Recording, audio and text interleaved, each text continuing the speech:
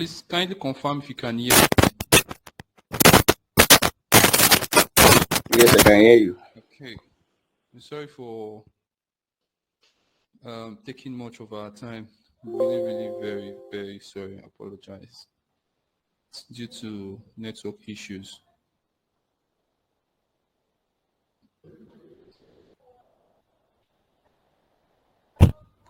Hello? I've connected. I'm here now. Ah, I'm in now. I just go in. Okay.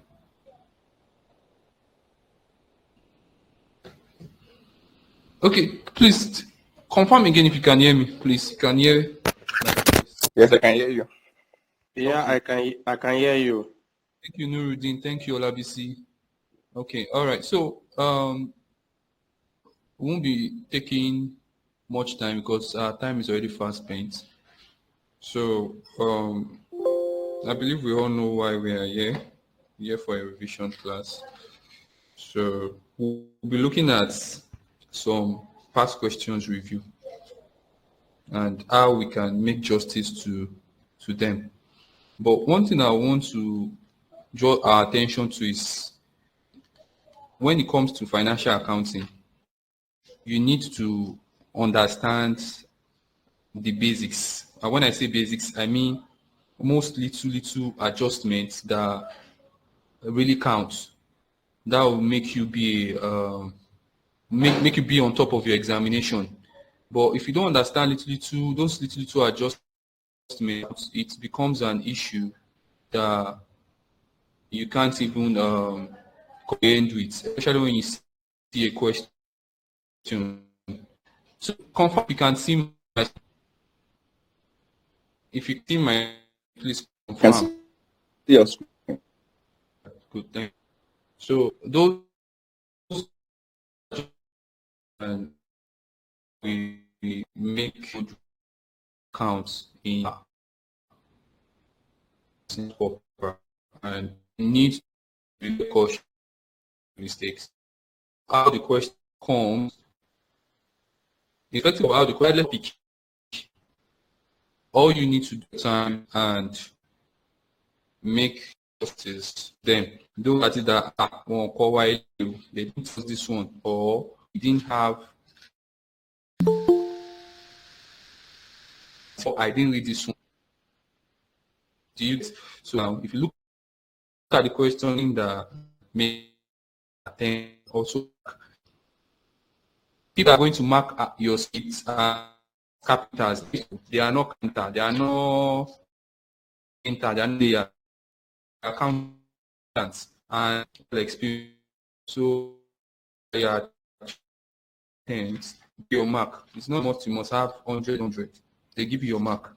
That is how best Ican can be. For people who does not understand these metrics, things like we can always have 100% preparation or maybe like 100% readings before you make an. It's not. It doesn't work that way. And also you have to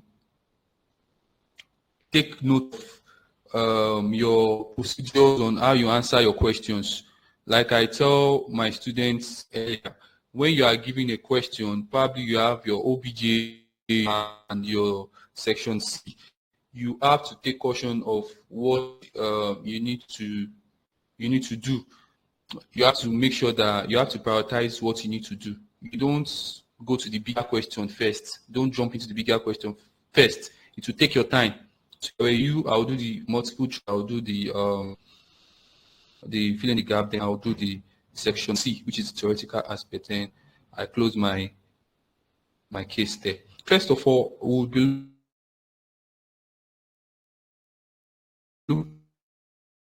on 6/18, question 6 2018, but let me call I think it should be November. Let me come. We're looking at question 6 2018. I have the question. Do we have the question? Question. Was it source? Hello. Hello. Can hear you. Can you? So I'm asking, do we have the question for?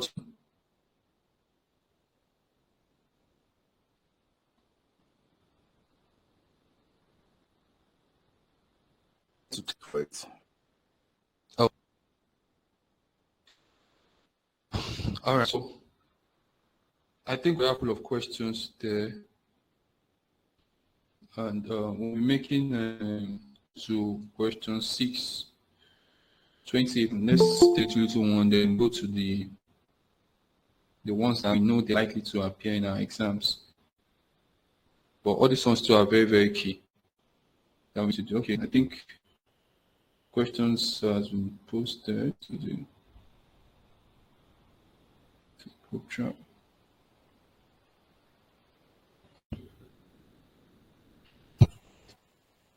So I believe everybody has a question now.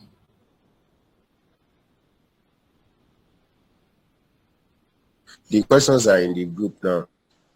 Yes, I can confirm that.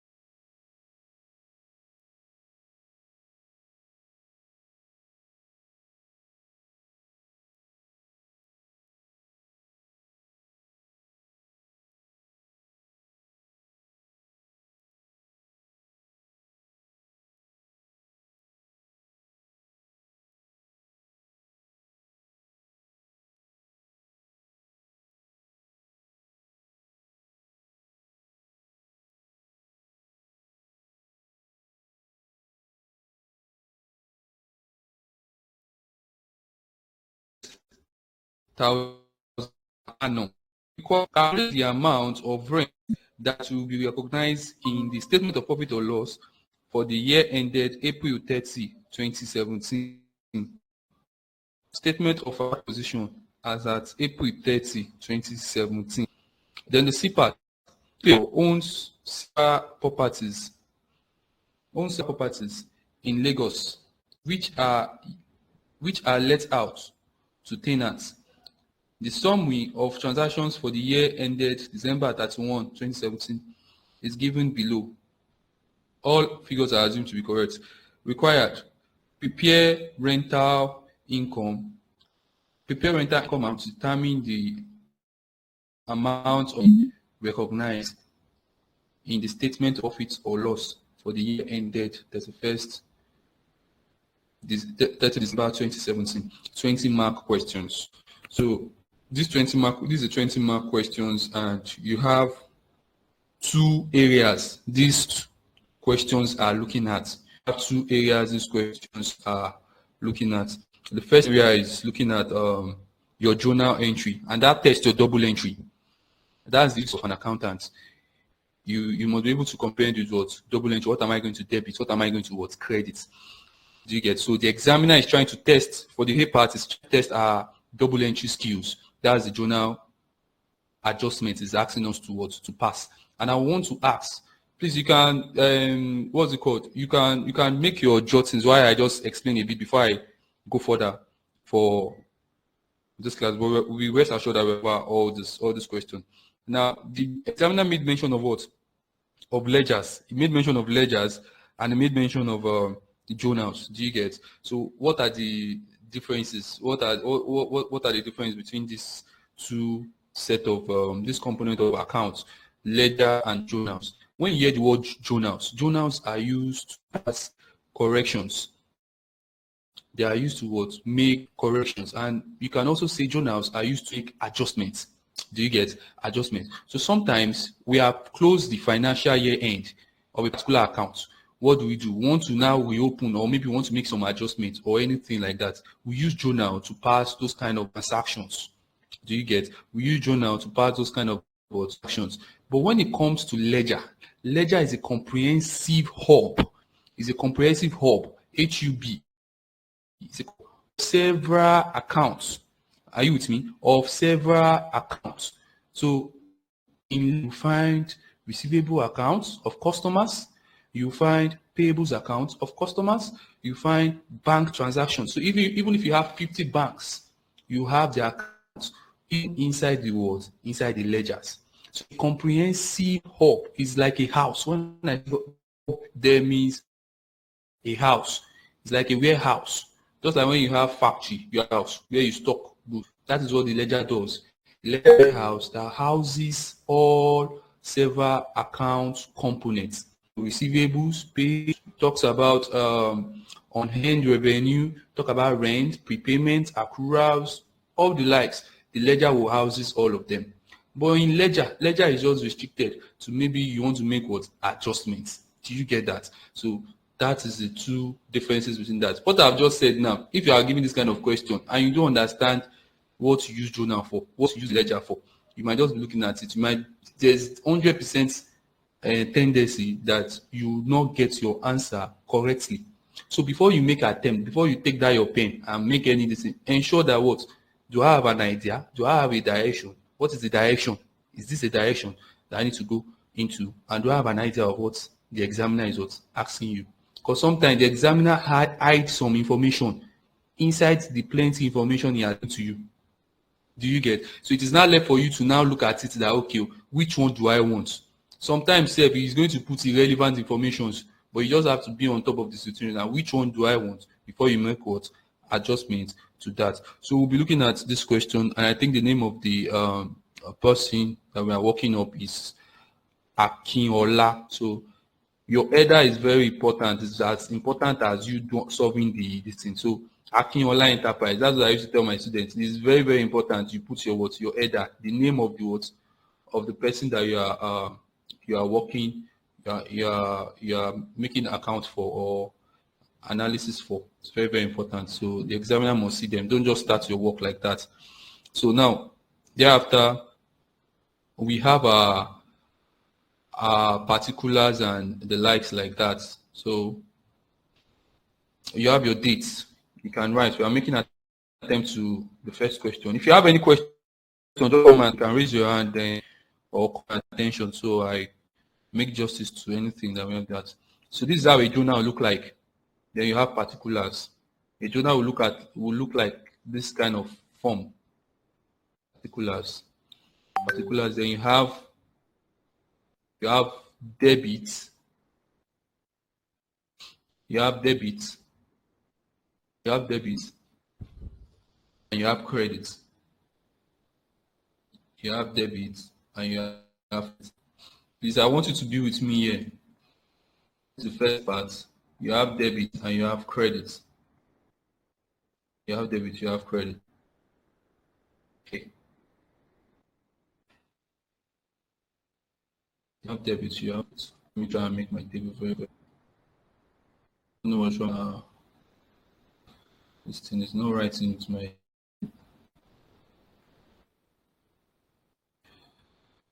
Okay, so I think this is clear up to a bit.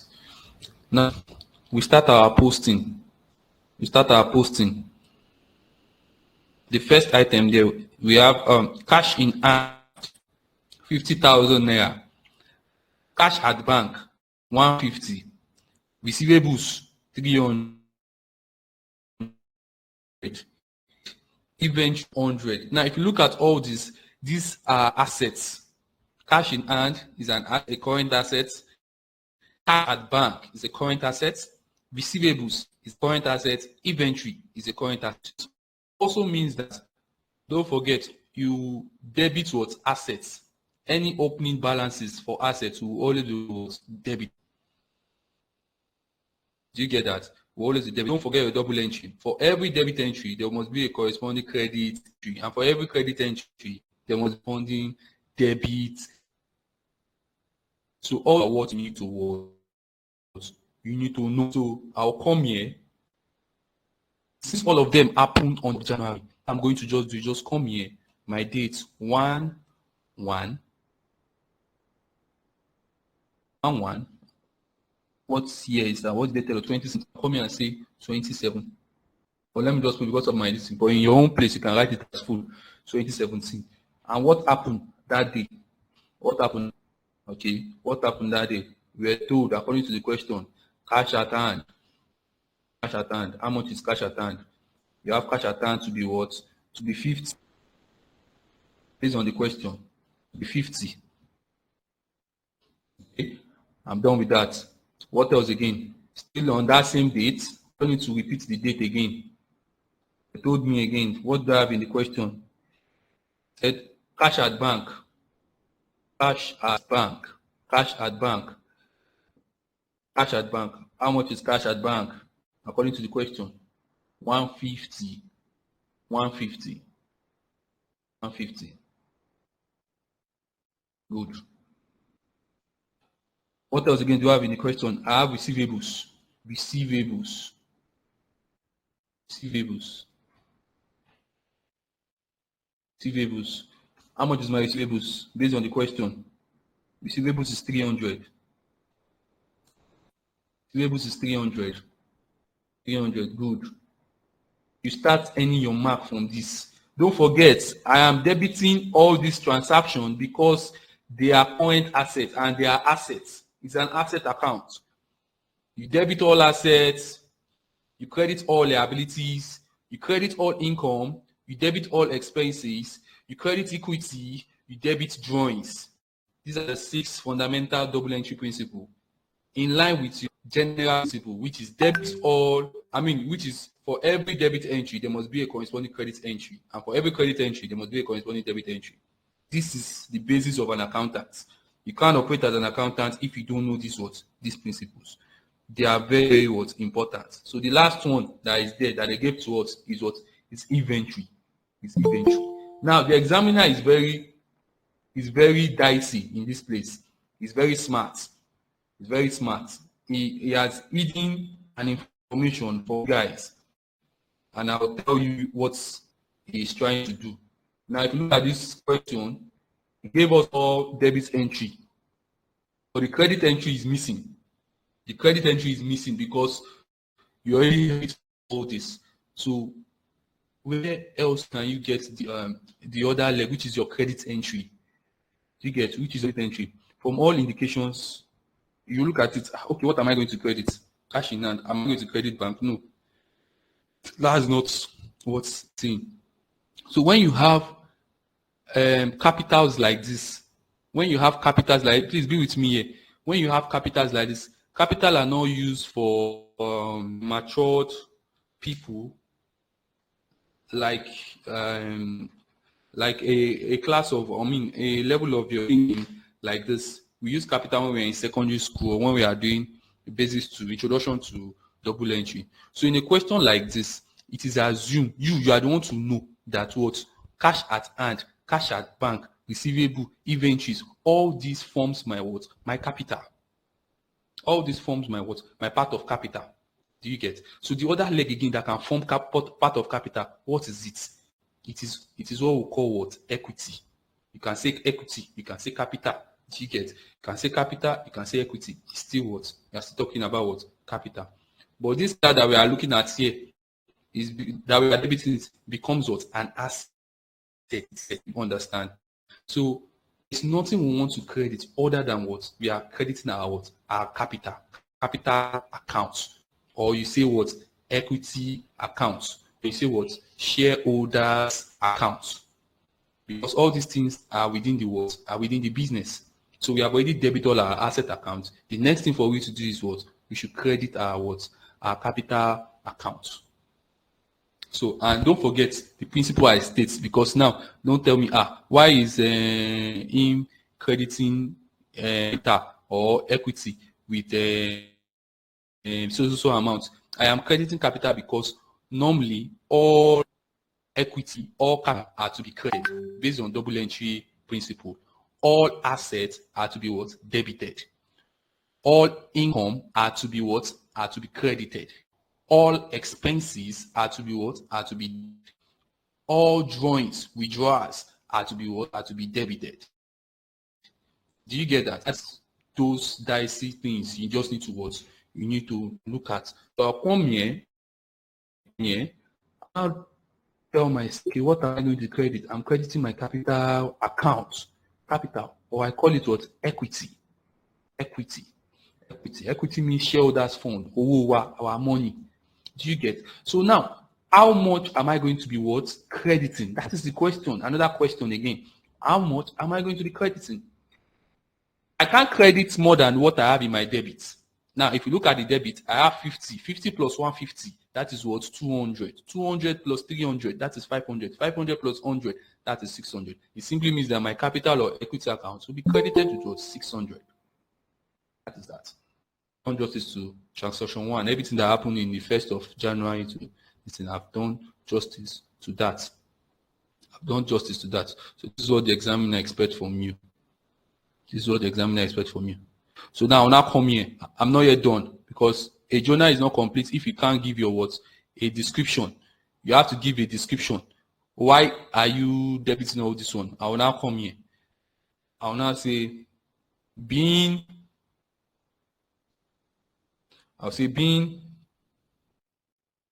assets and equity, being assets and equity recognized on 1/1/2017. As that, I've done justice to that. As that. So let's go to transaction 2. Please, you need to write as fast as you can because I'll simply be closing this as we continue. So let's go to transaction 2. So in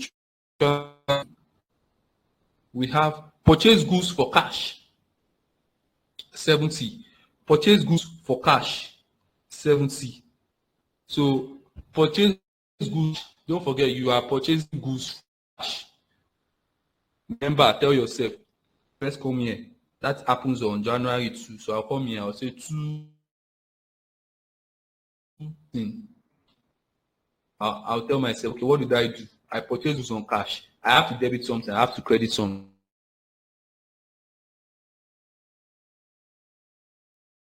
When you get money account,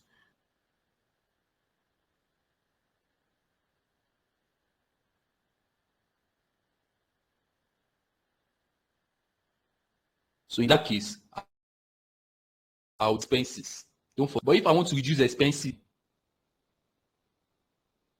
so I'll come here, I'll say purchase accounts. So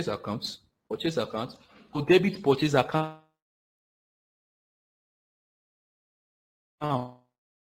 With that is done. I'll go to the next one. Now, what am I going to credit? Automatically, you can't debit that item again. What I want to do, I'll come here, I'll say cash. Because the question already tell us cash. So don't come and write bank here. Although you can still get the same mark. But let's work with the question. The question say cash. So cash is going out. Don't forget. How much? 70. That is that. Justice has been done. Then now, very important. Say being goods purchase. Being goods purchased. Much grammar. It's very, very clear. So that transaction has been cleared off. Do right fast you can. I would be rubbing up some of this. So the next one, I think I made justice to that. So The next one is bought goods from Falaye. Now you with me here. This guy is buying goods from Falaye. They didn't tell us that he pays on cash. They didn't tell us that he paid on cash. So when this kind of action happens, it's that Ojalo, they buy the goods credit. They buy the goods on credit. So what that means is that what that simply means is that we are going to debit purchase account, and then we are going to credit payables account, which is trade payable. Under trade payable, it will now be what Alaye, get it right. There are two things that are involved. The first one is cash transaction. We debit purchase accounts because it is an expenses. Then we credit cash because the question tells us. But now this one they just have bought goods from what? From Falaye. So it means that we have not paid Falaye, Ashinje Falaye, or we bought that goods on credit. So in that case, what are we going to do? We'll still debit purchase account, normal. We'll debit purchase account. But the credit will not be cash again. It will not be cash. We'll call it what? Trade payable. That makes me ask, what is trade payable? Trade payable simply means the accounts that need to be settled in a future reference or in a future term, based on term or based on agreement, the person we are buying goods from. So it's an account whereby the vendors that have not settled, that is someone that we have not paid for. It is that helps them. So under trade payable, I can have Falaye, I can have Momo, I can have Mr. N, I can have Joy. So those are the people and I'll put them under trade payable. Do you get? I'll put them under trade payable. So most times, some people explain trade payable to be that it is the accounts or it is a situation whereby we have received invoice. We have invoice to pay, but we have not paid, probably because we don't have money as at that time. It is still the same thing. But anytime you hear pay and low, like we are owing vendors, suppliers, we are owing them money, where we put them, it is what? Trade payable. Do you get that? So it's trade payable. So I will now come here. Based on that explanation that I have done, I'll come here. 5, 17. Come here. I already know what I have done already. Up there, just like what I have done. Purchase. Repeat the same thing. I am debiting purchase. Don't forget, it's an expense account. You can't credit purchase. It's an expense account. So bought goods. They don't need to say purchase. The first one, mind the terminology, they said purchase. The second one, they say bought. No, not she mean. They mean what? The same thing. So purchase, how much is the purchase? How much is it? I have it to be 500. Very good. Fantastic. I'm done with that. I'll go to the next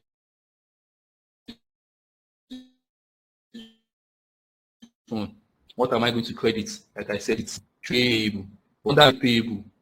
Trade payable. Under trade payable, who is the supplier that I want to settle in the future? Falaye.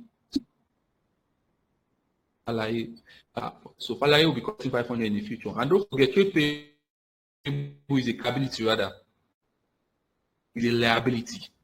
Trade payable is that is basic. But I think I'm at some lower Niwaju, but we are not with it now.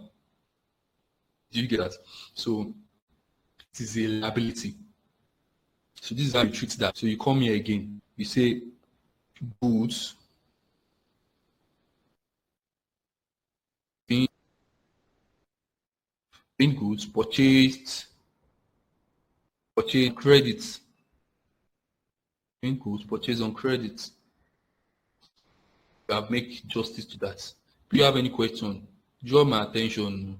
These ones are still normal things that we need to know. So after this, let's look at the next one. Shop fittings and check. Bought shop fittings and paid by check. What is the date? Date is January 9. I'll call me, I'll say 9. 9 January 17. 9 January 17. What happened on the 9th of January 17th? Shop fittings.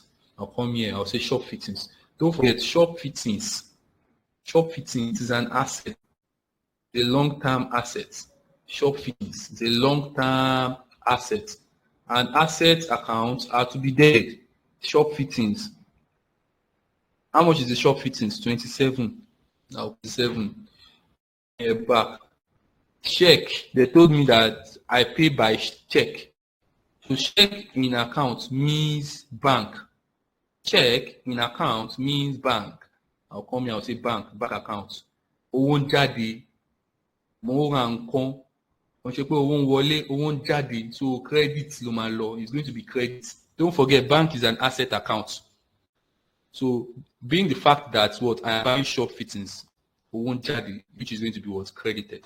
So as usual, what do I do? I'll say what? Being shop fittings.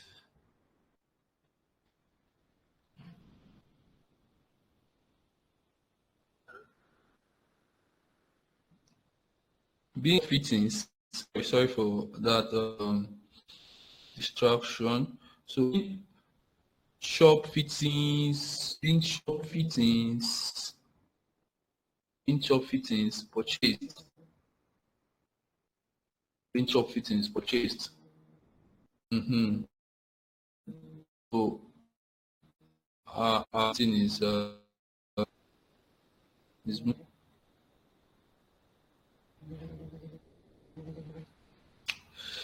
that's that. Any question there? Okay, so what's the next transaction? Next transaction. Next transaction. So daily. Go to daily. So now you need to be very careful when you hear things like this. To daily. So what goes to daily that they didn't collect money. They did not collect money. So in that case, it means that daily will be owing us money. So it will, we are going to treat it like the way I explain payables. We are going to treat it like the way I explained, for it will be the reverse. Do you get? It will be the reverse. You know, in trade payable, I have to credit trade payable because it is a liability. We are going to pay Falaye in the future. Now, I am selling goods to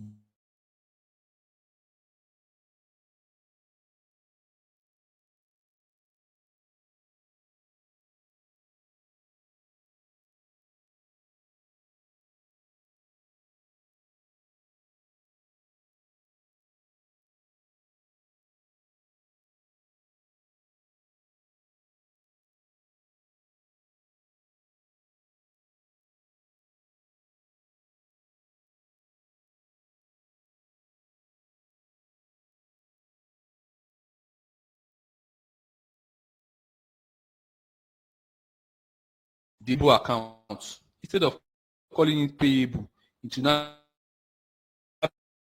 be what? Receivable.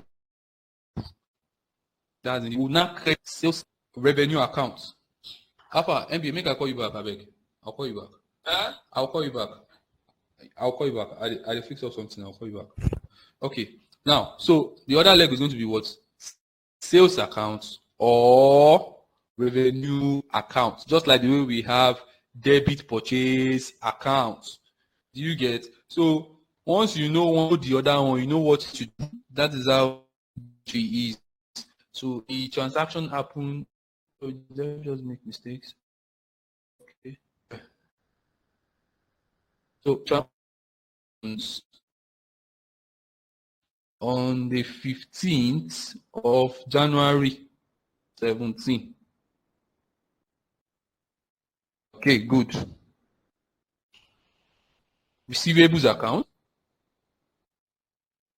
Receivables account. Receivables account of how much? Receivables account of how much? Of 100. Sorry, I was supposed to put not just receivable account, but receivables account under in that receivable account. Who is owing us? Who is the debtor? It's Dele. So Dele ma fún wa owó in the future. And that amount Dele will settle us with is 100. It's 100.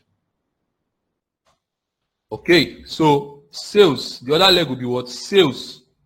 Sales or revenue. Or revenue. Or revenue. I'm accredited with how much? It's 100. By the time you look at what we are doing, if what you are doing, you see that what you have in your debit is equal to what you have in your credit. The moment your debit is more than what you have in your credit, or your credit is more than what you have in your debit, there is a problem. You have to make sure that what the two of them balance. That's the beauty of journal. That's the beauty of this what's by that. Okay, so the description time. I don't waste much time. The description, you know what to put. Being the goods sold on credit to Dele. Being goods sold on credit to who? To Dele. That's where we are going to put it. To Dele. So we can have time to finish this question. It should not be more than 3 minutes for you to solve it in the exam. When you see questions like this, just smile. Say that you are done with this. So the next transaction, paid Falaye by check on now here. You look at it now from all what we've done. We have a Falaye account, right? We have Falaye account from what we've done. We have Falaye of January 2017. The question told us that what we purchased from Falaye 100.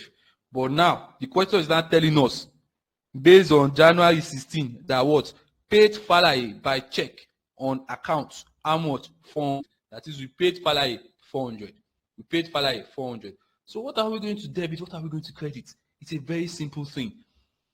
The trade payable that has been credited 500 will now come here now. Will now come and debit it so that we can reduce that amount. We will now come and say debit trade payable of how much? 400. Then the credit part will now be what? What is going now? You ask yourself, what is going now? Check. We paid by check. Owon jade. That is, money is leaving the bank. Money is going out from the bank. We now what? Credit bank. How much? 400. Remember, it is 500 that is the goose. But we are paying what? 400. So the lomaku, Tamamaje Falaye will still be owing Falaye how much? 100. So by the time you have a computerized thing, all these things, the adjustments, the little balances, you just see it there. Trade payable is 100, and you're going to be owing them.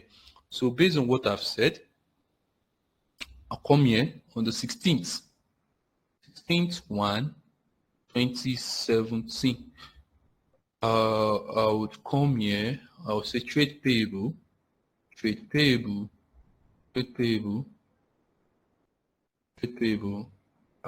Falaye, because I'm reducing it. Trade payable, and how much they told us that we pay 400. I'll come here again back. I'll say bank. Money is leaving the bank account. So it has to be what? Credited. It's two reversal things, so it has to be credited. So 400. So at the end of the day, what happened? What are you going to give this description to? You say being payment of trade payable by check.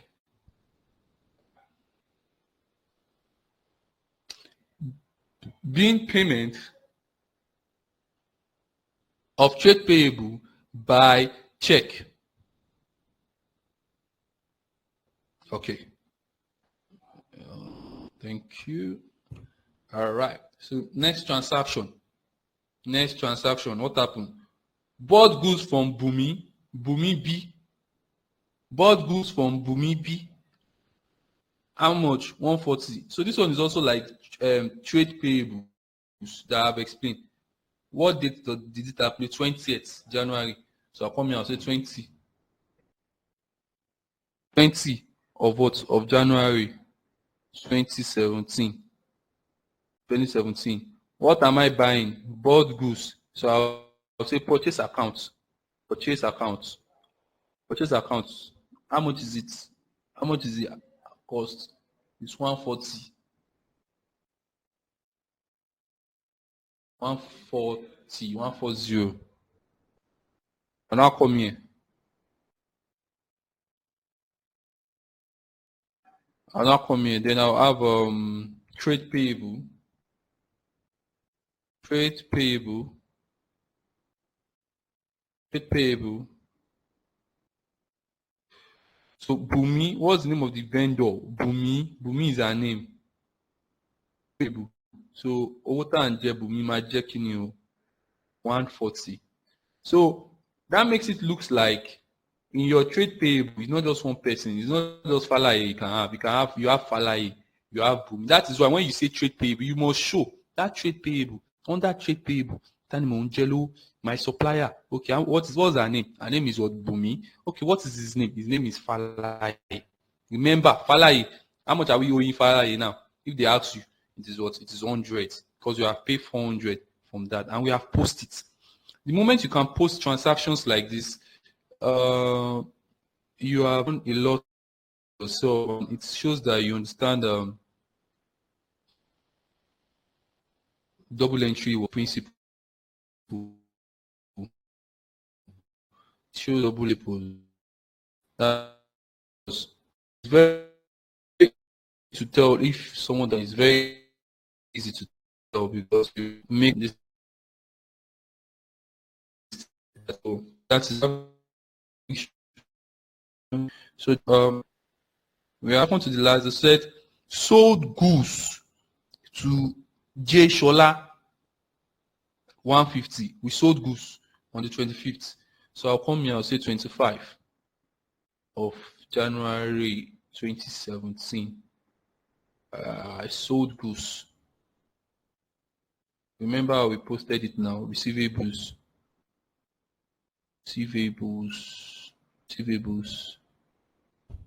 Okay. Water. Let me drink now. Receivables. So what's the person's name? Shola. Receivables. The debits and assets account 150. Then still same receivables. I'm going to credit my sales. I believe by now you know that it's either I call it sales or revenue. They both mean the same thing. Of how much? 150. In practice, this is what we do. As well. So it is very, very important you get used to this these postings. Now the last one is about old accounting machine by check. So old accounting machine by check, it's like office equipment. Do you get? Or you can come in debit old man. So we are buying an asset. Do you get? We are buying an asset and we are paying by check. It means bank is own charging pool in the bank. So and we are using it to get something. So I'll come here. I'll say what date is it? 28th of January. 28th of January 2017. Don't forget the description, no, please. I got bored up with that, so please try and complete that as a task on your own. So office equipment. That is what I will title it. Office equipment, because that's the category it falls under. Office equipment. So office equipment. So it's an asset. So I'm checking I'm a debit of how much? 70. I'm checking you bank. As I pay bank. Don't forget we are buying by check. Bank. So bank, owó dẹ̀ ń jáde. I'm checking you. I'm accredited. I am done with all my posting. This is what the examiner asks you to do. Any question? Please, any question before we go to the next one? No, for me. Yes, someone is talking. I know question for me. I understand. Okay, all right. So you write it up and let me know if everything is done. If you are done, so we can move on to the part of the question. I think the B part of the question.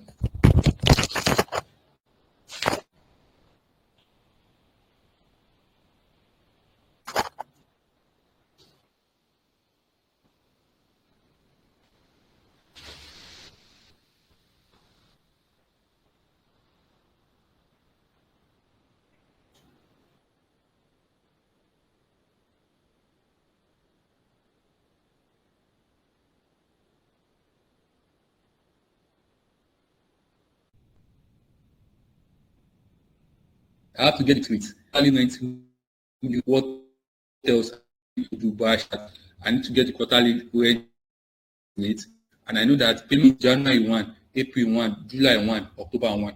Let's go further. Let's see what they have for us. They now say the annual rent is 600,000 naira. That means for the period, don't forget the company period year end is when? It's April 30. Don't forget, it's not December 31. It's April 30, 1 year. Person would have paid, what, 600,000 annually. Okay, let's go. Then I said on June 30, 2017, the rent was increased to 900,000 naira per annum. So effective, that means the effective date for that increment, Toffee increases to 900 is when? It's going to be July 1, July 1, 2017. Do you get? July 1 or June 30, 2017, as the case may be. So that's that. Now, look at the requirements. Required. Calculate the amount of rent that will be recognized in the statement of profit or loss account for the year ended April 30, 2017. 2. Statement of financial position as at April 30, 2017. Now, I have read this question. I told you, you must read question with what? Direction. Direction matters. I have read this question. I have read it. I will now ask myself, which area is this question talking about? What did the examiner want me to address? What did he want me to do? I will now look at it. Rent. Advance. July 1. What is it saying? It means it is prepayment. This question wants to test my knowledge on what? On prepayment. This question wants to test my knowledge on what? On prepayment. I will now ask myself, what does the principle of prepayment means? Or what does prepayment means? Prepayment simply implies that the money that we pay in arrears, the money that we pay in arrears. So I can be in December, I can pay the bill that I need to sort by July. That's prepayment for you. So and it's a current asset. What? It's a current asset account. That means that it will always be what? It will always be what? Debited. You now look at it. In which area can prepayment be affected? Okay, we can have rent expense. Rent expense can affect prepayment can affect our rent expense. Do you get our rent expense and the likes like that? Okay. Having said all that, I already know where this question is coming out from. Another thing I want to make mention again is that we need to understand that whenever we are preparing our statement of profit or loss account, it is the rent for that period that we will consider. Anything or any expense that goes above that particular year would be seen as a prepayment. This is what I am saying. Please be with me here. Please be with me here. Be with me here, or if you are not here, just listen to this scenario I need to give before I make justice to this question. Now, I'll use 31st December because this question is actually very dicey. And if your year end is not ending 31st December, it becomes wahala for students. Do you get? it becomes wahala for students. So examiner are purposely to make sure that they give students mid-year, we call it mid-year accounting year end for companies. So by the time you hear 31st of March, you get confused. But if it's 31st of December, very, very easy. You just know what to do. Once you know the principle, you know what to do. So I'll use 31st of December to explain. And then we'll now use that to make justice to this question. So I am Adeboyega now, and I paid rent for 3 years. For 3 years, which is each year I'm going to be making a payment. I'm supposed to make a payment of 1 million naira, making it a total of 3 million naira. And I'll make a payment of 3 million naira to my landlord. Now, in my own books, in Adeboyega books, and my year end is 31st December 31st December of any kind of year, 31st December. So in my own books, I make prepayment. What I'm going to do is that I am not paying account for 2023. What I'm going to do is that I am going to expense that current year's account, which is 2023. That 2023, January to December 2023. How much is it? 1 million, Abi. Then I paid for 2024, I paid for 2025. So in my books, what as a rent expense in profit or loss, what you see as a rent expense, profit or loss, would be 1 million. Would be what? 1 million. Then don't forget Oshikutu, which is 2024 to 2025. Then the remaining part of 2 million, that 2 million that I have not recorded, will now go to where? Go to what? Prepayment. Under what? Under non-current assets. Do you get? Because it is more than 1 year, it is 24 months. But for your level, let me not classify things too much. I will now say, okay, 1 year, end of the year 2023, expense 1 million. 2 million to I will now take it as prepayment under current under the financial position. So it simply means prepayment to be seen as what 2 million, and the current year, the amount that for is what is 1 million. Why is it like based? Yeah, this is based something that is going to you don't bring it to loss right yet. You don't do it now. You report what happened within. This is why that principle is like that. Do you get that principle is what is so someone is taking knowledge on prepayment. And this is we are going to move question.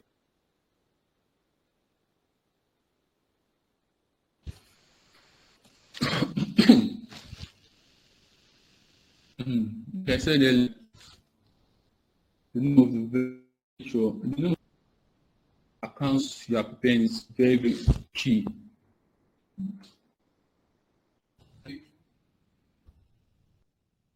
Adiba,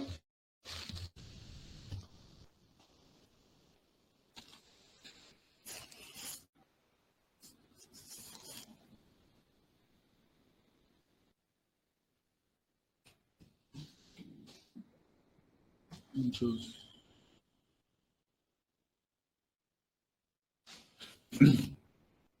Right, so the name of the account is very, very important.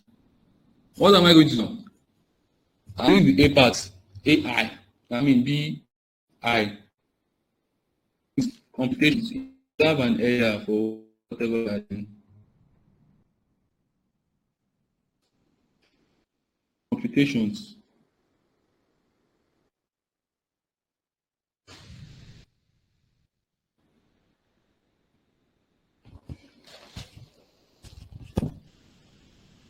Excuse me.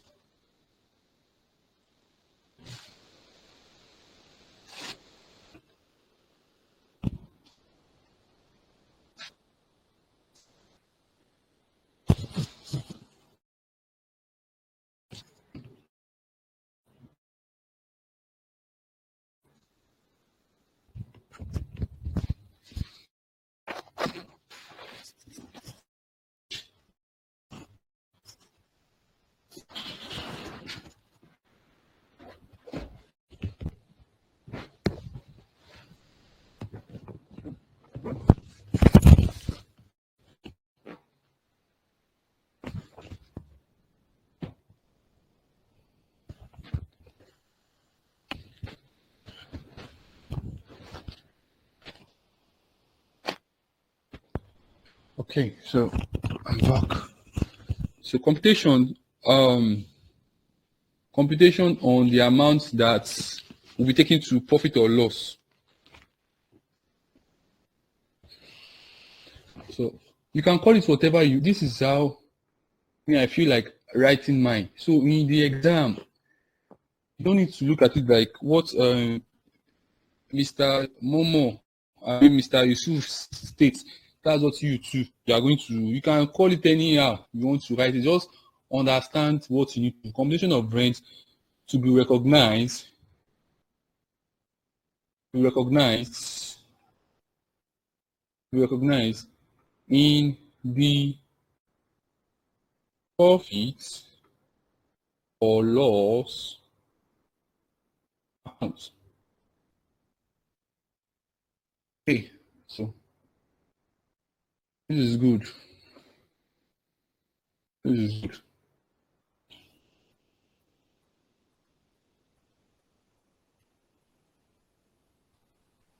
Again, let's go there. Okay. So in the question, they told us that they gave us information that the year end,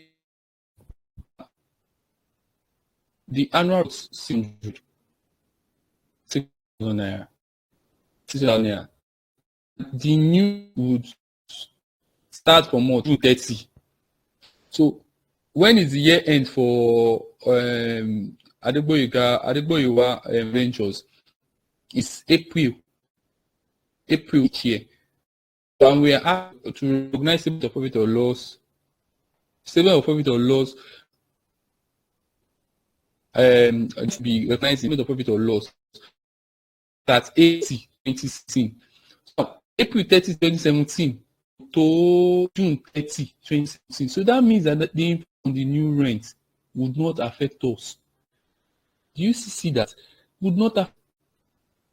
So it's not, that's what the earlier, it's not all the information they give to you that you just need. So that means that if I in that 100,000 suite, I'm not even going to area at all. So June 2017, not the same thing. I'm going to talk 2017. But to go away future, but according to the world, me and 100. Sometimes there's no power for 900 of that 900. Now come here, I want to do rent because we are told that what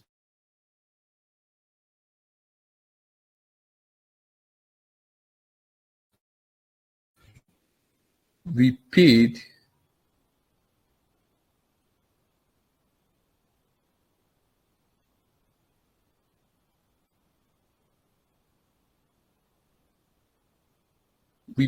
rent to determine my quarterly rent. My quarterly rent is 600,000 annually divided by 4. Divided by 4. When you divide that, that should give you 150,000 naira. 150,000 naira. 150,000 naira. Now I've determined my what? My quarterly what? Quarterly rent. I'm my quarterly rent. This one, note that I determine my quarterly rent. I'm meeting right. Be with me at this bus stop at where we are.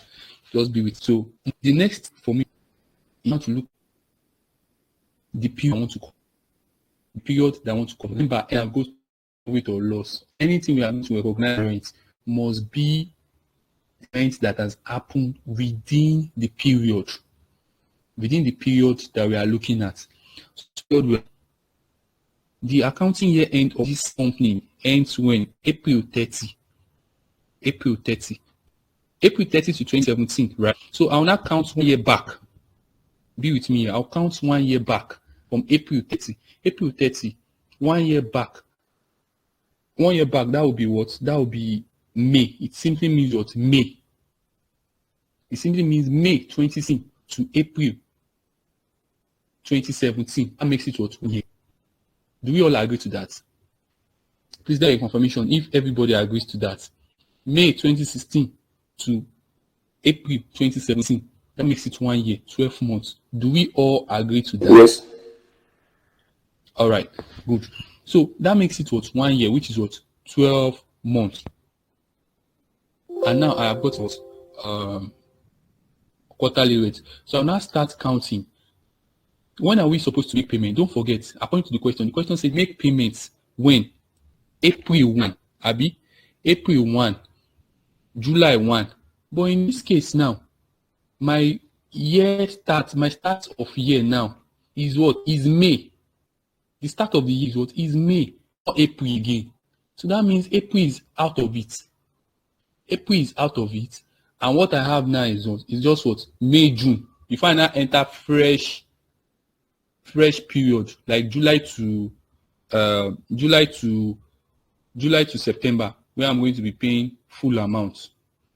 This is what we have May, June. We have May, June before you get July, when we're going to make payments based on advance payment, based on the condition they give us to us in the question. Just have May, June. So I will now come here. Since I already know my quarterly rent, I'll come here. I'll say, okay, balance. Think my balance. I'll call it balance brought forward. Because balance forward before July that I'm going to make payment. That's what I mean. Balance brought forward before July. Balance brought forward, which is going to be what? May. On May 1, 2016. On May 1, 2016. The balance brought before I get to what? July. Remember, it's supposed to be April, May, June. Based on the question, the make payments April. So, but now April is left out. Based on the calculation, April is left out because May to April 12 months. So April is left out. What we need now is to determine value for what? For June. Then July 1, that one is for in July 1. Now the amount we are going to be paid is going to be straight off this one. Also, it is very straight. July 1, automatically is what? 160. This one that I want to do, you can't say 150. It's not possible because April is no more there again. What we need is just what? May and June, not April. We can't include April because we are starting from May. So with this understanding, I will just say balance both forward. Balance both forward. 150. This 150,000. 150,000. Hey, the MI. Your Naira sign is important. If you just write, you see the way I'm writing, and if I don't want 50, it can mean that 50 mean unit. So make sure you are dealing with value, money, owo, kudi. Put your Naira sign in front of it. So the examiner can know that you are dealing with, you know what you are doing as well. So 150,000, I'll now say divide by 3. Divide by 3 to get each month allocation. Divide by 3. That gives me what? 50,000 monthly for that 3 months. Remember, April is not there. But since for a quarter, what I'm going to pay for a quarter is 150,000 naira. It's 150,000 naira. This is it. So what I'm trying to do achieve here is that I want to now get how much will I pay for a month inside a quarter. So inside a quarter in a month, what is there to be? You count April, May, June. That is 3. So I'll say 150 divided by 3. That gives me 50K. So from this 50K, I can now say from this 50K, I will now say is equals to still on this, so still on this brought forward. I'll now say this 50K. I'll say 50K times 2. What is the 2? That is that of May and June. 50,000 times 2 for May and for June. That will now give me what? 100,000. 100,000. You get 100,000. If I want to do this properly, just not to make sure that we don't get confused when we are writing, when you are reading on your own. I'll just say 150 divided by 3, which is 50,000, times 2. That gives what? That gives me 100. That gives me 1,000. That gives me 100,000.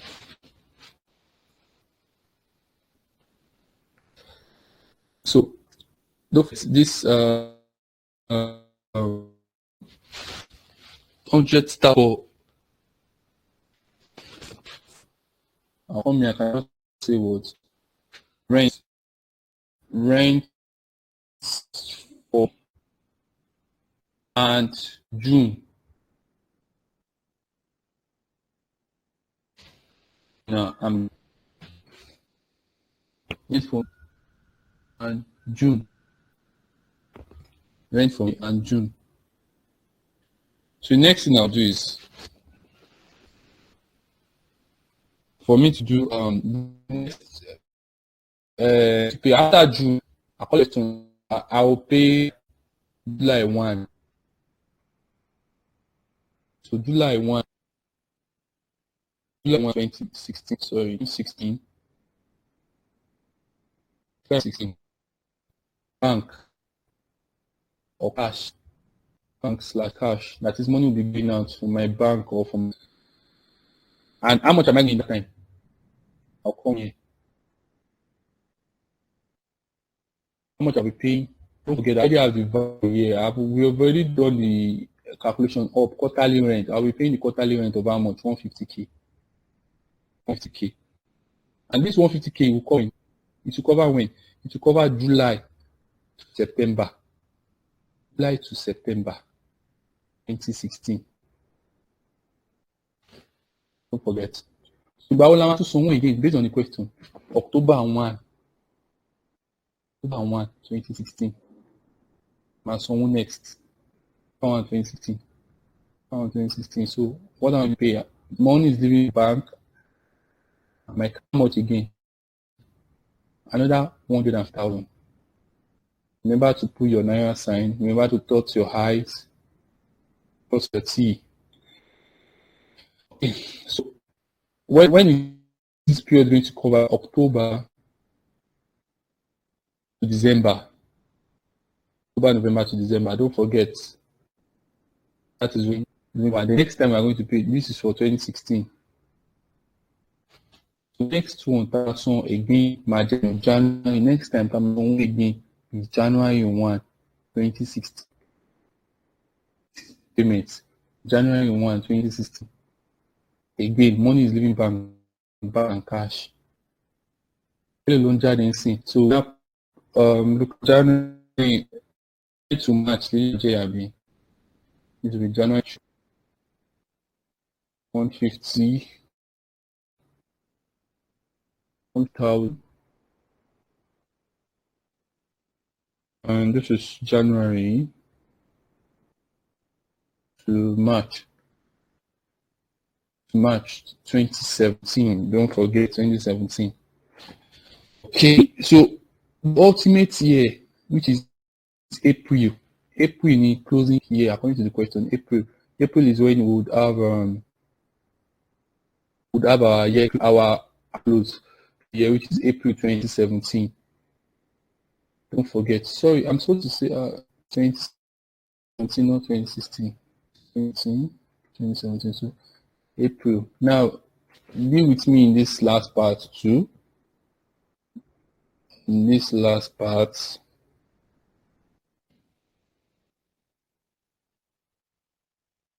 No, it is April I need. I only need April. Because I can't do April, May, June. Because the year-end account is April. The year-end account is what? Is April. So I'll now come 50,000. Remember, you get 50,000 by 3. What are you going to get? You get 50K per month. Abi? per month inside the quarter, you get 50,000. So since it is only April that I need, I'll just come say 50,000. I'll now put it in brackets. I'll tell the examiner that what April, this is April 1 to 30th or 31st. I think this one is 31st. 31st of April. 31st of April. 1st of April. So okay. Now remember, èló ló kù tó máa fi pé 150, 100k ló kù. For this last one, 100k ló kù tó máa fi pé kíni o? Tó máa fi pé 150. So that 100k will be as a prepayment. As a what? As a prepayment. That is, we are not going to take it into the profit or loss. We would take it into what? Statement of financial position. That 100k will be treated under current assets under what? Financial position. Because we need to complete this to 150. But it will recognize what? 50k. The 100k, where are you going to put it? You can't throw it away. So that is the 100k we are going to what? Take to the what? Financial position. So we would come there, we'll come to that place. I just say let me draw your attention to that. So rule of, when you rule of, let's add, what do we have? 100,000 plus 150, 250. 250 plus 150. 250 plus 150, that is 400. 400 plus 150, that is 550. 550 plus 50k, that is 600. Now let's shock you. You know they told us that what? They pay annual rent of how much? 600k. Do you know the shortcuts? In case you meet this kind of question on OBJ, the examiner cannot give you in OBJ. They only give you in theoretical part like this. But what do you need to do? You don't need to go through all this process. They already told you annual rent 600k. Just recognize what are you going to recognize in profit. Since you already know that your profit or loss account is 12 months, 12 calendar months, just 600. Do you get? But where you have issue is where you need to consider what is going to be for your what? Prepayment. So that is why you need to do your workings like this. From this my computation now, it is easy for me. This last part, to yẹ kó pay 150, but 100k ló kù tó máa fi pé. That 100k, I take it straight up as what? As my prepaid rent. Prepaid rent. 100k. What I'm going to be for the period is going to be what? 600,000 naira. 600,000 naira. So 600,000 naira is what I am going to be what? Going to be expensing. So you see me, I'm going to just write like rent, debit rent expense 1,000. Then credit expense 600 naira. That is the posting, double entry. The double entry for this 600k that you are seeing. You can write it. I'm not going to write it here. You can write it in your book. The double entry that for the 600 you are seeing. Debit rent x 600,000. Debit rent expense 600,000. Then credit prepaid rent 600,000. Credit prepaid rent 600,000. Remember, all we've been doing double entry. Anything that is in debit must equal to what you have in your credits. Do you get? So 600, 600. That account has what? As balanced. That's balanced up like that. Perfect. So yeah, you have done justice to that question. So what I need to just do now, let me highlight this in bold. Okay, this is good. All right. So I'll just come here and say still high parts. Okay. Statement of it. I'll just come here and say statements of P or L. Statement of P or L. Statement of POL, how much is it? 600,000. Based on what I've said, 600,000. And statements. Statements.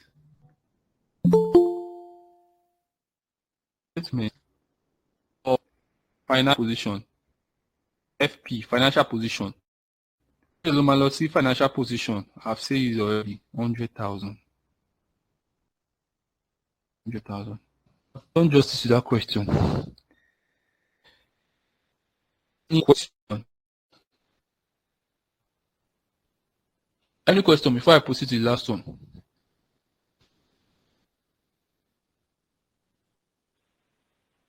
I don't have a question for my own part. All right. Thank you, Thank you, Olabisi. Olabisi. So, So we are all on the same page, and I'm taking that everybody understands that. So let's go to the last part of the question: rental income.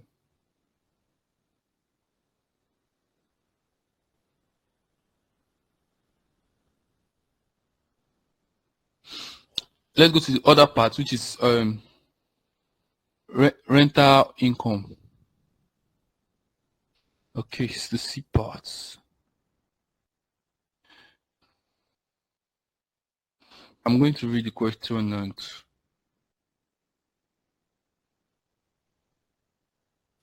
now, the favor owns several properties in Lagos which are let out to tenants. The summary of transaction, all figures are assumed to be correct. Required, prepare rental income accounts to determine the amount of rent to be recognized in the statement of profit or loss for the year ended December 31, 2017. So these are expenses. What amount are we going to recognize in the word statement of profit or loss? It's the same question, but the weight of it vary. Question here, lost words, little differences, kind of little differences, but this one is very pretty straightforward. So the name of the company comes first. The Favor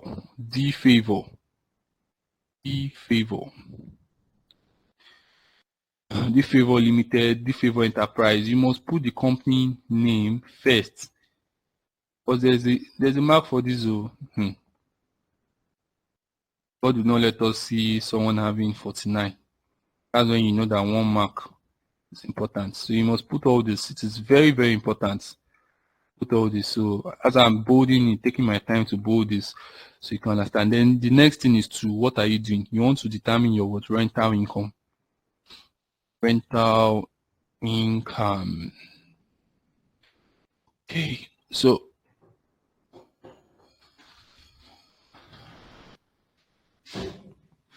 rental income account. Yes, who is there? Hello? No, I did this thing. Was after now. I did find that. So rental income account, that's the next thing that we want to determine. Like this. So kindly be with me on this part too. So we already have the question already. So if you look at the question very well, you have accrued rent, you have paid rent for 2016, and you have that of 2017 as well. So that of 2017 is the current. That of 2016 is the what? Is the prior year, which is the previous year end. So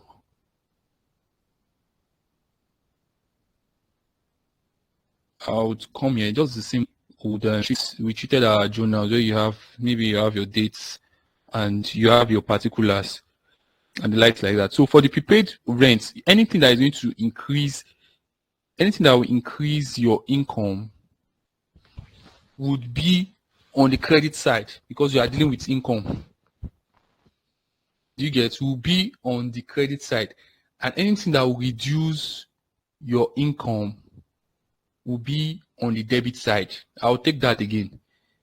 This is it. I am dealing with income. Forget about rental income or no rental income. The principle is what credits all balances or opening balances of what of income statements. So for this income statements, I'll take it like anything that is going to increase my rental income, I would credit it.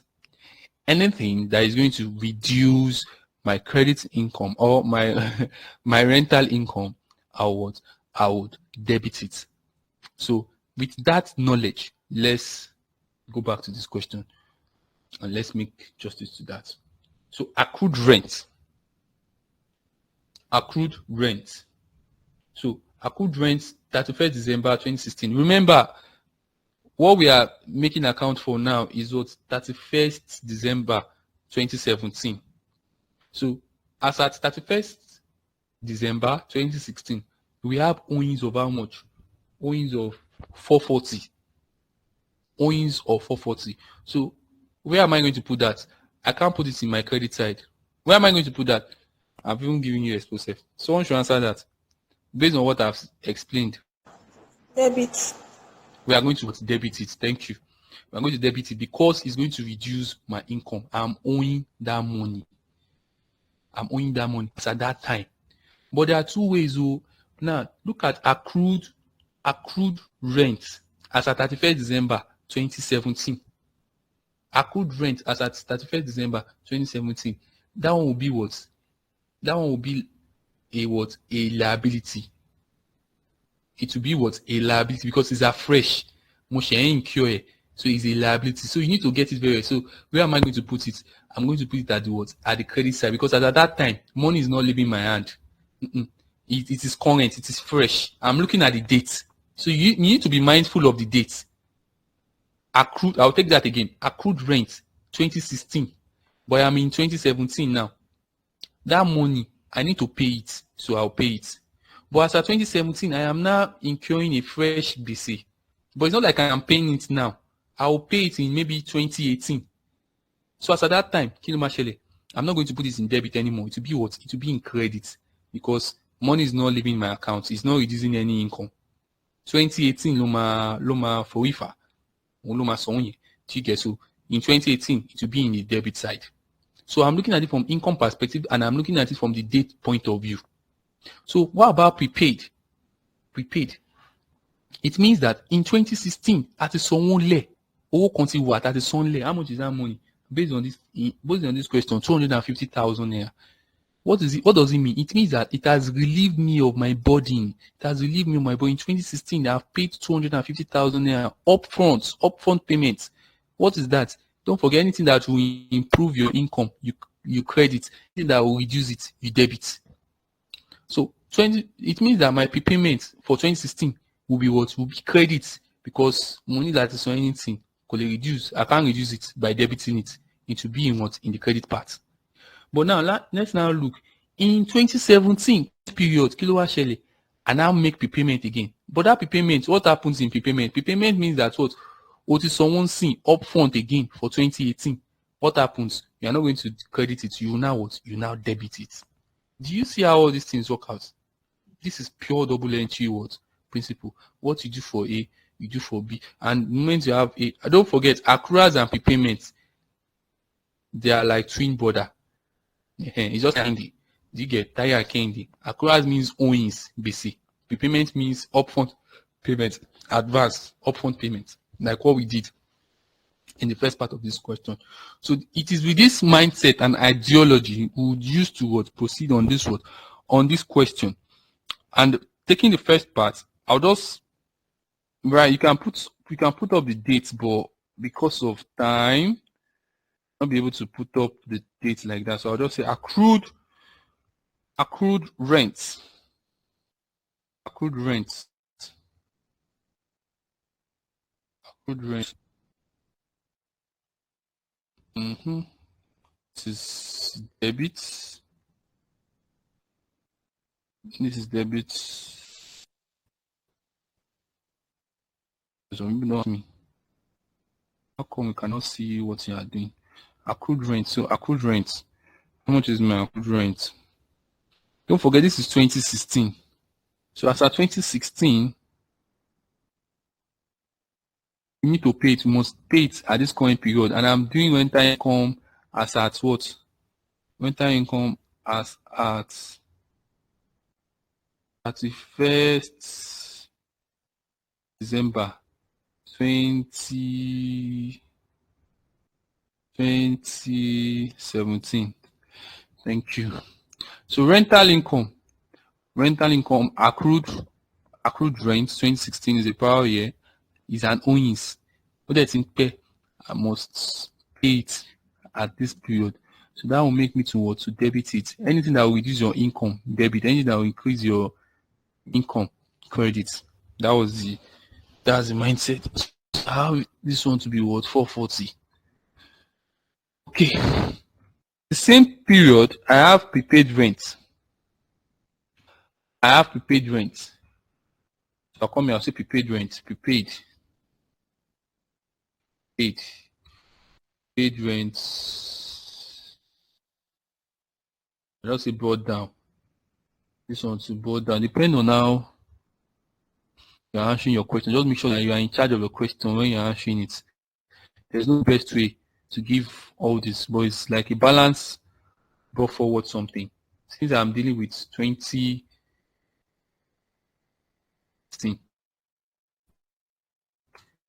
so it's like a bouncing. Sorry. Balance brought down, balance brought forward. The both means the same thing. It's for level. So balance brought down. How much is it? 50. Don't forget, I've explained why I'm crediting it. I'm crediting it because it is going to improve my income. These 250 you are seeing, I'm not just paying it now, but it's only, it is like an asset to me, a gain to me. So rent received during 2017, I received rent. Then it increase your income. So I receive rent. This is rental income. I receive rent. Where will I put it? I rent. When you pay, I paid rent. I receive rent. You have to see I paid rent. I receive rent. That means money is coming in. So where are you going to put it? You put it on that side because it's an income. It is an income. It's an income. So rent, bank, how much? How much is that value? The value for rent I receive. 550. 2550. Okay, so okay, look at this now. Accrued rent at 31st December. So what I'm going to do here is accrued rent at 31st December. Accrued rent at 31st December, and they give us prepaid rent.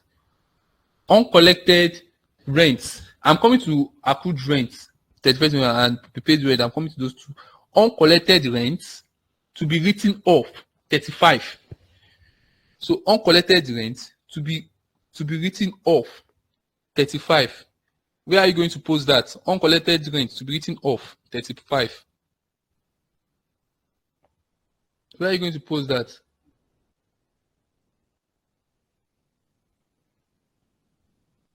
I'm asking the general class. Where are we going to post that?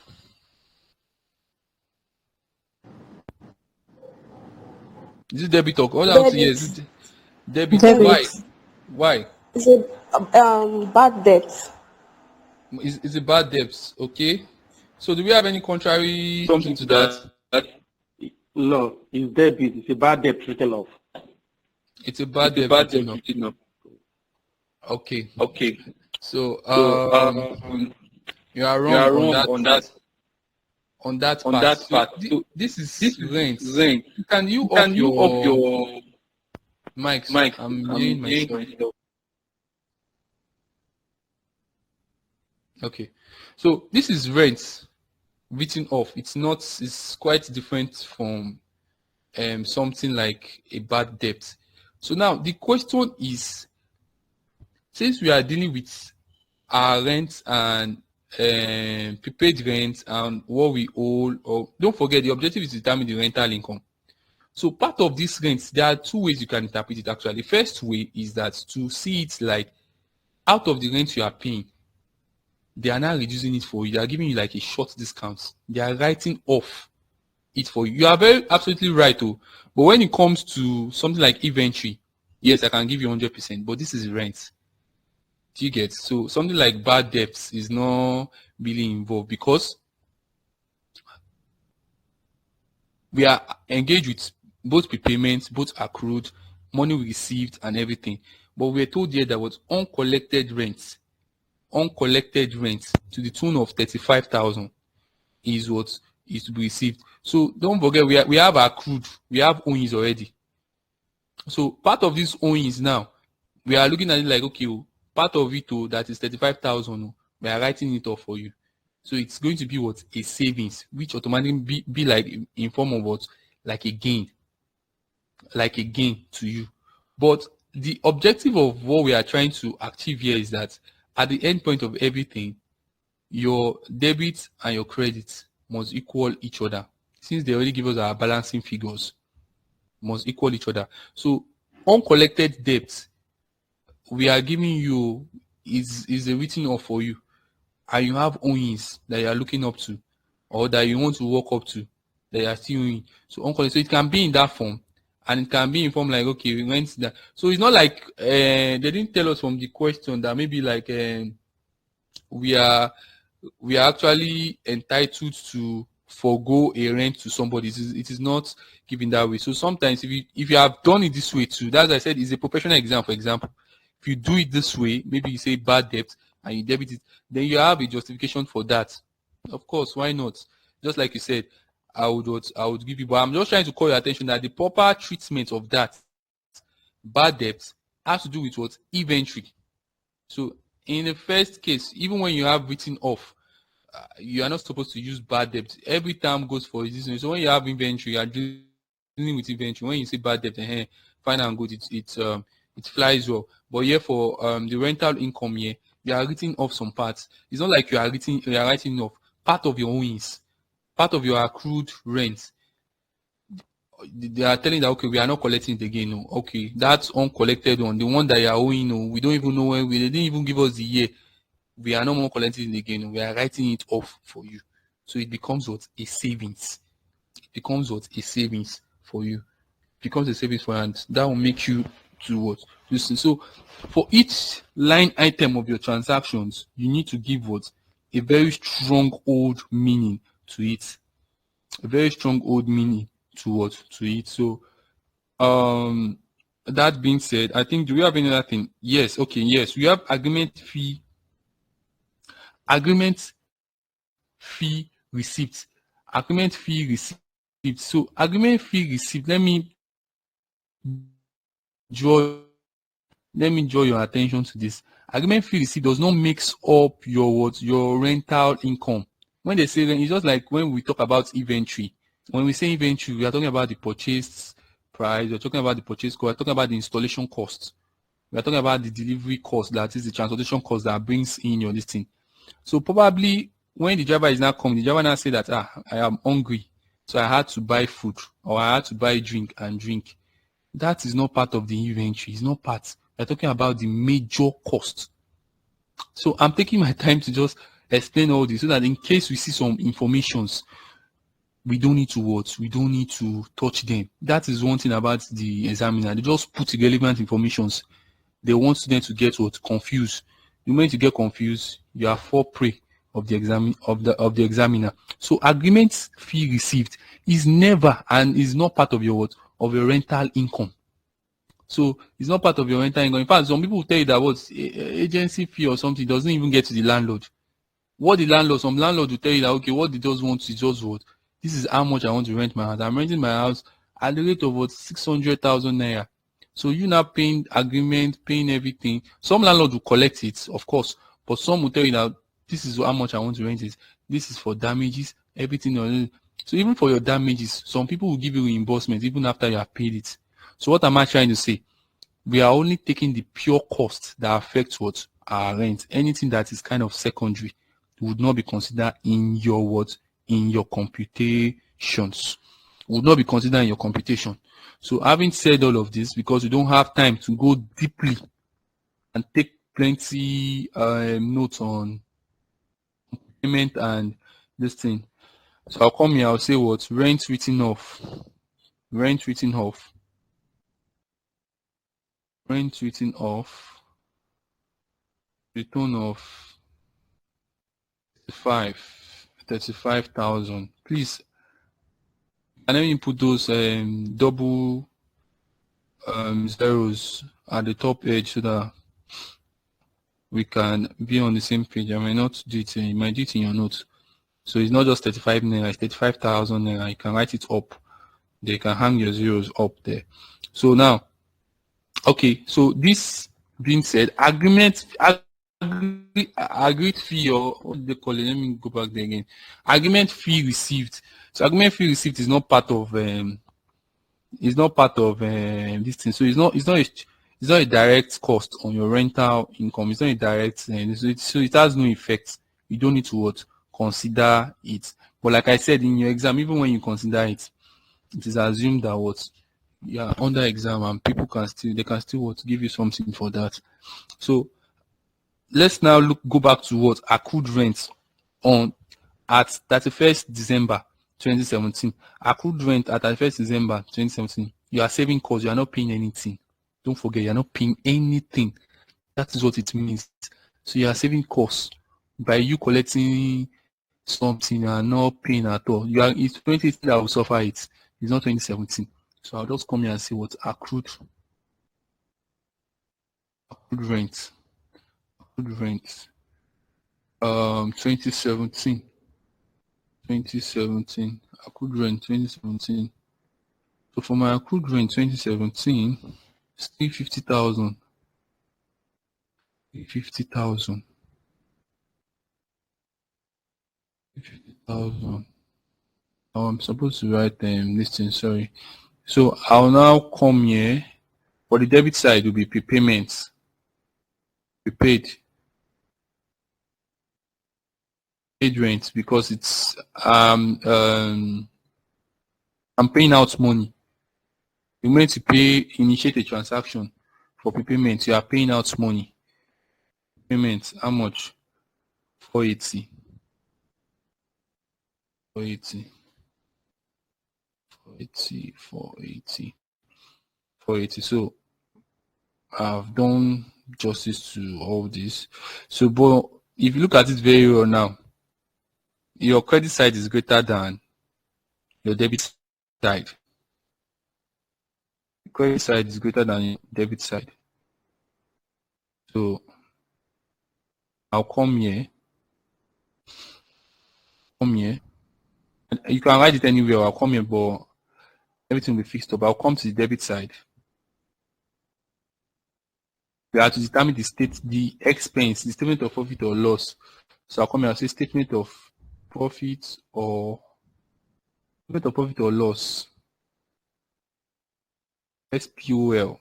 Statement of profit or loss. What am I doing? So this is my balancing figure. Sorry. This is my balancing figure. This is my balancing figure. So how do I get my figure? I'll just say 250 plus 2,550 plus 35 plus 350. That should give us 3185. 3185. So 3185 minus that's 800. So minus 920. 3185 minus 920. So anyone with calculator, 3185 minus 920. Minus 920, that will give us around 2265. 2265. Thank you. 2265. 2265. Okay. I'll bring this back. 265. So this is a balancing figure. So at the end of the next question, please, can someone read for us? Let me to rest. Wait for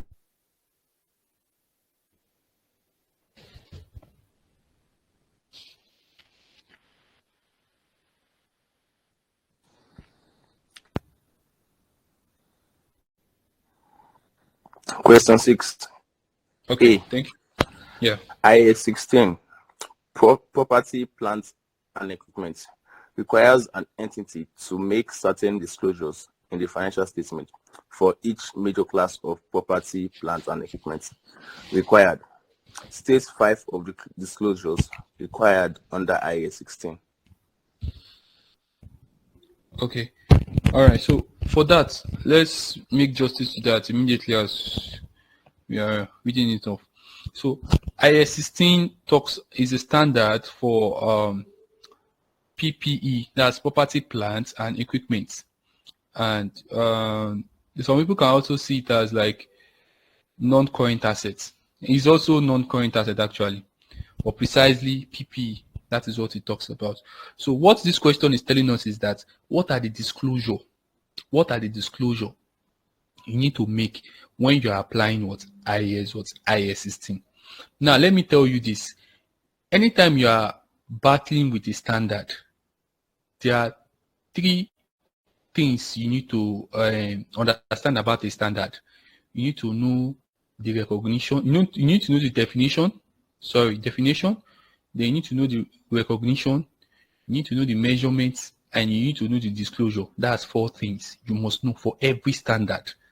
So if you are irrespective of the standard you are dealing with, you need to just know what four things. Number one, you need to know the what is the definition? That is, what is the topic? Like this standard that we are talking about, definition means what? PPE. You can now go further and say, okay, non-current assets, which can be long term in use. Use your ideology, and all those things encompasses what definition. Recognition. At what point do you recognize what? Do you recognize your PPE? Do you get? So at cost. Okay, when we make purchase, when we make our cost, at that point in time, we must recognize what? We must recognize PPE. We must start our completion for PPE. We must start recognizing our depreciation, our committed depreciation. What are you doing? You are recognizing. Measurements. When do you measure? Or what method do you use for your measurements? There are two. There are only two. You have what? At cost. Do you get? So the last one is what? This is disclosure requirement. So this question is testing us that what is the disclosure requirement? From all what I've said, if you what the topic is saying, you can always remember that okay, what can I? You don't need to read anything from any book. What can I need to reveal to the company when I'm making disclosure? Do you get? What do I need to disclose? Some people can say cost. Some people can say, okay, what is the division method used? Some people can say, okay, what is the fair value recognition, whatever, like that. So it's just what you just think. By the time you write 4, you write 5. In fact, you can even give them 6, 7. So based on the question, we can always write.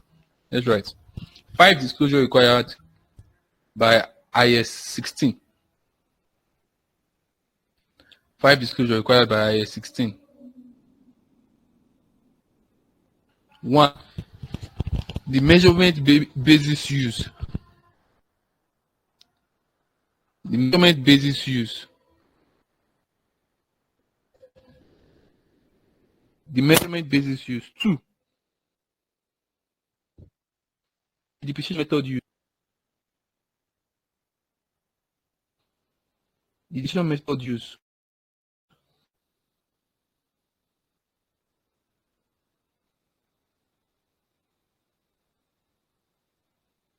3. The useful life or depreciation rates. The useful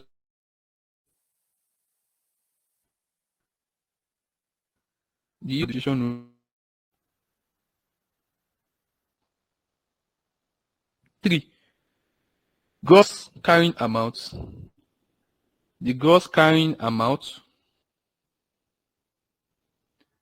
The gross carrying amount. And the accumulated depreciation.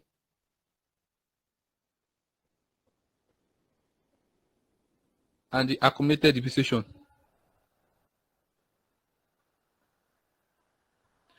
The fifth one,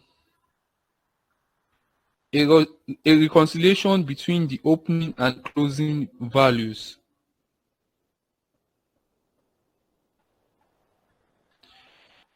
A reconciliation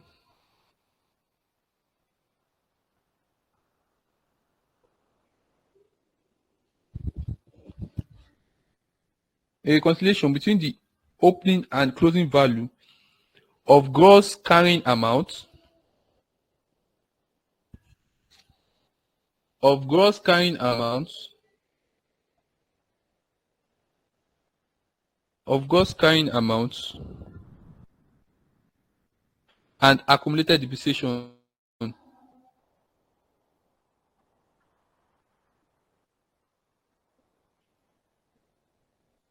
So do we get that completely?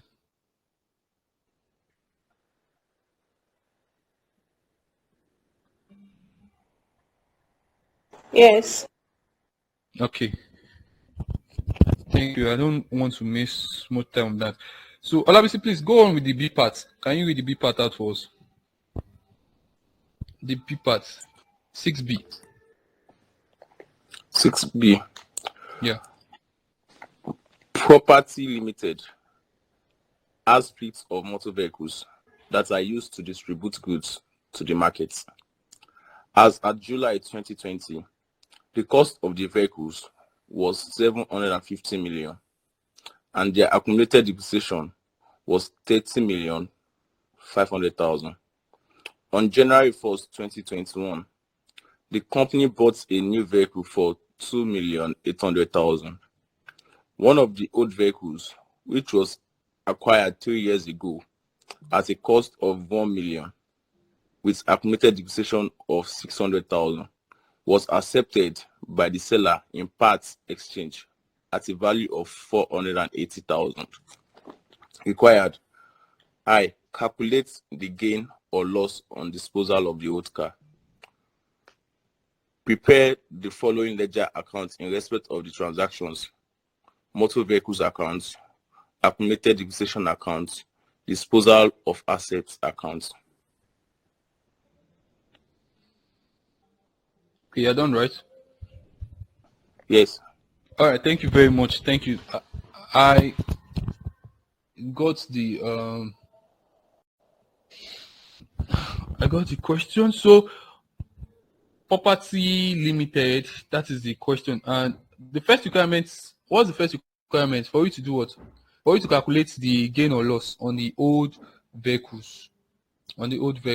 So this is a question on PPE. This is a question on PPE. It's going to test our knowledge on PPE, test our knowledge on ledger, especially the ledger. I'm happy that we are going to do another ledger. So everything we've been doing, if you notice, has been based on double entry. So I'm very happy with that, because at your level, if you can tackle this issue, when you get to skills, it's a walkover for you, because you already know what you need to do. And when you get to professional, it's also a walkover for you, compared to people that did not have that opportunity to start from the grassroots like this. So it's a very, very good thing that we are encountering double entry principles. So when you hear the word ledger, when you hear the word journal, just know that they want to test your knowledge on what? On double entry. Double entry. What are you going to debit? What are you going to credit? It's a very sweet thing. It's a very sweet thing, because you see how it works now. They all have their what? Interconnectivity. So the first thing we want to do, according to the question Mr. Labisi has read out for us, is that we want to determine the gain or loss on the property that was sold. So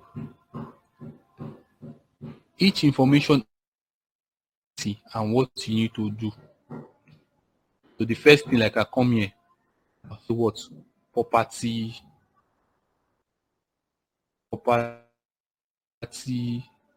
limited. Property limited. Property limited. So come here. BI. What am I doing? The computation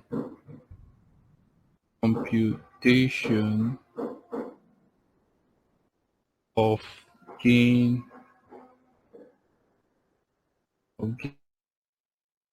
slash loss on sales of old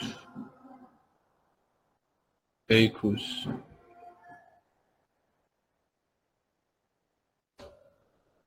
Okay. So just go with me here. What I'm just want to determine is gain or loss. This one does not require any double entry, whatever. Just gain or loss. Do we make gain? Do we make loss? So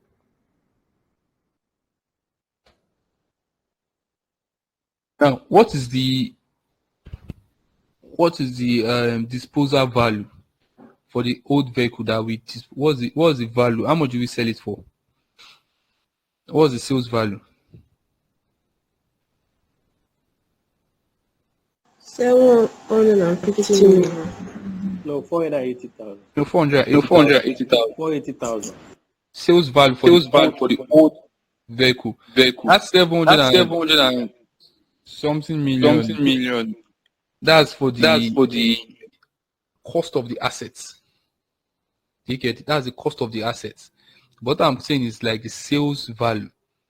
How much did we sell? We were told that they gave the guy gave us a part exchange, the sales value, and that is our trade-in value. Sales trade-in value. This is what we are comparing. So is this value will compare trade-in value? This value will compare it. The value, the carrying amount of the assets of the old vehicle assets, the carrying amount of the old vehicle assets. So I'll now come here. It's 480,000. I believe all of us are on the same page now. And that's the carrying amount. I'm going to compare. Another question that you might want to also ask is that what if they did not give you depreciation rate? Talk about for depreciation rate, and they didn't give you information to solve for depreciation rate. Examiner would have furnished you depreciation for the period, that is for a year. Examiner can tell you that okay, for a year it is assumed that the depreciation is 55,000. That 55,000, you don't need to come here and be doing all these workings. You just come to your own, you just come here, statement of profit or loss, depreciation that I recognize for a year, just put what 55,000. You are done. You are done. So these are dynamics of how your questions can come. But regardless of how the question come, is for you to have a deep understanding of what it means. So I've gotten my depreciation rate, but now I need to use it. How do I apply my depreciation rate again? Very, very simple. That's the simplest one. So now come here. I'll say calculation of depreciation. Calculation. So this working an N8 mark on this. Get to your ledger self. Because this is where the thinking requires. So calculation of depreciation. Okay. So what's my now for the depreciation, my total costs.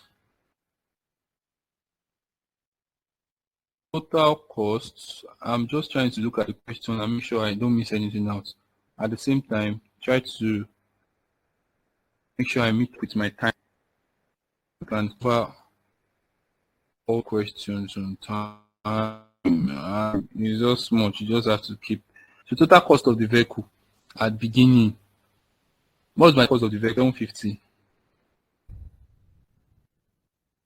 Total cost of at beginning. Let me put that at beginning so we don't confuse them. At beginning. 750. 750,000. Sorry. Remember we had 750,000. Cost of old vehicle disposed. What's my cost of old vehicle disposed?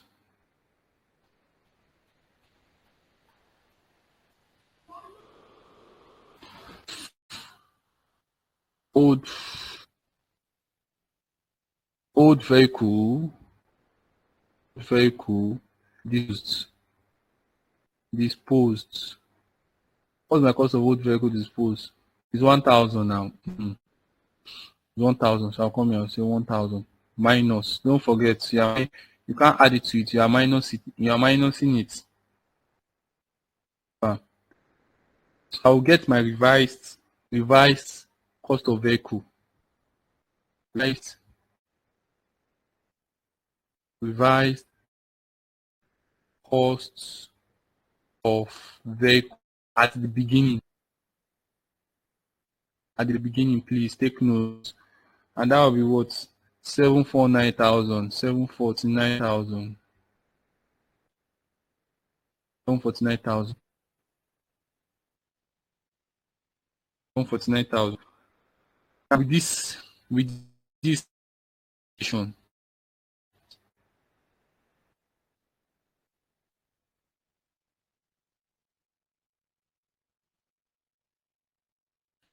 with this now I can do my what? Do my depreciation. And now come here and ask the depreciation.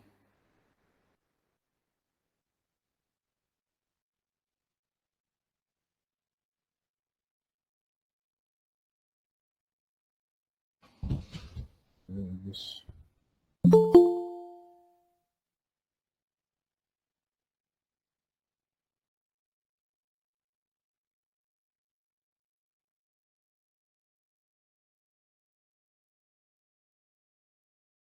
Depreciation on old vehicle.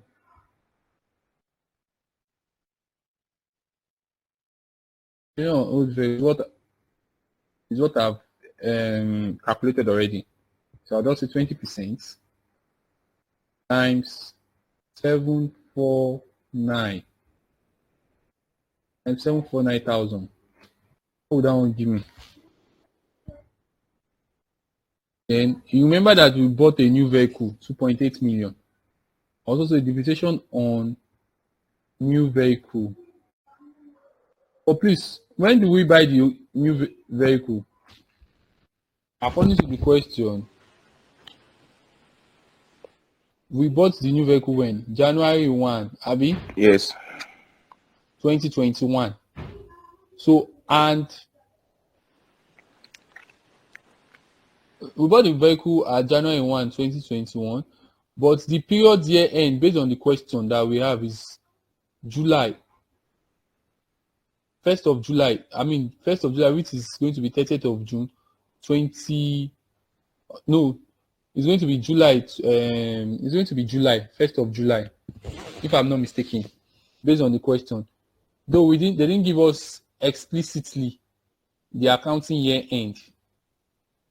Do you get? They didn't give us explicitly from the accounting year end, but we can tell from the opening balance of the old vehicle, which is that 750,000, which is July.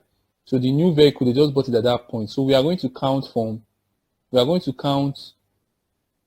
that date we purchased the new vehicle to the normal year end of the accounting distance. So, and I told you that it was not explicitly stated, but we cannot assume January 1st to be the accounting year end.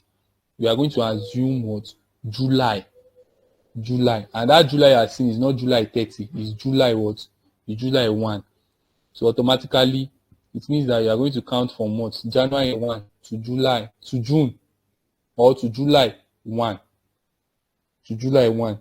I don't know, maybe if someone is getting me. And that's how many months? If you're counting, that's how many months? From January to July 1, that's how many months? That's supposed to be 6 months, Abi. Yes, that's 6 months. 6 months. So based on the information that is given here, it was not outrightly stated, but you can't assume January 1 because that is the purchase date for the new vehicle. So you are going to make use of the what? Of the normal year end period of the opening costs, which is July, which is going to be what? July. So, and if you count that, that is 6 months. So since like the year end is going to end, let's say July, you can't assume 100% of that 2.8. That is what it means. That's what it means. So I'll come here. We are going to prorate. Those of you doing tax, okay, you are not doing tax in foundation. That will be 20%. Will be 20% times what is the cost of the new vehicle? 0.8 million, 2.8 million. I'll write it in full so that I can get my real value. I can get my real value. And even this one too, I'll write it in full so I can get my real value. Because people can ask that, why are we not getting the real value now? Remember this, we have 3 zeros. So times, we'll now say 6 over what? Over 12. So I want you to do the 2. The first one, what did you get? First one, what did you get, please? 20% of 749. What did you get? What did you get?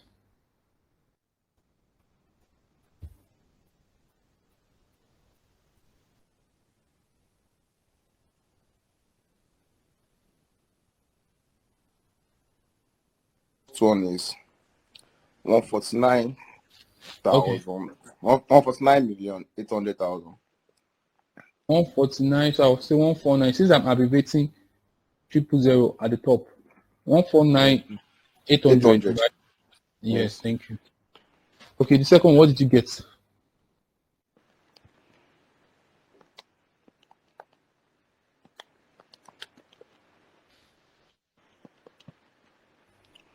$280. 280. That's more of like saying 280,000, right? But I'm Yes. abbreviating 000 at the top. 280. Yes. Okay, 280. Thank you. Okay, thank you very much. That's so. Please, your job is not yet done. What is the total? Because I'm to get for the period. Don't forget, I need to get of the. Just clean up something now.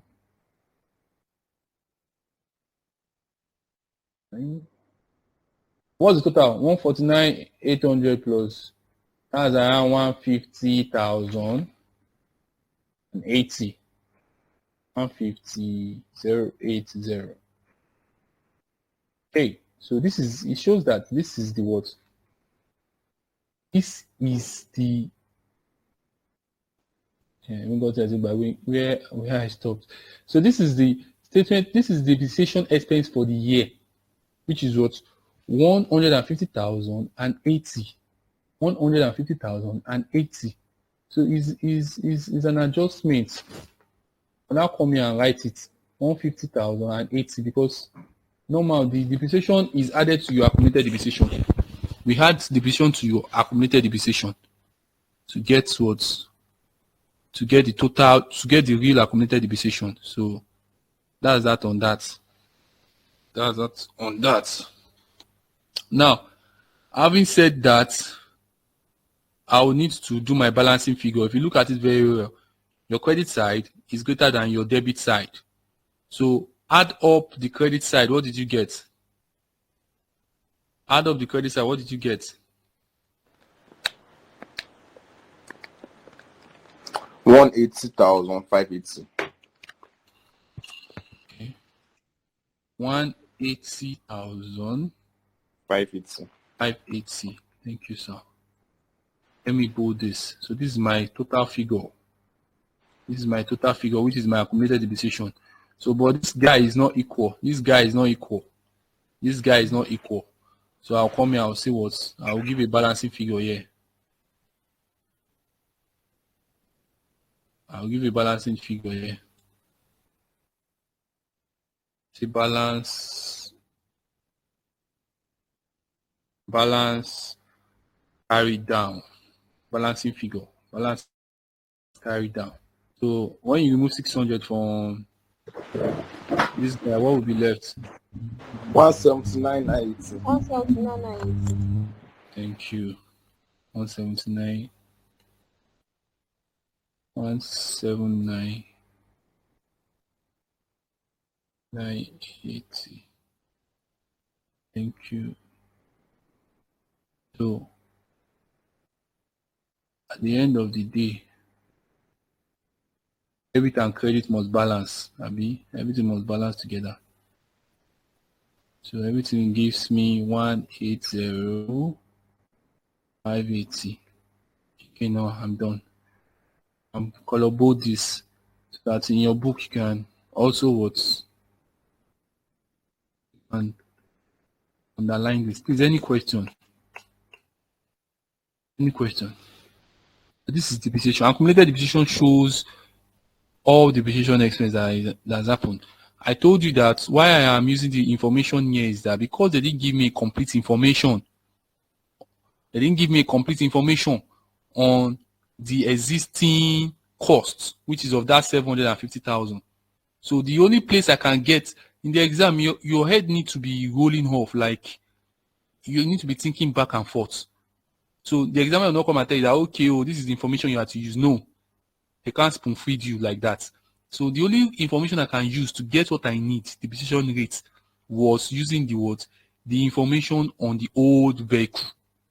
Because if I look at the old vehicle information, paper, they gave me my depreciation, they gave me my cost, 1,000, they gave me my what else? Useful life.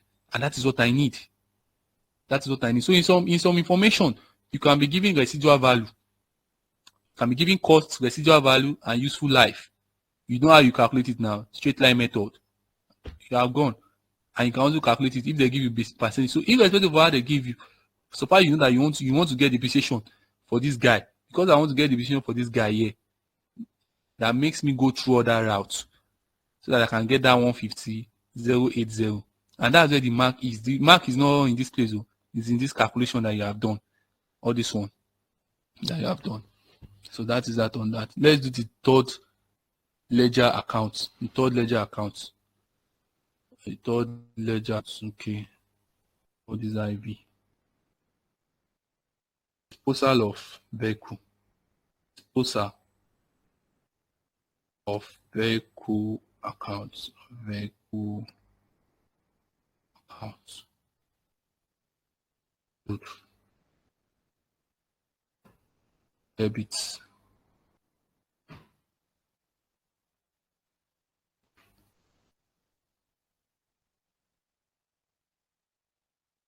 Credit.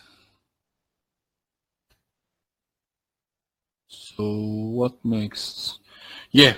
So based on the question that we have, what's our opening balance for disposal? Remember, this is disposal of the old vehicle that we have. So our motor vehicle, how much is the sales? How much did you sell the vehicle at? Based on the question, 480. Yes, 480. Good. 480. But even at that, I'm not going to do this. Is what I'm going to do. Look at what I'm looking at now. This is what I'm looking at. Okay, let me just come back so that you can be on the same page. Every debit entry must be a corresponding credit entry. That our national anthem. So this is my motor vehicle, Abi. Look at my motor vehicle. Now look at this guy credited disposal of vehicle 1,000. That's the cost. It was credited here, right? So I will have a reciprocal entry under the debit entry for disposal. So I'll just come here. I will not call it disposal of vehicle again. I'll call it motor vehicle because you can't call disposal. Can't call disposal in his own account. It makes sense. So I can call it what? Motor vehicle. It's coming from where? Motor vehicle. Motor vehicle. Motor vehicle. I'll put in brackets sales value. No. Sorry. I don't need to put in brackets. I'll just put motor vehicle. So I think it's fine this way. It's fine this way. So 1,000. 1,000.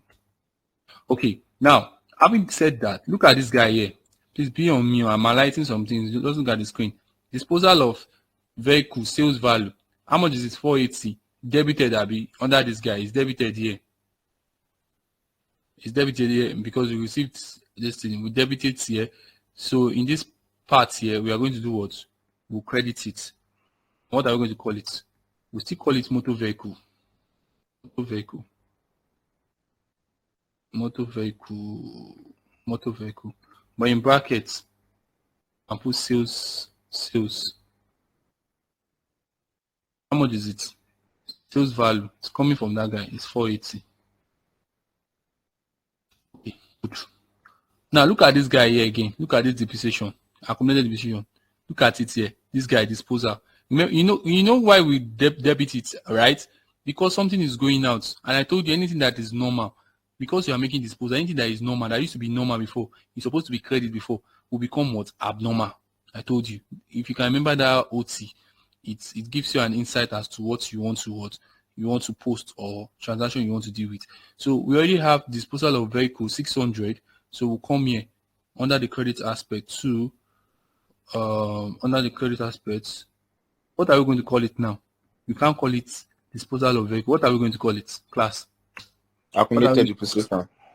Accumulated depreciation. Thank you. Accumulated depreciation. Okay. Just asking. It's not like I cannot answer myself, but so we should be on the same page. How much is it? 600. 600. So at the end of the day, I don't want to just give us orijo, but I want us, when you have done a good job, you see that your credit side is more than your debit side. Abi, if you have your balancing figure, to be at the debit side. How much will it be? It will be 80, which is this gain that we have calculated earlier. It will be this gain that we have calculated. So sometimes I can just come here and just put it straight, or put it as a balance. But you don't need to put it as balancing figure. You don't need to put it as balancing figure. It's a gain. It's a gain that is going to go to your statement of profit or loss. If it was loss, it will go to your OCI. Go to your OCI. Please, if it was loss, it will go to OCI, and it simply means that it will be in the credit aspect here. If it was loss, if it was loss, it will be in this place, because it simply means that your costs will be more than what you have here. Will be more than what you have here. To be more than what you have here. So, but from what we are doing now, it means that our sales value, even with our accumulated depreciation, is greater than our cost. So the only thing that can balance it up is what? To say our gain. So our gain. And if you look at it, where is your balancing figure? Gain. Put it there. It will go to statement of profit or loss. Profit or loss. Depending on how you want to represent it. Information representing is personal. I can't tell you that I follow what I am writing. Just understand the principle, and you are fine. Okay. So that brings us to the end of this question. So everything becomes balance. Everything becomes balanced. So we have 1080. 1080.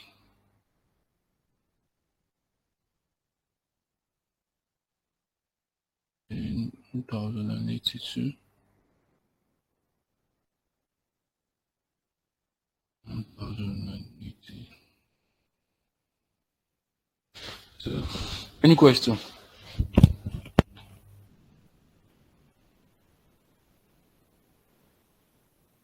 Time is fast spent.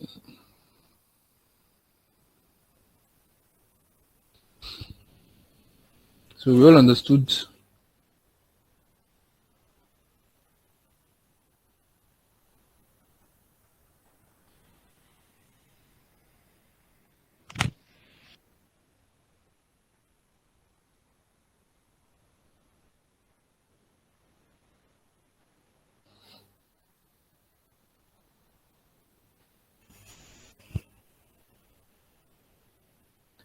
We all understood this, right?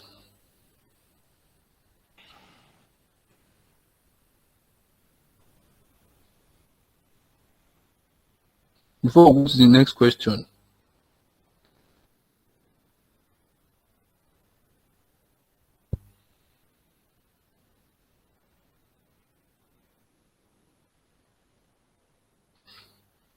Okay, so what's the next question?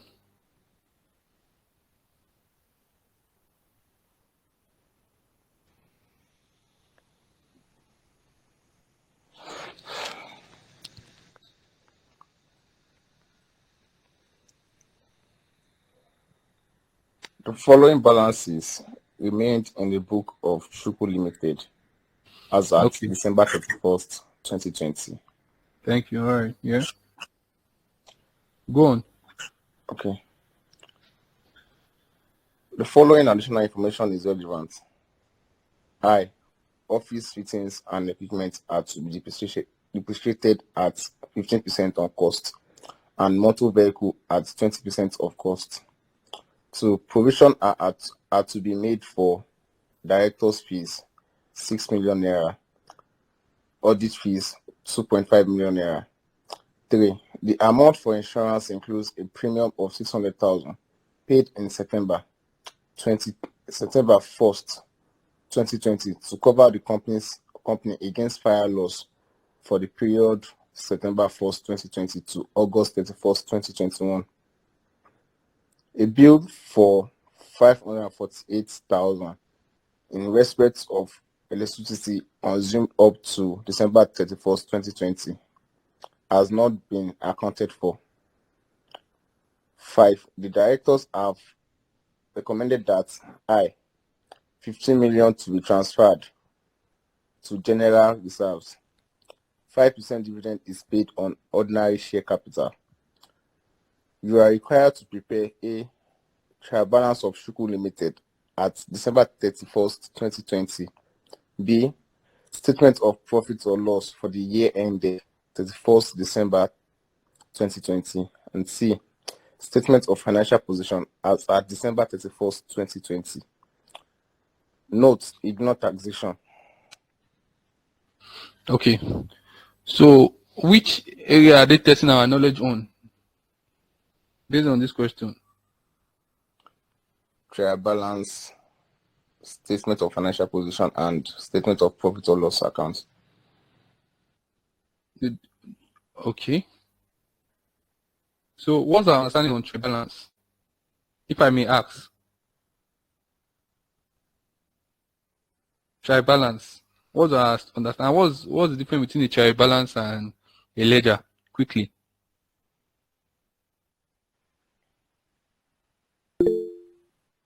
Hello, sir. Yes. Yeah. Trial balance carried all the summary of all the balances in all the ledgers. Trade balance. Yes. Oh, yes, all the summary. Okay. Yes. Go ahead, sir. I'm with you, sir. Whereas the ledgers, it's like a hub of all the accounts, of all different accounts. Thank you very much, sir. So, in a nutshell of what my Oga is trying to say is that a ledger is comprehensive, is detailed in nature. Then why a trial balance is just like an abstract of what we are doing.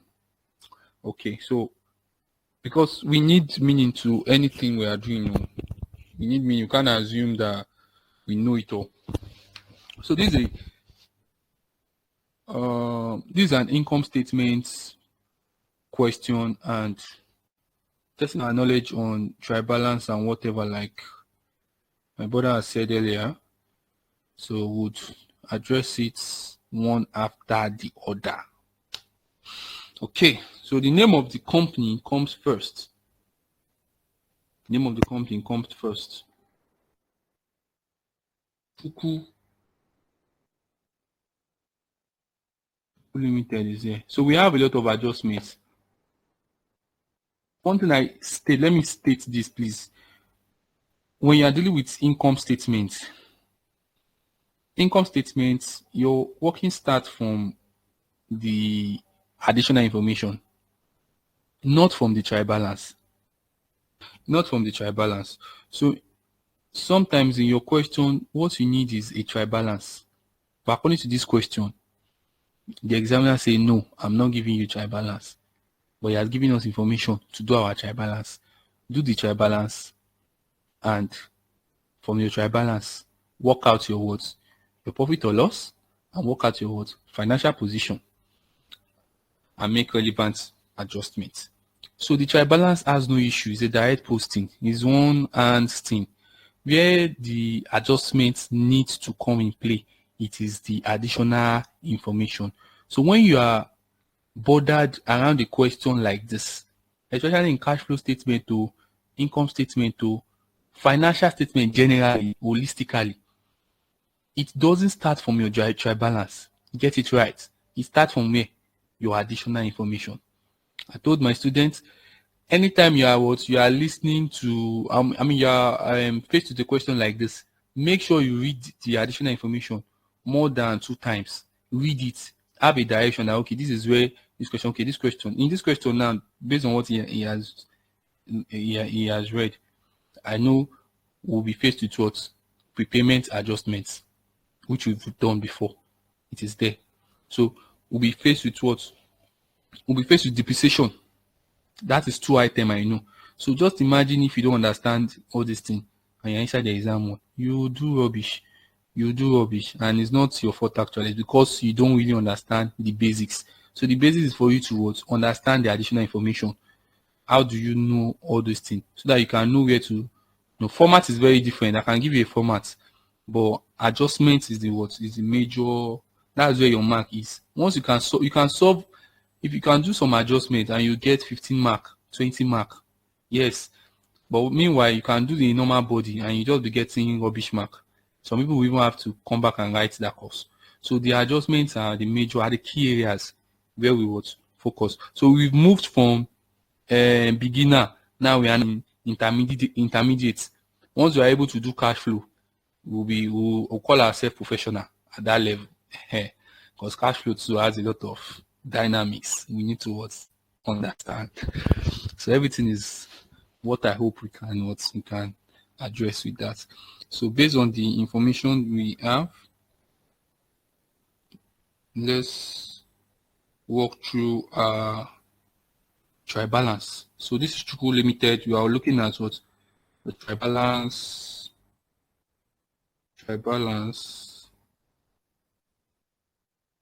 Sorry, do you have another class apart from after this? As at December 31, 2020. Is there another class after this class? No, So when is this class supposed to start? 3 o'clock. 3 o'clock. I've not even eaten, sir. No tea. No tea, nothing. We will have our online break. Yeah. So after this, probably we would go for a 15-minute break and come back again. This is it. A trial balance is just a summary of all transactions within the period. It's quite different from ledger and journals. Journals are used for adjustments, posting of adjustments, most likely, and maybe you have some segregated kind of transaction you want to use. But trial balance is just like a hub that summarizes the whole transaction for the whole period. So we read the question one after the other, and then you tell me what am I to debit? Am I to debit it or am I to credit it? The additional information is going to be left out based on this trial balance. What we are focusing on is the transactions they've given to us from the question. So from the question, the first line item there is 200,000. Okay. Is it 200,000 or 200 million? 200 million. So I'll just put it in abbreviation because I don't have a very big board. 200 million ordinary shares of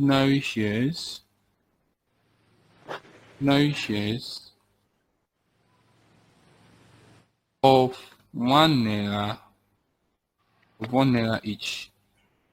So how much how much is that? That's 200,000, of course. of 1 million naira. So that will be 200 million rather, 200 million actually. So where am I going to put it? Is it debit or credit? Credit. Credit. Credit. Accountants are in the house, so don't come and beat me. Rubbish. Okay, so that will be credit. Supposed to unbold this.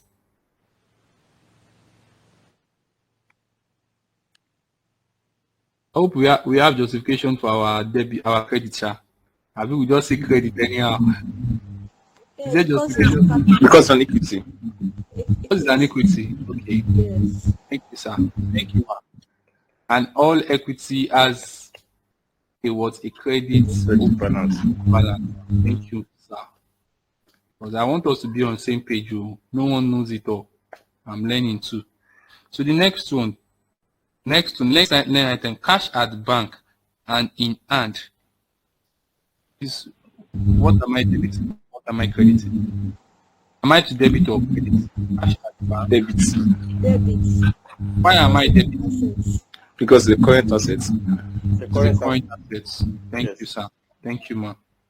I appreciate your general response. Please, I want it to flow that way, so not be only me talking. Okay, so how much is that? That's 500,000. 500. 500, right? Yes.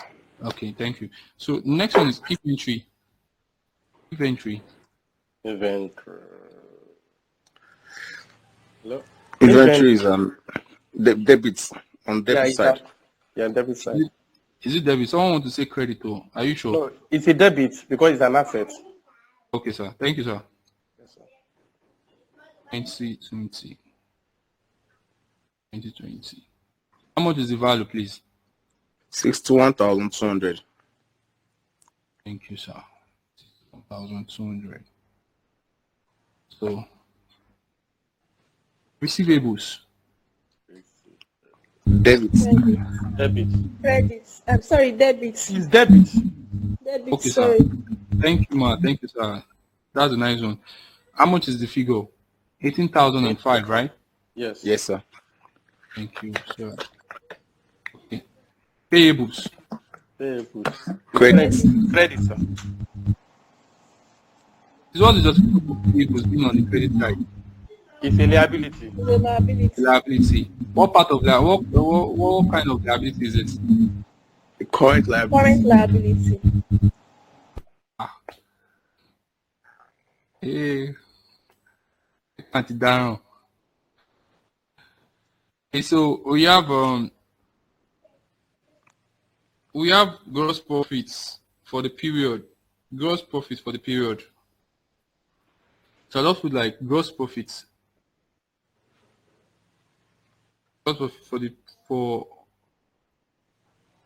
31 December 2020. So what am I debit? Is it a debit or credit item? Gross It's a profit. credit item. Why is it a credit item, sir? Gross profit is an income. It's an income. All right. Thank you, sir. Because the voice have started to reduce us gradually. Thank you, sir. Yes, sir. Okay. So general reserve. General reserve. General reserve. Credit. Credit. Why is it a credit? Because it's part of equity. It's part of equity.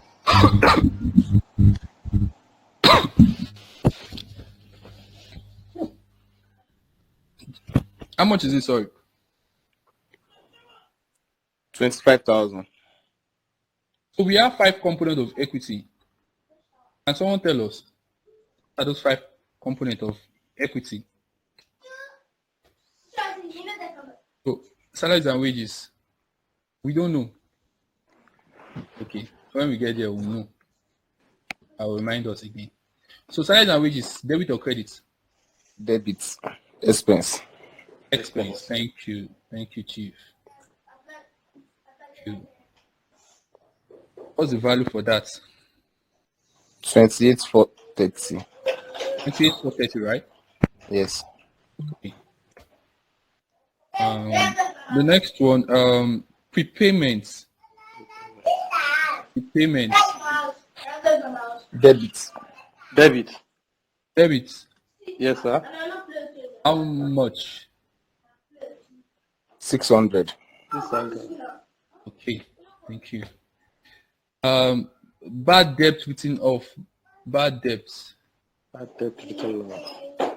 Bad debt written off. Yeah, what is it? Oh, It's a debit. it's a debit. Yes. Okay, so let me throw light on this. When we are doing rental income, so we have a written off. So I say don't compare it with inventory. So this is bad debt written off. It's an expense. Of course, it's an expense. We know bad debt is an expense. You don't want it anymore. And is written against receivables. You are supposed to collect 10 naira, but you are saying bad debt written off 2 naira, remove 2 naira. It simply means that you credit receivables 2 naira and you debit bad debts of what? Of the same 2 naira. Do you get that? So bad debt is an expense actually. So the more reason why I put that transaction under rental income in the credit side is that I make mention that what we are having an accrued rental stuff and we can't really say per se. So we can just say, okay, one collected debt to part of your own is, we are writing it off against you. So it's like a savings. So that was why I had to post it on the credit side. But normally, if you treat it as bad debt, of course, and you have a justification for that, the assumption. That is why I used to tell people, when you make assumption, if you make assumption, something that you know that is not generalized, like this one now, we know that everything is going to be debit. You know that it's not generalized. What you do is, in the exam, just put notes, NB, rule it off, column, assumption, or put assumption, column, assumption 1. It is assumed that bad debt rent written off uncollected was taken as a savings, which automatically becomes what credit. A sensible person who sees that comment would give you something at least for that. And if you are putting on the debit side, make your justification known to the examiner. Make your justification known to the examiner. That's good. So accrued expenses. Accrued expenses. Credits. Credits. So it's what part of okay. Accrued expense. Why is it on the credit side? Justification to Because that the place. current liability. The current liability. Thank you. Yeah, thank you. So accrued expense. How much is it? 526, right? Yes. This work. We just want people to pass. You just even you don't know the account, if you do this one, you get something. You don't know how many mark attached. Please, you get something. Director's account. Director's account. Is it debit or credit? Director's account. Director's account.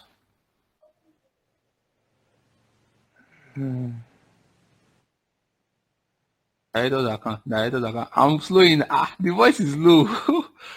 Oh yeah. I'm slowing though. So it's a credit item actually. It's a credit item and more of like it's sitting there like what? Like owners of fund under equity. Okay. Owners of fund under equity. So that's that on that. Like, so how much is that? 2,500. 1,500.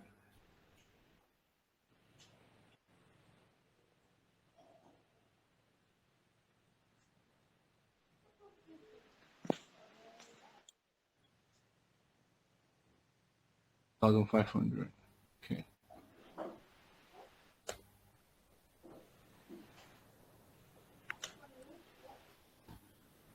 So interest on loan notes. Interest on loan notes. That's the debit plus an asset. Interest on asset. It's an expense, sorry. Okay, it's an expense, right? Yes.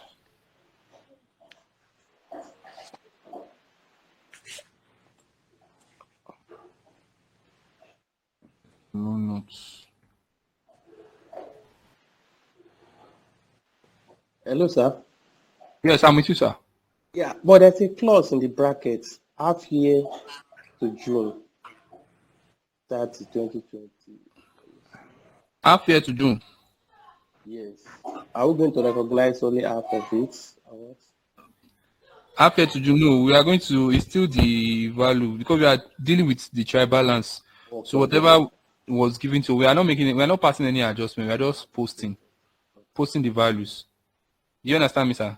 Yes, So sir. for whatever adjustment we want to do might be at the body of the when we are doing the income statement or whatever. But this is just to ascertain the trial balance. So your adjustment will not count from here. It won't count from here, sir. So how much is value? 600. Debit.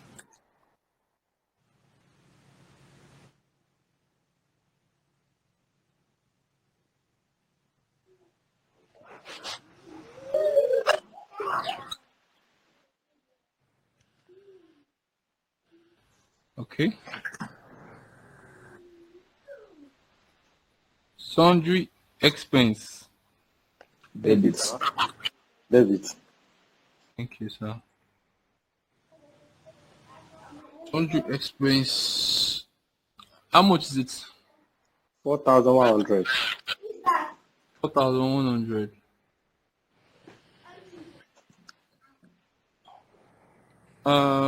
Rate and insurance. Debit. Debit.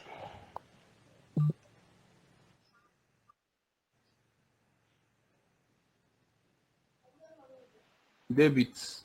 Right? Yes. Okay. How much is it? 1520, right? Yes, sir. Yes. Okay.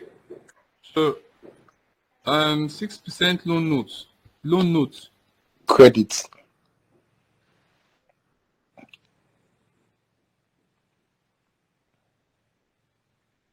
How much is it? 20,000. 20,000. You can write as fast as possible. After this, I will give us 10-minute break. Just stretch our leg and come back and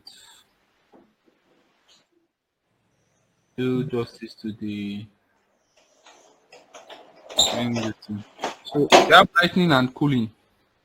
That is an expense. Debit.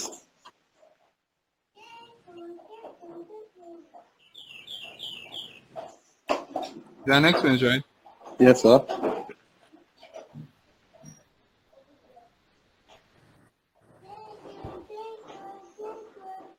How much?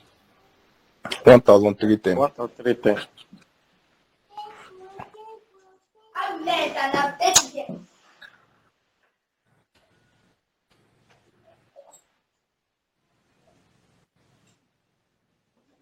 Postage. And telephone. Debit. An expense. Expense. Yes. 800. 800. Debit, right? 800. Yes, sir. Yes.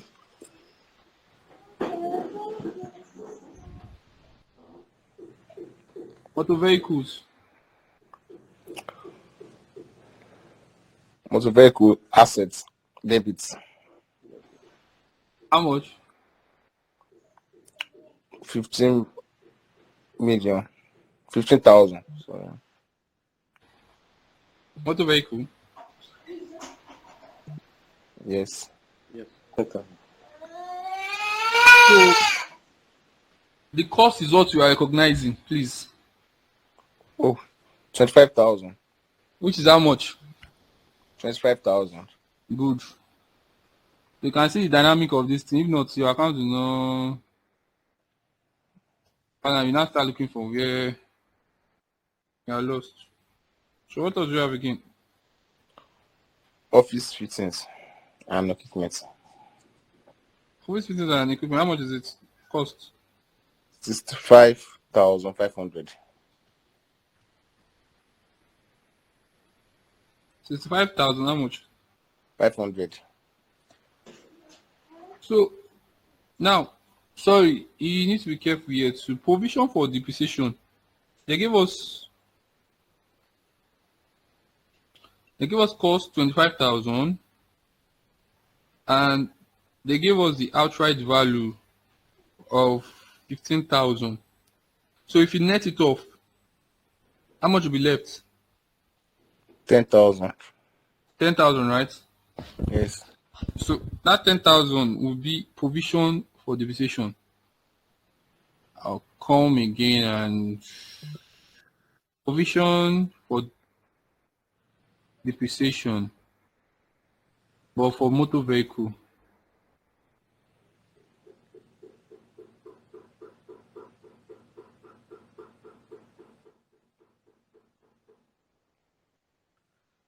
Motor vehicle. Provision for depreciation. No, provision is like when you make provision, it's like accruals. Do you know? Yes. Okay, good. So it's going to be credited 10,000. And I said the 10,000 is the difference between the 25,000 and 15,000 that was given on the surface of the question. So seeing that the 10,000 difference is like a provision, Okay. you are providing for it. So these are just a little trick that are embedded in the question. And having done this, what's the next line item? What's the next line item? Office Office, fittings and equipment. office fittings and equipment. Okay. Office fittings. Office fittings and equipment. Office fittings and equipment. Office fittings and equipment. What's the cost? 65,500. So what's the provision for office fittings and lifting when you net the stuff up? That's 23,150. 5,000. 23,150. Okay. Provision for precision. Office fittings. Fittings. What do you call it again? Sorry. 23,150. 23,150. 150. Okay, thank you. So do we have any other thing again? Line item again. Which line item again do we have there again? Profit or loss at January 1st, 2020. That's net profit. Yo. Yeah. At 120. How much is the guy? 23,310, abi? 23,300. 22,300. 22,300. Yes.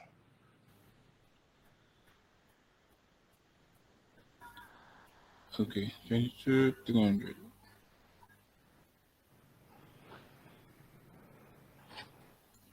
Twenty-two 300.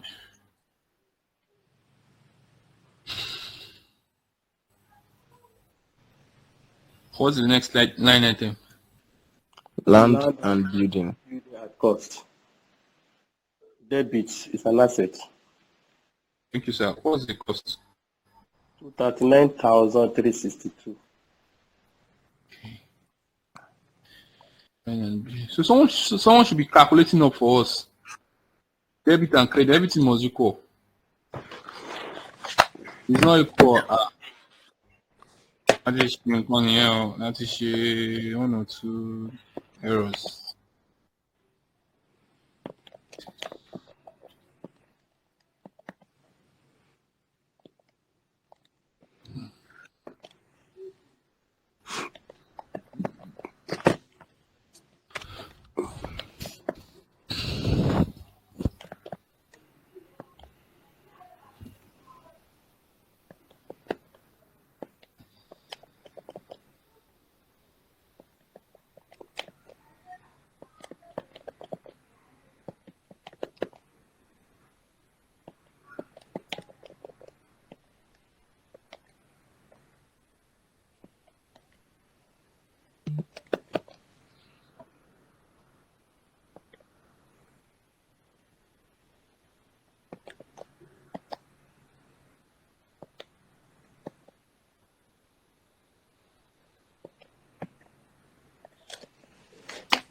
The debit side,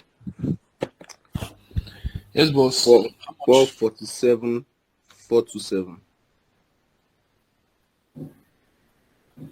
Hello? What do you I've calculated for Four credit side too. debit four side, four what? 447, 447 427.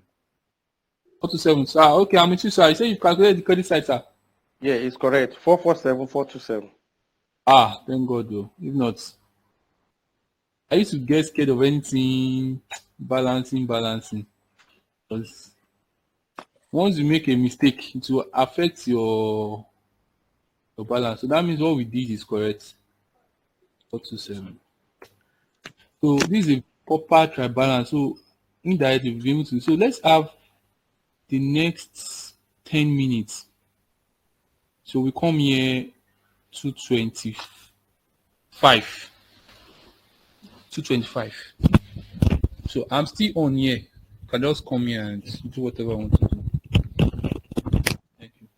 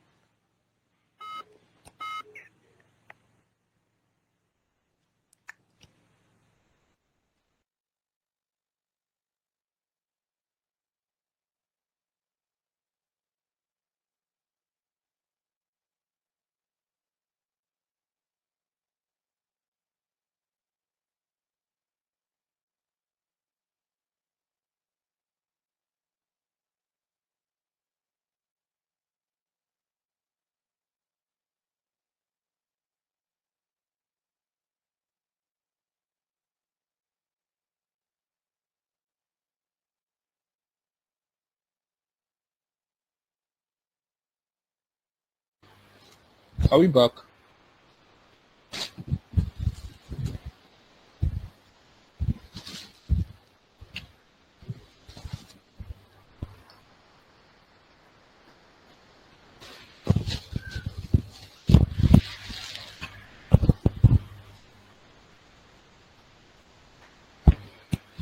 Okay.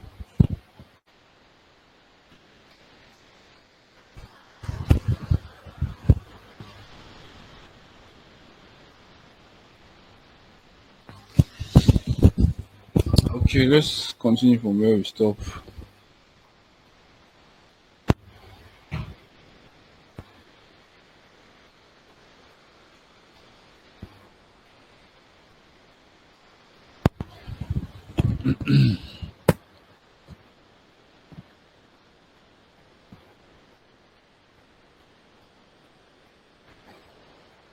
To the B parts.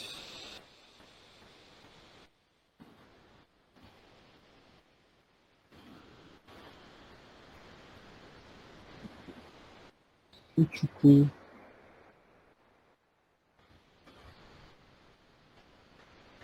Limited. Statement of profits or loss for the year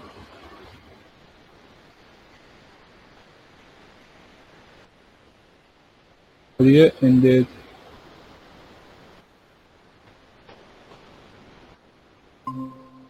December 31, 2020.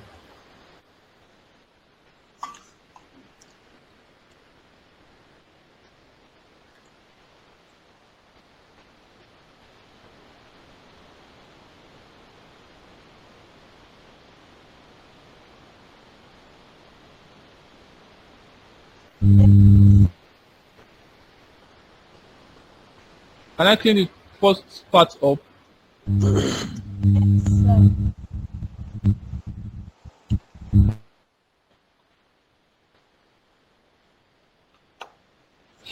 Okay. So in this aspect, all adjustments will be considered.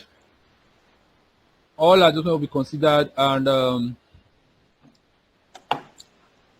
I would like us to just really be in this place. Don't mix it up because you can prepare this. You can prepare this in the exam or by yourself. You are good though. When you get to FR level, it's not even about your foundation exam. When you get to the next level, so you don't encounter difficulty. Because you used to see some people, they don't even know what to just like do. They'll be confused. But just get this right and you are good to go. Okay, so in this question, do we have cost of sales? Do we have sales revenue?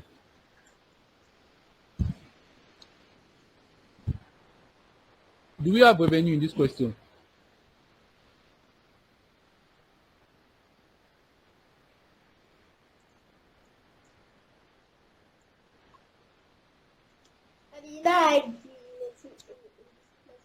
Is that?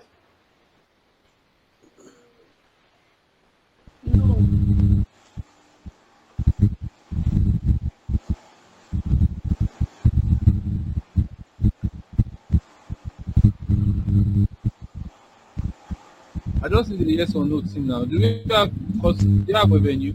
And someone the mic is on. You can just mute your mic if you are not talking.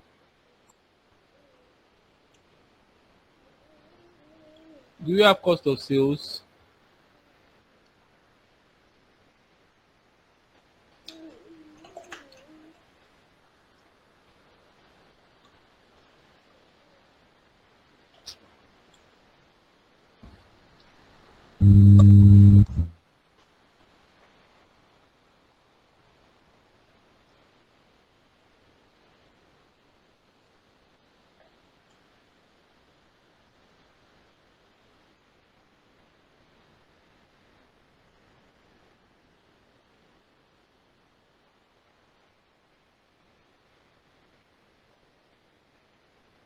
Do we have cost of sales?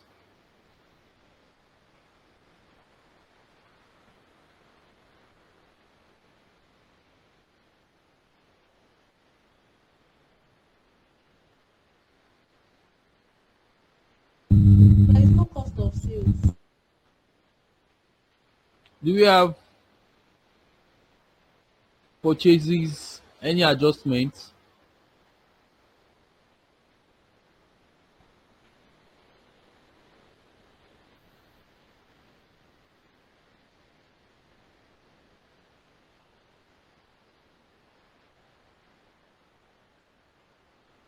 Do we?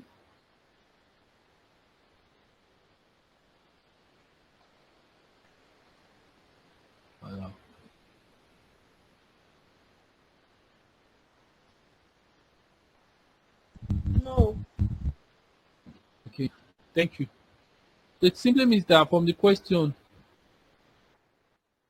the gross profit we are giving will be our starting point. Gross profits for the year. How much is the gross profit?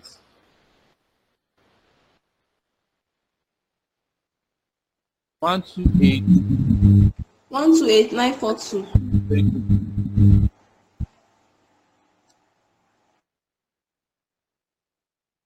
Thank you. So, operating activities, operational expenses. we move to operational expense. Since we don't have those information, they gave us gross profit. So you start from your gross profits.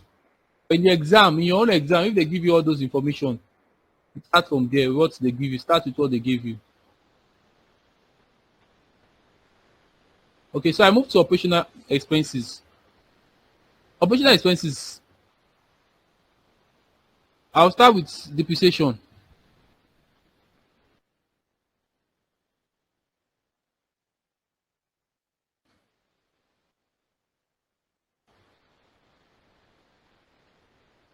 I'll start with depreciation. So depreciation, what do I have for depreciation?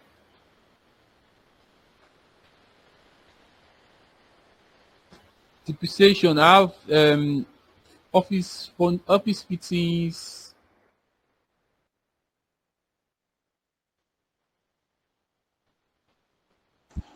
Office fittings and motor vehicles. office fittings. What's the percentage for office fittings? Allocated for office fittings.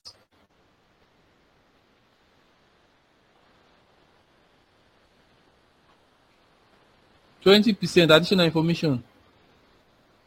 No, 15%. 15%. So 15% times, what is the cost? What is the cost of office fittings?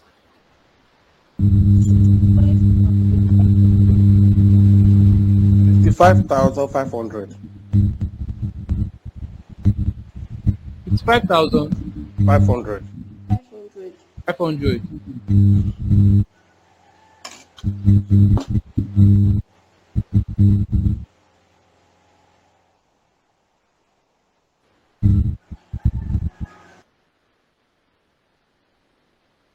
So what is 15% of 55,500? Is it 65,500 or 55,500? 9,825. Is it 55,000 or 65,500? 5,500. 65,500. 65. Okay. So 15% would be 9,825. 9,825.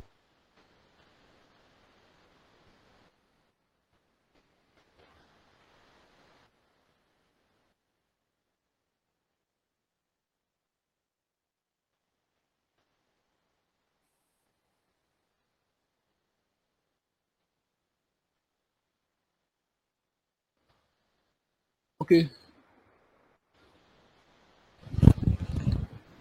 That of motor vehicle.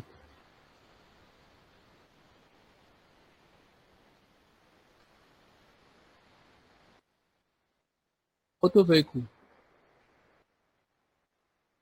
The cost for motor vehicle is 25,000. So 20% of the cost. Of 25,000, have it? Yes. So 20% would be 5,000.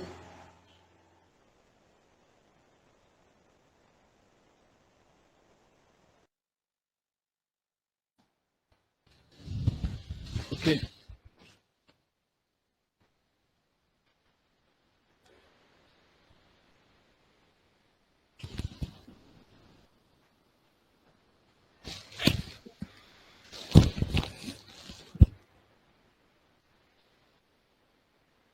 So which other operational expenses do we have again? Now let's go to additional information. That's the additional information. Let's check some things there. We have provisions that will be made for directors' fees, audit fees. Can we see that? So we've checked depreciation, which is number one. Like I said, you have to consider the additional information in the question. That's the number one thing when you are solving your income statement or your financial position. So the next thing is to consider I'll go to additional information 2. I've done additional information 1, additional information 2. They say provision has to be made for director's fees, 6,000, audit fees, 2,500. So I'll say director's fees.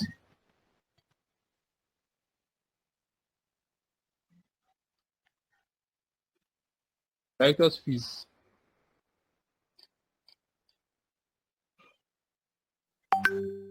thousand.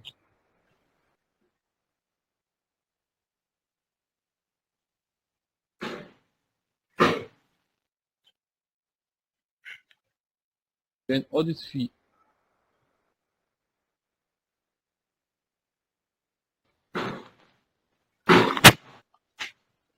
Audit fees 25.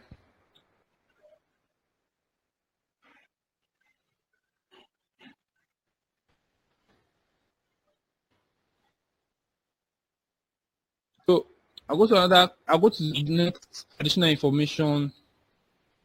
They said the amount for insurance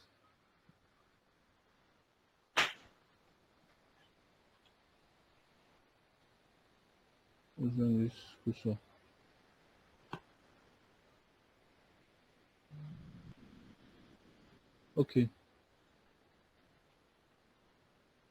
The amount for insurance include a premium of 600,000 naira paid in September 1, 2020 to cover the company against fire loss for the period of September 1, 2020 to August 31, 2021. So this is more of like a prepayment, just September to December. And they're telling me that 600,000 naira is the value 1 year from September 1 to August. So what I'm going to do now is to say, I would say,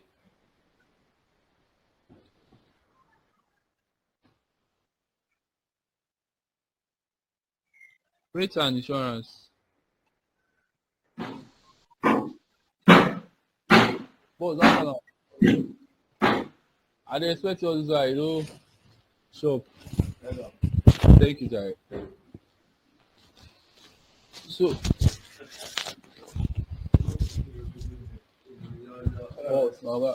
I get you. So what I'm going to say now is rent and rate. What's the value for rent and rate?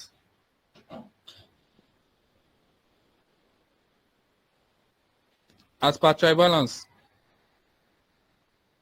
It's rate and insurance. 1,520. Rate and insurance, Abby? Yes, Yes. 1,520. 1,520. 1,550.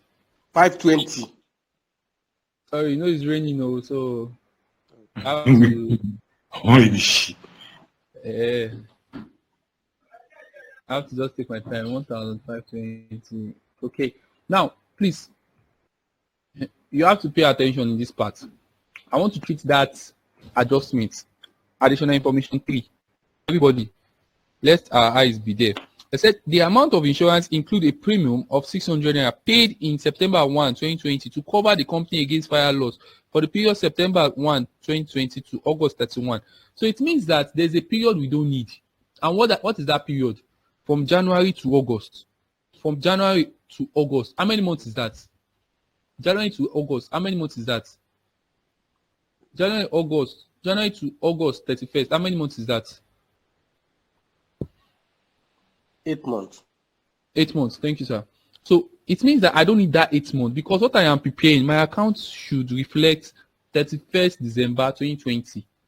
And they are telling me that 600 that covers September 1 to August has been included in rent and rate. So what I will do now is to minus that amount, which I will say that amount is how much? 600. 600. And this 600, I will now say, I don't want 600. I don't want. It's a prepayment for me. I don't need it. But this is income statement divided by 12. What will I get? Or what are we going to get when you do this? I'm managing my space because of if not I would have. So rent and rate, what am I going to get?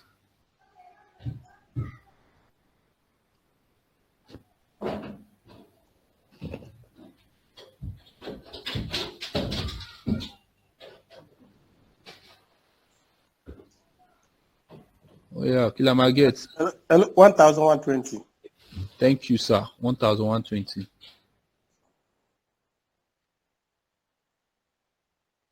$1,120.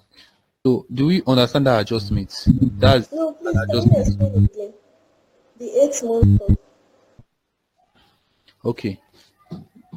The information states that they make payment of 600 included in this amount. This 1,520 you are seeing, there's an amount of 600 that is included in it to cover insurance premium prepayment from September 1 to August 31st of 2021 of 2021. I am now saying that since we are preparing account of December 31, 2020, we don't need some certain months that has been included in this amount. And part of what we don't need is like 8 months, because what we need is just September to December. We don't need January to August. It's another year. We can only take it to balance sheet, which is what? Prepayment. But for this income statement, we don't need it. What we need is just what covers up to this year, 31st December 2020. So that is why we now say, okay, minus this 600 tó ti yọ kúrò, then times 8 divided by 12 to prorate so that we can get the actual value, because it is 8 months, but divided by 12 so we can get the actual value. So that was how we got 1,120. Are we on the same page now? yes. All right.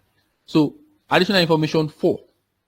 They said a bill for 548,000 is in respect of electricity consumed up to 31st December 2020 has not been accounted for.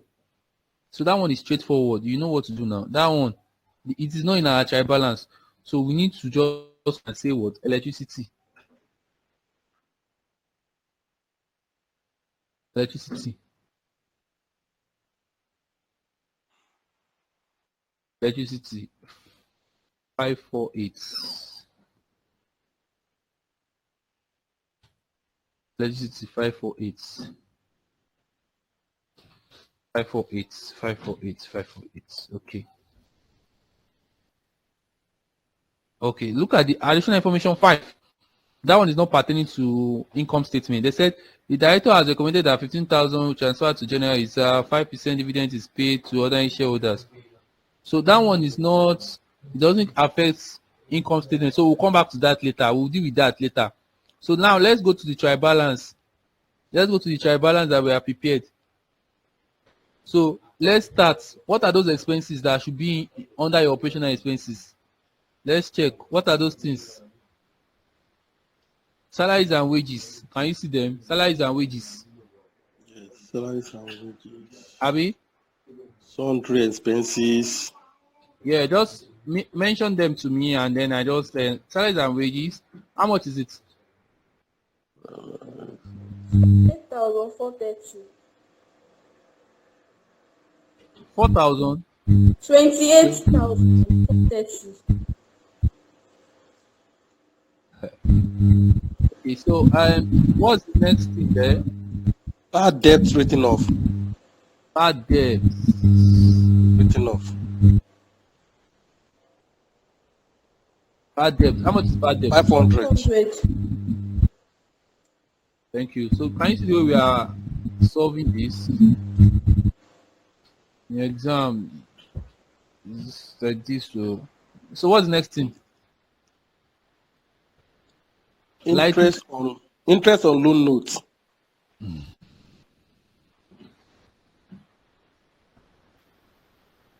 Interest on loan notes. Yes, sir.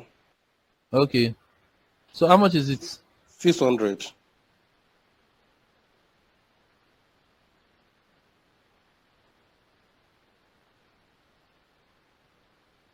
I've done most of the adjustment. I've been able to, as I'm asking question, if you have any.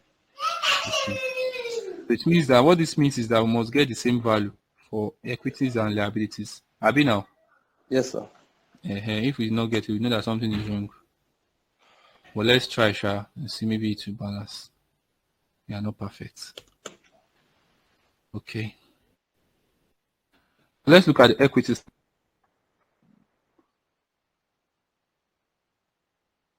Equities. and liabilities.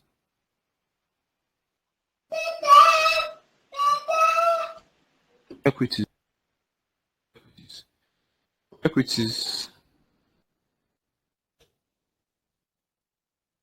100. What is the question, Abi? Under equity, we have 200 million share. We have ordinary share 200 million, Abi. Yes, sir. Abi now 200 million 100 million. ordinary shares. Ordinary shares at 1 naira. At 1 naira. So that will give us 200 million. 200 million or 200,000. I decided to write my figure here. It still give us 200 million back. But remember, we are hanging zeros up. So done with that. There's no question, Abi. There's no question, Abi. No, sir. Okay. Now you have to be with me and pay attention. I'm supposed to do equity. The other time I was telling you that something is missing. I was supposed to do changes in equity. But I don't want to scatter. When you start having too much format, it will be like so reserve. Let's go to reserve and just pay attention to this part. So for reserve, if you check the question, general, we have a general reserve, Abi. How much? 25,000. How much do you call it? 25,000. 5,000. 25,000. Yes, sir. Thank you. Okay. All right. So 25,000, please. General reserve. Let me. General reserve. General reserve. There's a little adjustment here. Okay. Look at additional information 5. Last information. What did they say there? 15 million to be transferred to general reserve. 15 million to be transferred to general reserve. Where are we going to take that 15 million from? From retained earnings. From your retained earnings, you take that 15 million. That's reclassification. Take 15 million from retained earnings, add it to general reserve. So it simply means that the general reserve that is now 25,000 before, we will now be with what? Plus 15,000. But remember, you have to minus something. You are plusing 15,000 here.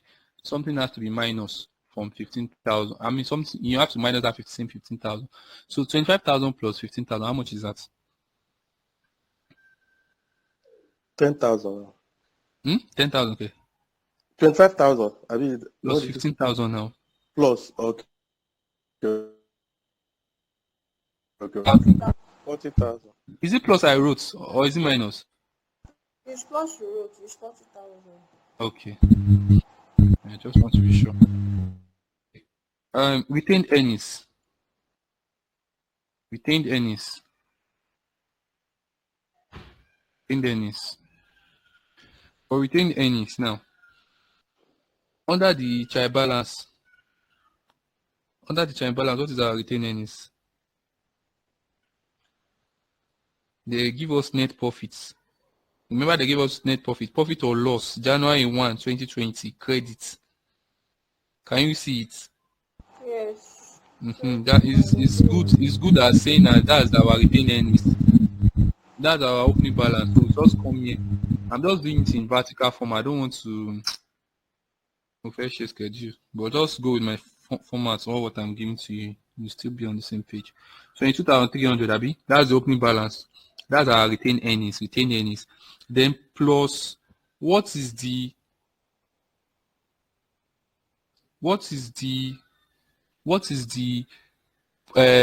profit for the year based on our profit or loss that we computed, that Tashi Lekon to clean up. What's the profit for the year? What is the profit? Profit for the year. 67,609. 67,609, right? Okay. Now, what is the transfer we made? You remember we made the transfer, general reserve. How much is the transfer we made? Still How much? 15,000. 50,000. 15,000. I think the adjustment is no something more than all these ones. So there are bigger questions with bigger adjustment. But your exam will look like this. They can't go beyond this. And if you can do your question to something like this, at least get 70. At least I've get 70 of this question. So what is the total now? What will be my retained earnings like this? What will be my retained earnings? 74,909. 74,909. 74,909. Okay. We are on the same page. 74,909. So do we have any other thing relating to, apart from this thing? There are 5 in number. Rachel, I think I made mention of that to you. There are 5 in number. This question just only gave us 3. So that means that you have 2 that are not stated here. So in all questions, you can't expect more than 3 or 2. Even in professional level, they can't give you 5, they can't give you 4. They will only play with you. They'll play with your understanding on 2. In this question, they play with our understanding on general reserve and retained earnings. So they can't play with you with this thing. And in professional, you'll be doing like maybe group account or something. So that's when they can give you 4. Even 4, they can't give you 4, because if they give 4, everybody will be shouting in the exam hall, depending on what you are doing. So I'm done with my reserve. So I'll go to, because of my space, so don't mind my this thing. I'll go to non-current liabilities. Non-current liability. Non-current liabilities. So non-current liabilities, what will be there? Sorry, concerning the question, the no, the 5th one under the information. Okay. 5% dividend is paid on ordinary shares capital. So 5% dividends is paid. So for that question, it is not relevant to this thing. It is not relevant. It is when you are doing your other analysis, maybe further analysis, or maybe you are, for example, ratio analysis or something. You consider that. So the 5% dividend is paid on this thing is not going to be taken into consideration at all. It is not relevant in this case. It is not relevant. It does not cover. So 5% of 9 shares is paid out of this thing. Allocation for payment and how we make payment for our shareholders is not brought into your, is never into your statement of profit or loss or financial position. How you pay, it does not really reflect it in your financial, in your statement of financial position or your profit or loss. So that is why. But thank you for that observation. So when you hear payment of dividends, that you pay dividend or something, it can only reflect in your cash flow. If this question is attached with a cash flow statement, now do you get, we can do that, we can incorporate that into this. So as far as this question is concerned, if you look at what we've been doing so far, they are normal basic thing, right? So if you now put 5% dividend paid, it sounds somehow like, do we used to do something like that? The moment your mind is telling you that, he is now asking you that question, please try and revisit what you want to do. So what I'm trying to say is sometimes your body in to tell you. You can see in a couple of the questions we've been doing that we have some information how would I put it? We've not been taken into consideration because they are not what's relevant. So please, thank you for that observation. That's a very good one. So probably at the end of the point, maybe as a student, but that information is not peculiar to what we are doing. So it is irrelevant. It is irrelevant. So non-current liability, 6% loan notes. Remember the 6% loan notes? Yes, sir. How much is it, please? Pass it out. Sorry. 20,000. Remember now. Yes, 20,000. Mm-hmm. This one come here and sit here. So current liabilities. Current liabilities. So call the current liabilities for me, please. Current Payables. liabilities. Current liabilities. Payables.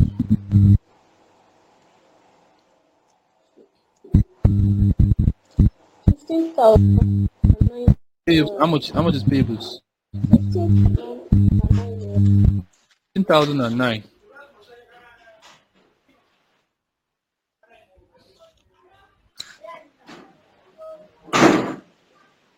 15,009.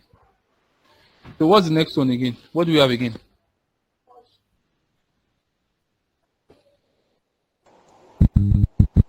Accrued expense.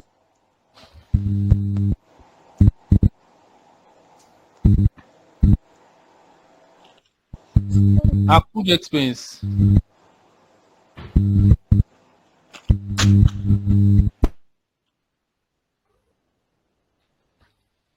So what is our accrued expense? 526. Is it just 526? There are many accrued though. There are many accrued. I think you should visit all those. There are many accrued. They did accrued for director fees, audit fees. Can you remember? Provisions. Anything provisions is also accruals. I said it in the last this thing we did.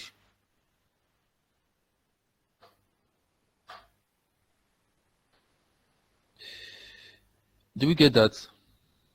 So do the whole accruals. Let me see what we are getting.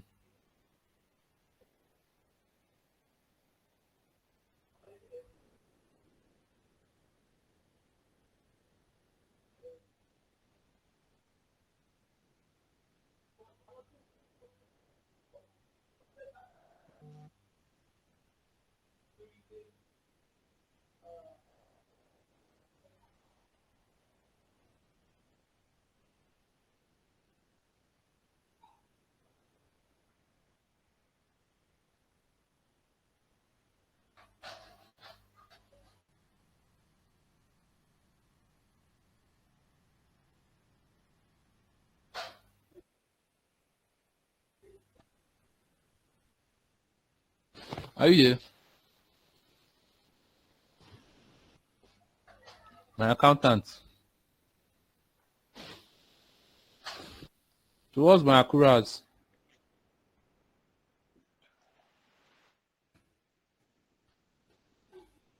Am I just talking by myself? No. Yes, sir. Okay, sir.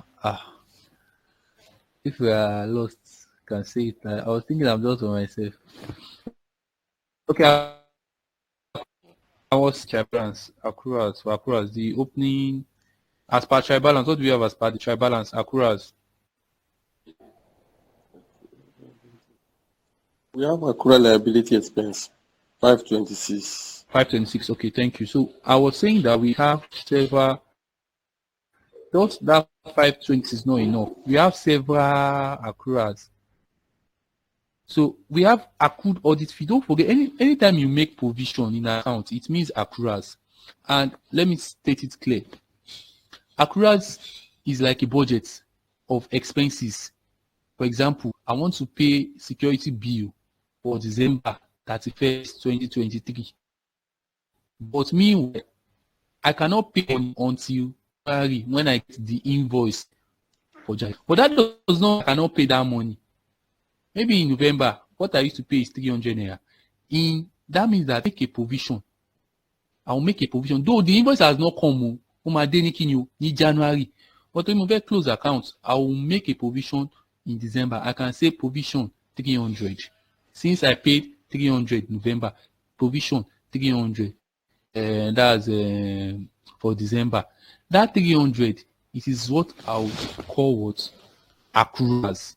Is what I'll call. So in security, these are how I'm going to post it. I will not say debit security expense 300. Then credit accruals, how much? 300. So now in this question, they now give us provision. Once you want lesson as at when that year we made a provision for it, you can't ignore it. So calculate all your total accruals. So I will now come here, audit fee accruals or provision. How much on the question? From additional information, 3 or 2. How much is it? 1,500. 2,500. Okay, plus Direct director's fee. Come on, that director's fees I would have added here, but I'll add it under director's account, the last part. You're right. So you can do it in 2 ways. Rachel, you can do it in 2 ways. Either you add it here, you are still right. And maybe in director's account, you will not add it. But since I have director's account, I'm going to go and add it there. So let's talk on another one. Electricity. They give us electricity. Abi now. Abi? Yes. Electricity. We told us that electricity was not up to a certain time. It is an accruals. If not, it should be in trial balance. But they didn't that money. How much is it? 548, Abi? 448, yes. 548. I don't know. So that you won't be looking for figure. I'm supposed to make another place, but I don't want to. Oh, don't mind me. Don't, if it was book, my handwriting is going to be fine. Mm-hmm. But is that all? No. Now, our interest, accrued loan interest. Don't forget our accrued loan interest. The other time we considered 600, so we can still say that what they gave to us according to the trial as per trial balance was what 600 half year, but the full year is 1.2. Do you get? So in still on still, you can still bring in. Mr. Wale is calling me. What is it again?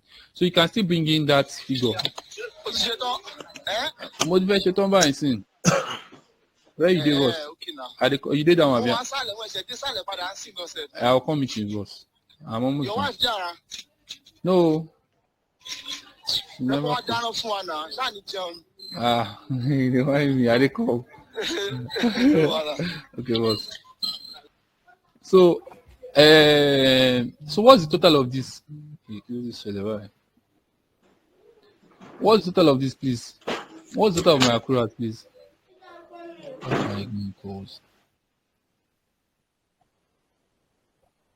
Okay, so what's the total of this, please? For my accruals. If I were you, 526, try balance, 25, audit fee, provision, 548, electricity, 600, interest loan, accrued interest loan. So what's my total? 4,174. 4,174. Thank you. So the last part is the director loan, which is a current liability, is a current liabilities account. And that is why I didn't add it, Rachel, because I know I will have something to do with director. So I didn't add it, but it's a good move that you did at that point. Thank you. So director's account, it's a current liability. That was why we credit it in our trial balance. Director's account. So how much is it as per trial balance? How much is it? 2.5. Thank you. Trial balance. So what's that provision? That provision is how much? 6,000. Thank you. Total, how much? 8.5. Someone should calculate it for us. Calculate everything for us. 8.5. Best of my knowledge, this is what I think we should do. Before I put total, how far? Is there any differences?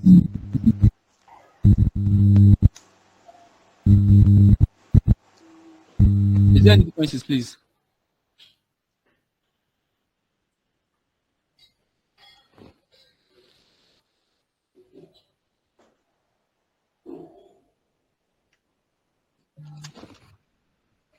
We're not talking.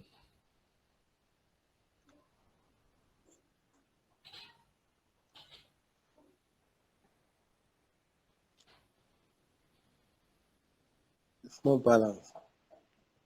So what is the equities and liabilities? How much is it? I think we're having 322.92. 322 and 92 naira. 322,092 naira.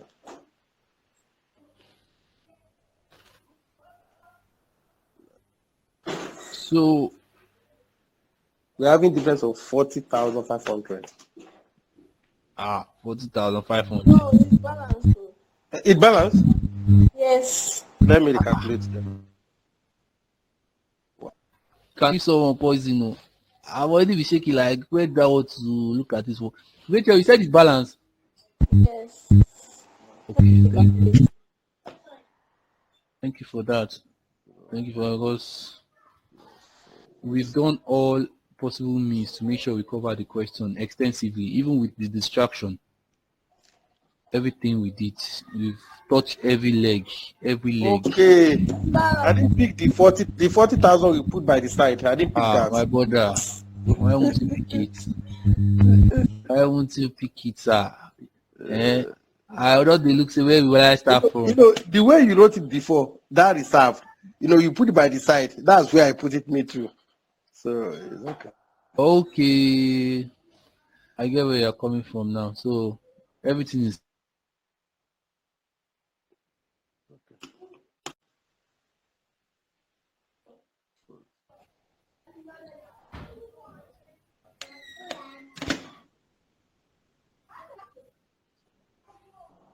Any question?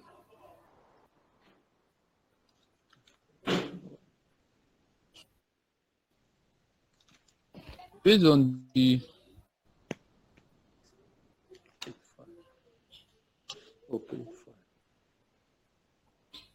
based on our this thing now that we have done so far, is there any question? Yes.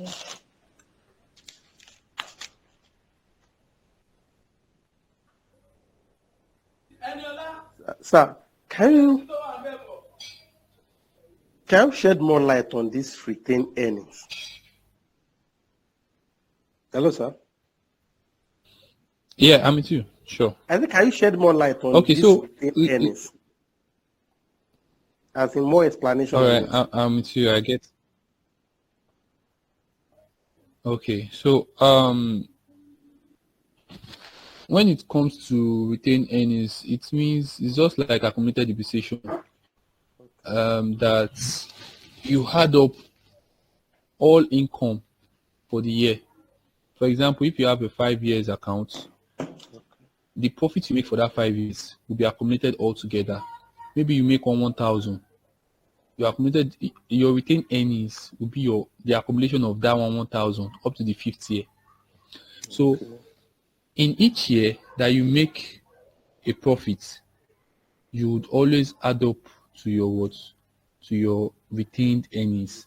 And anytime you make a loss, you would also have what? It will also make up and make a deduction on that on that account. So the retained earnings is just like an account that helps all your profits or your loss for the year. It helps everything. So for example, if my company is Excel International Company, if you want to see my performance, that's why it's called statement of financial position. You want to see the position where I am. Just take my retained earnings, like we mentioned. You take my retained earnings, you can tell from this retained earnings that okay, 74,909,000. That's a good one. I will not ask. The question I will not ask is how many years have you been in operation? If you tell me you have been in operation for 22 years and this is what you are making, in fact, I will say, soon, are you sleeping? Do you get what I mean?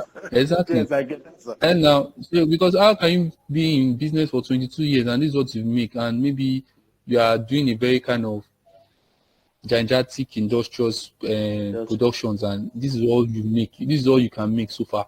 It means someone is sleeping, someone is not doing their job rightfully. Because you see some firms that are just spent 4 years. I don't want to mention names, and they have make more than this. Do you understand my point? So Yes. That's that. So another way you can look at it is this is a limited company. That's what I'm saying from that perspective. If it was an individual company, Then I can just be like, okay, individual, or possible, or likely. Do you get? So like that. So it's an account that ups everything for that. So also just like this director's account, it ups everything for director payments, director's transfer, director welfare. It helps it up. Director loan, soft loan. If a director give a, I'll come to this account and minus it. Then I'll now go to my bank. This cash, I will increase it by that amount. Do you see how it is? I will minus the Yes. loan here. I will now go to my cash. I will now increase it. So also accruals, this thing, what happens here? I will do what?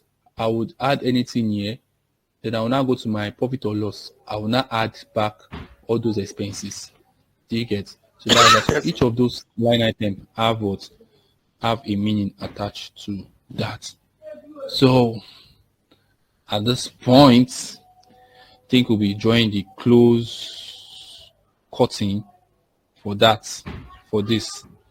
But one aspect I want us to have touched extensively is the cash flow. Are you having a class tomorrow? Check the You're having timetable. MI tomorrow. MI. Tomorrow, right? After MI, there is financial accounting. 1 to 2. Okay. 1 to Mr. Joy 4. is 1 to taking 4, safe. 1 to 4. Mr. Joy is taking you, right? Yes. All right. So that's good. No problem on that. So I would we've covered IS 16, we've covered prepayment and accruals, we've covered profit or loss and the adjustment as it may happen. We've looked at rental income too. So those areas are very, very key. But one other area I would like to mention is IS2. IS2.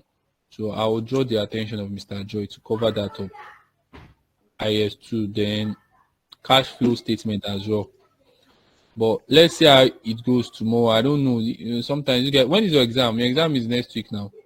Next, yeah, on 14th. 14th. Okay, so you need time to read on your own. You guys need time to read on your own.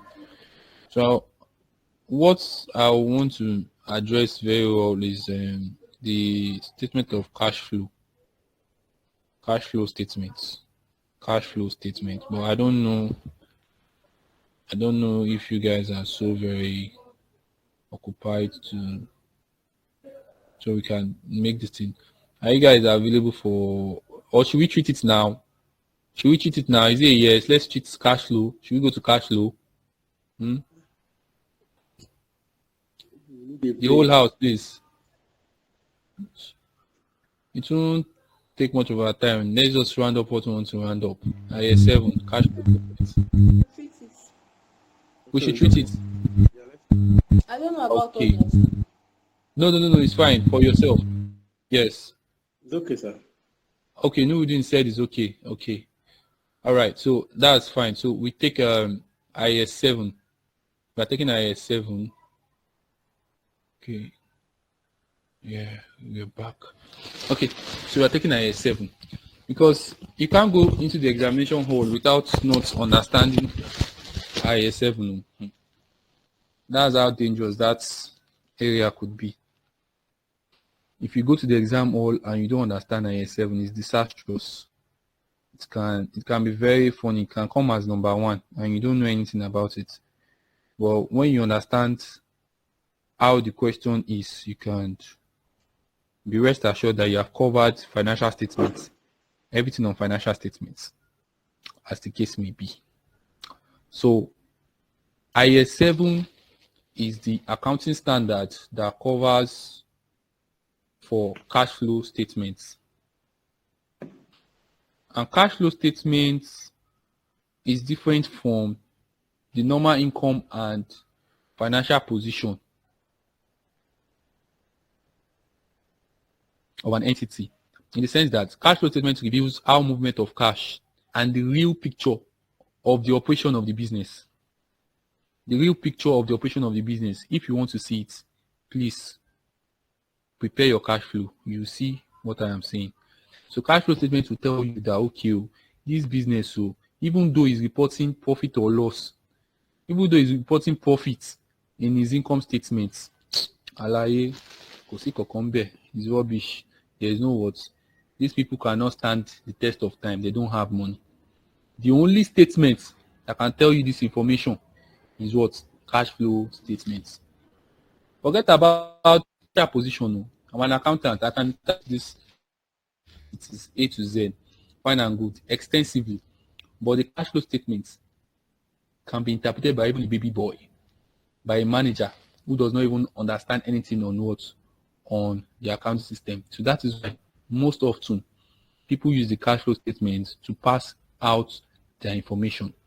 According to IAS 7, IAS 7 prescribe two kinds of methods we can use to compute for cash flow statements. IAS 7 states that you can use the direct method and you can use the indirect method. Whichever one that is convenient for you, you can use them. But IAS 7 itself now further advise and say, even though I tell you that you should use two methods, please, if you have answers all your ways, kindly use indirect method. For simplicity purpose, for convenience, and for easy computations, use what? The indirect method. Although in some exams they don't test the indirect method, but in most cases it is always assumed that you know the two. But I will teach you the indirect method. Indirect method is what is really very key to what we need to understand. After that, all things being equal, you are good to go.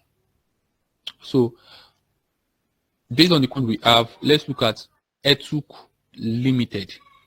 ETUC Limited. So I will take it like the IAS 7 before, and we just need to, because this is a revision class, we are supposed to do a walkthrough, a walkover. So I'll take it like that. So let's look at ETUC case. So who is reading for us?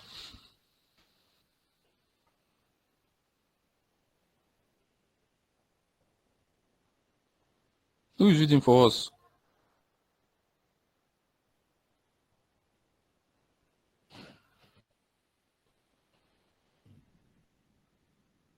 Anybody there?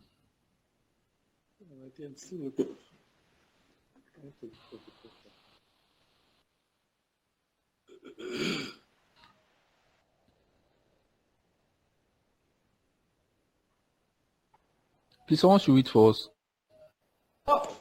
What question? The number? Okay.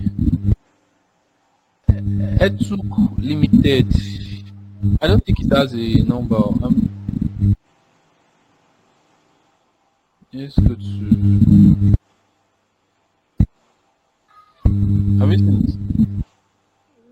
I'm still looking for it. ETUC Limited. I believe. That's the last question.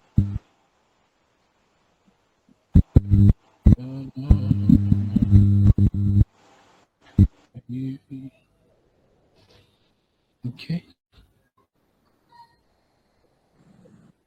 Okay, I think you can see it now. That's the last question. The last question. The last question.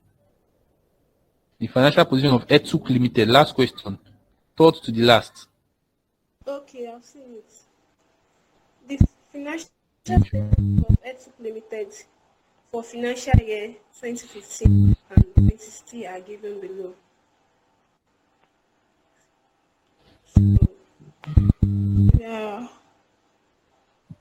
required to pay statement of cash flow using indirect method for the year ended 31st December 2020. Are you done? Yes.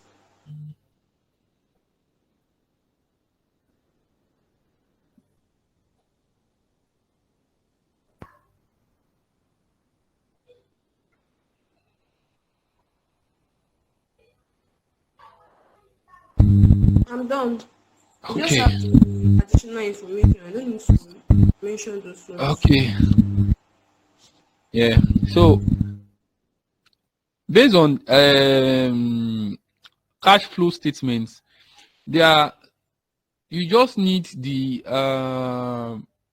current year for the profit or loss account, and you need 2 years for the financial position. You need 2 years for the financial position. So everything that's like just two things, 2 years you need. Last year's financial position, this year financial position, and this year profit or loss. So in the exam might be very easy. He might want to give you fantastic. Look at this question.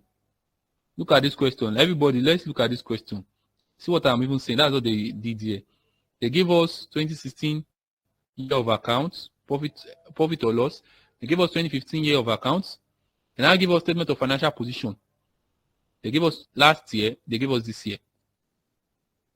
So they just want to test your knowledge. In the exam, you don't need 2015 for statement of profit or loss. Oh, need it. Just cancel it. Any information in 2015, cancel it. You don't need it.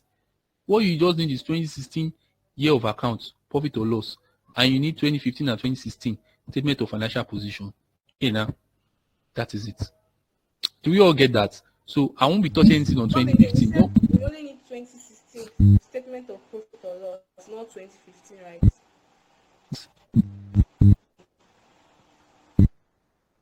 So that's that on that. Let's do justice to this question. Let's see where it comes from. Let's do justice to this question.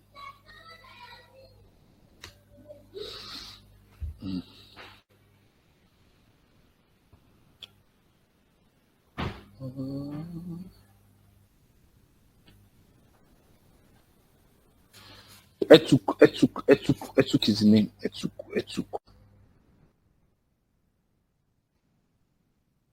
Etuk Limited. That's number what on that? I said it already now. The last one. Last to Last the one. last. Okay. Yes. Okay, so last question. Just look at the name. That's what I was mentioning. The name. I wish we'll get to Ukoyin on, you know. Look at the name. All the question in the question cannot take the same name. Just look at Etuk. Yeah, yes. Uh-huh. I'm there. So within our statement of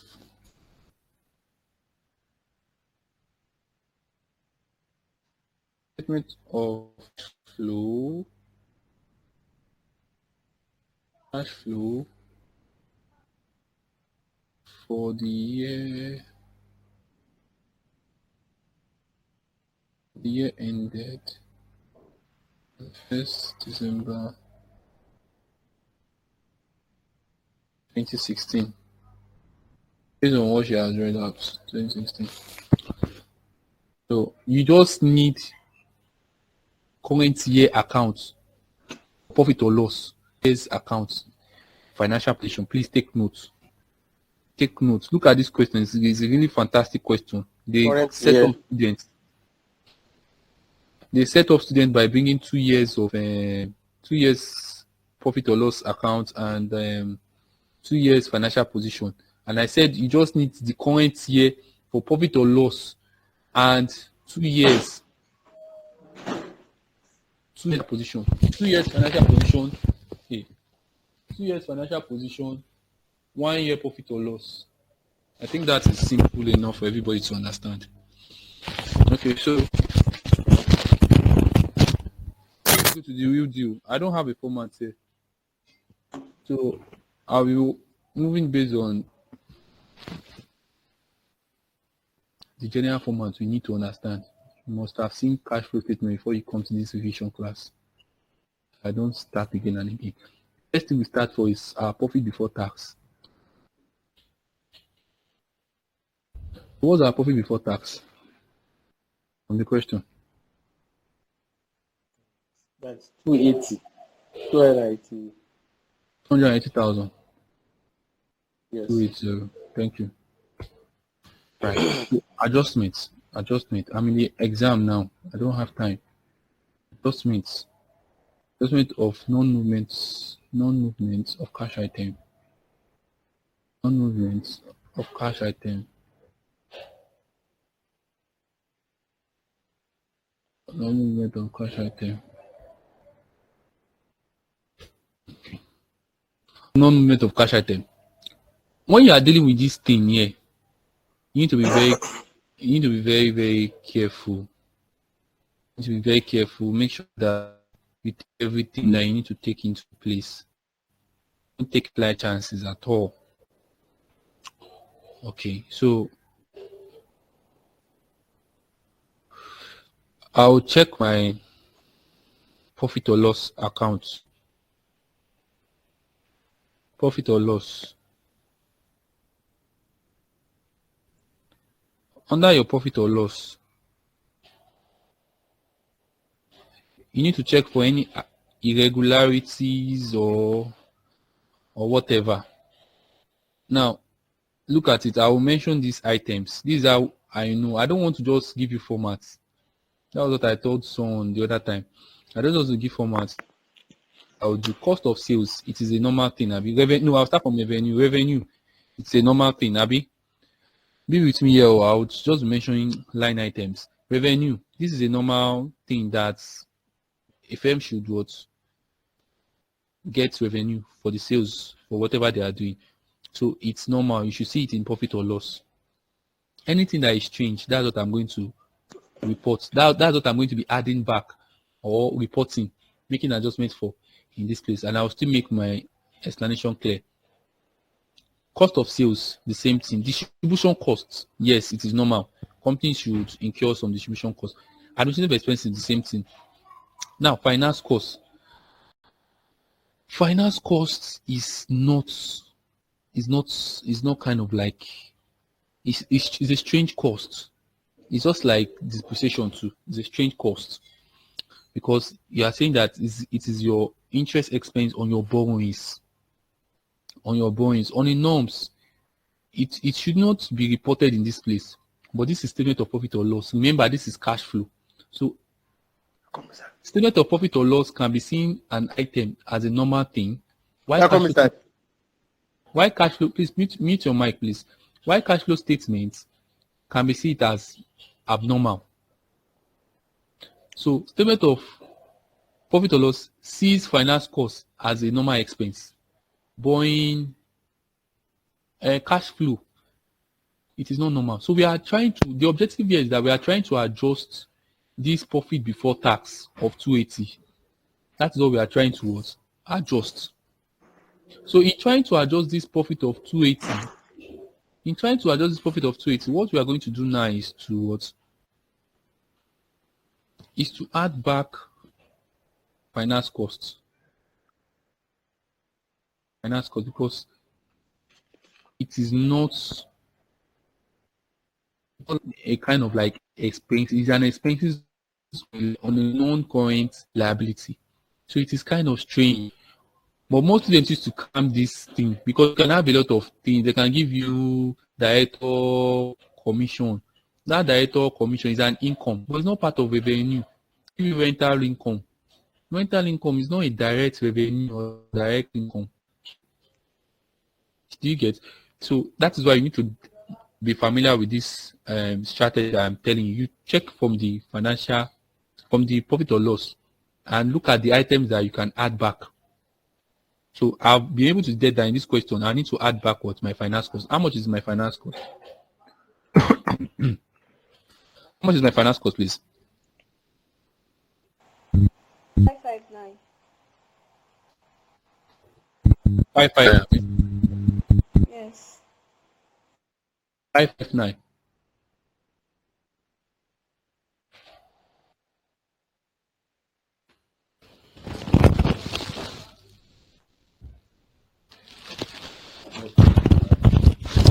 Hold on. So 559 is my finance cost. So the next thing is depreciation. Depreciation will always be given in the question, but in this question now they didn't give us depreciation. So what I do is that I'm going to look for my depreciation. So do we have any information on depreciation?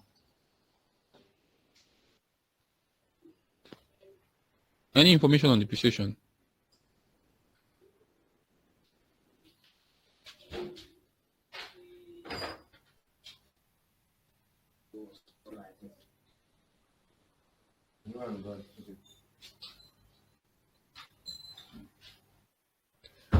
Now, do we have any information on depreciation?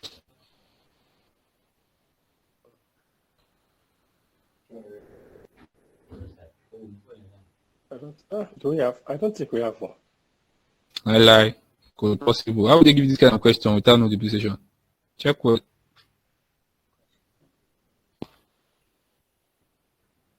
I'm seeing accumulated depreciation. How much is the accumulated depreciation?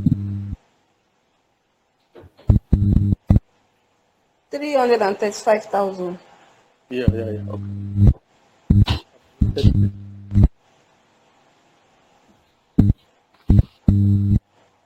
Yes, 335. Okay. What do you call it? 335. Yes, sir. Okay.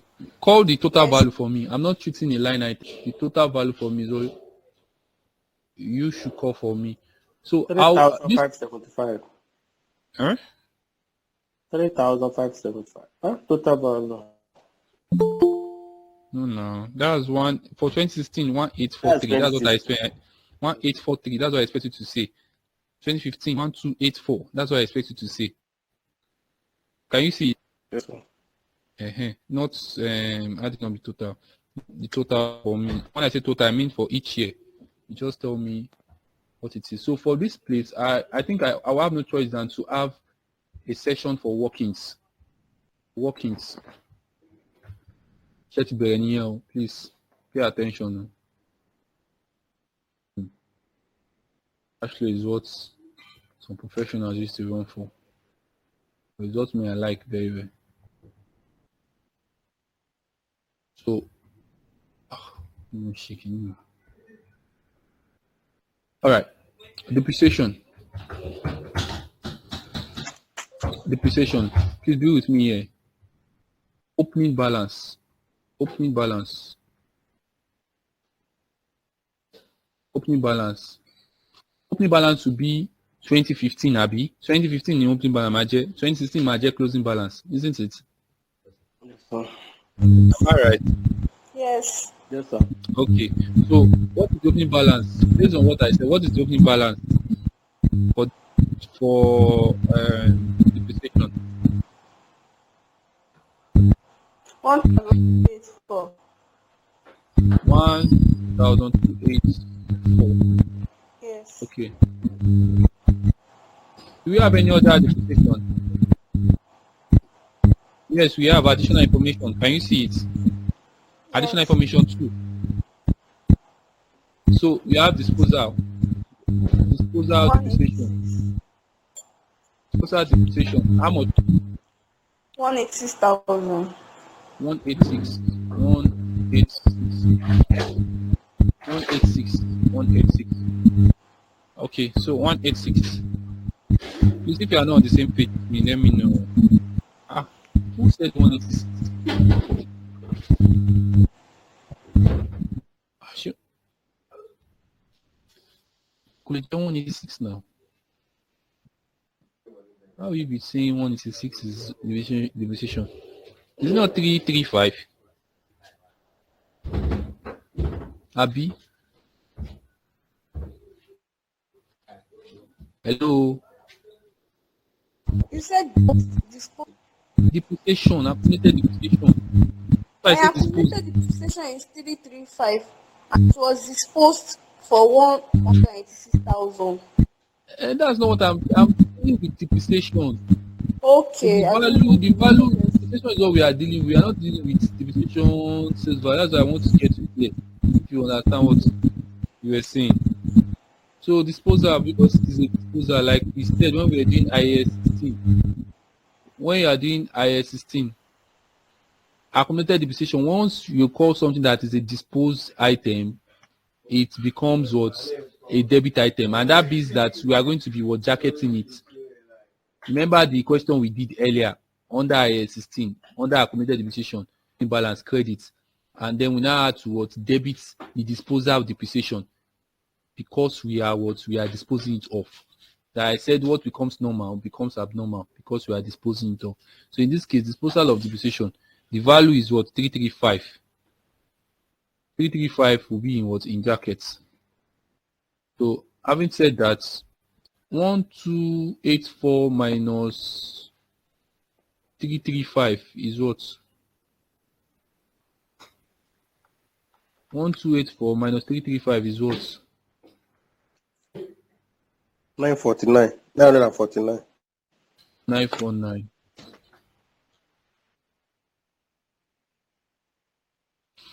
949. Okay. So now, what is our closing? What is our closing balance? Closing balance.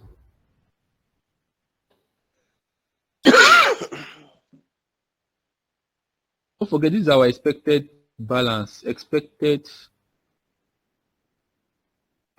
closing balance. So what is our closing balance? What is now the reported closing balance from the question?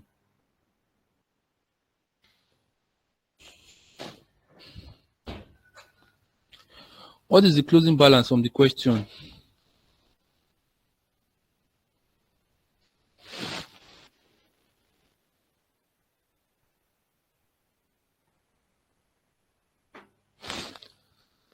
What is the closing balance from the question? House. 1,843. 1,843. I can't go and pick my figures and just slot my figures, but the beauty of you saying it in class is that I don't say it, you can always remember how they got a particular figure. So 1,000, I think there's a mix-up somewhere. Who has been calling this figure? Closing balance will be 1,843. 1,843. So who called opening balance? Opening balance, okay, then the closing balance is 1,843. My eyes have been doing sham. Hello. Underline and bold. Okay. Now, can you see something? This is the expected closing balance of 949. But how much did we report at the year end? 1,843. What has happened? It means that there's a depreciation charge for the year. It means that there's a depreciation charge. Hello, I can't hear you. It means that there's a depreciation charge for the year. I've not written anything, so I'm just writing this thing. Please pay attention. No. Pay attention very, very well. So expected closing balance. When you remove your disposal, 335. Expected, equal to your close, well, depreciation is what? 949. But what was the actual closing balance? 1,843. That is what I'm trying to explain. So it simply means that there's a figure that we need to add to 949 so that we can get the actual closing. And what is that figure? That figure, we are going to call it what? Depreciation charge for the year. It's a depreciation that is charged for the year. Hello. Can you hear me? Can you hear me? Hello, I can hear you.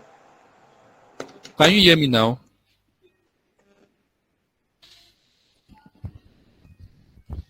Please, others, can you hear me? Yes, I can hear you clearly. Okay. So, Rachel, I think you need to work with your network. I think you need to work with your network, please.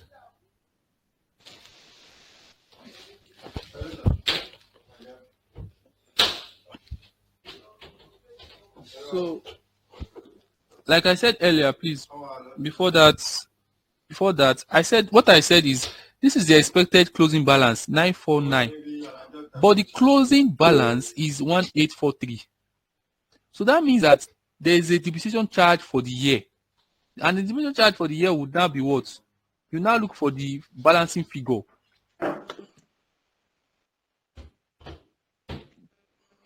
Balancing figure. Balancing figure. So balancing figure to make up 1843. What is that going to be? Can you figure it? 849. What's that figure? 894. 894.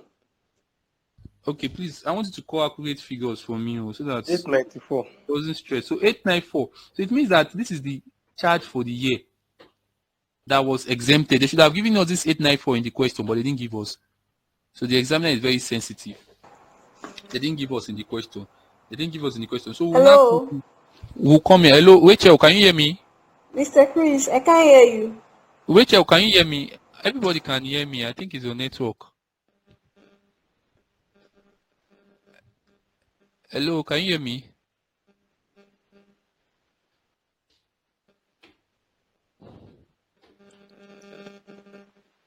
Mr. Ibrahim, can you hear me?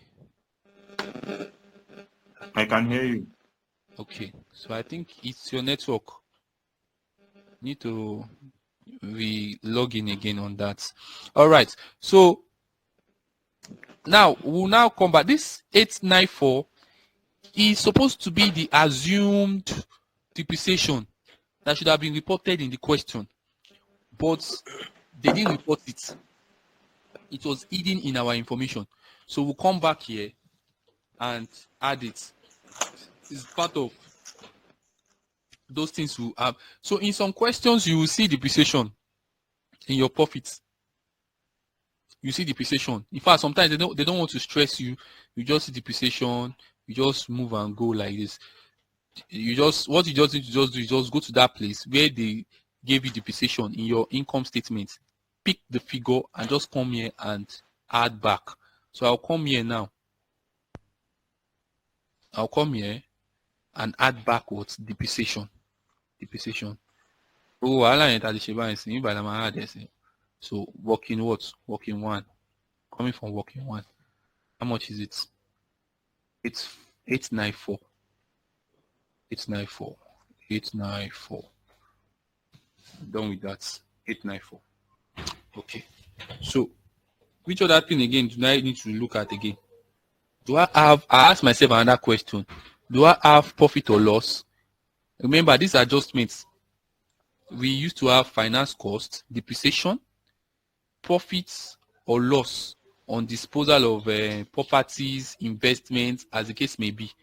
We can also have other incomes that are not directly related to the business. In that sense, what you do is you come here and you adjust for it. Remember, because these are costs, I'm not adding.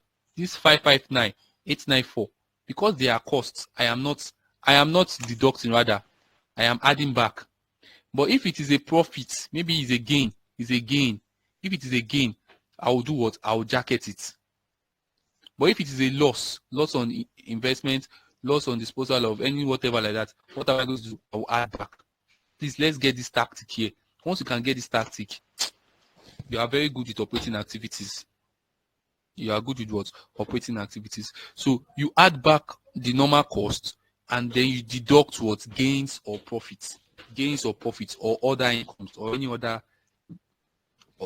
incomes like that. So let's look at if we have, because I saw in the additional information something about disposal of assets. Did you see that? Something on disposal of assets. So did you see that? where they told us that we disposed of an asset. Can you see that? Yes. Okay, one is okay, good, so you're back. Sorry, it was a network. So 186.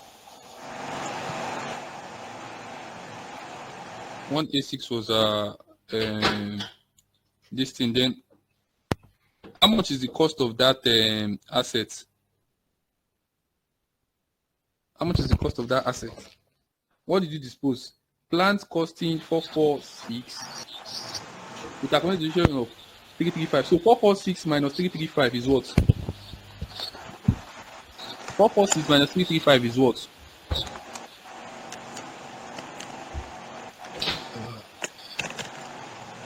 One one one. 111. Sorry, no. That's 131. Thank you, madam. All right, so I'm trying to look at disposal of PPE. Disposal of PPE. Disposal of PPE. Disposal of PPE. I'm trying to look at disposal of PPE and I'm trying to ascertain if we make a loss or profit so that I can know how to adjust for it back. So what will I do? I'll just come here, I'll say my sales proceed.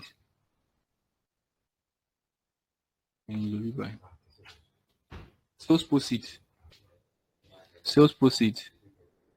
Please, if you don't get anything, just let me know so I can come back and maybe take my time and explain back. So how much is my sales proceed? Sales proceed is 186. 186. It's just like the way we did gain or profits in IAS 16 when we're doing that question. I forget the name of that question. So the same thing is what we are applying here. So what's my carrying amount? Carrying amount. Carrying amount. So carrying amount would be my cost minus my accumulated depreciation. According to the question, my cost is 446. I'll be 466. 466 minus 335 minus 335 335. So when I adjust for this, what I'll be getting back is 131. 131. I told you already, I said don't jacket, please. Just compare your figure. Okay, look at your sales value. Your sales value is 186, but the what's that PPE what is 131. Is it a gain or a profit? Is it a gain or a loss? Sorry. Gain. Gain of how much?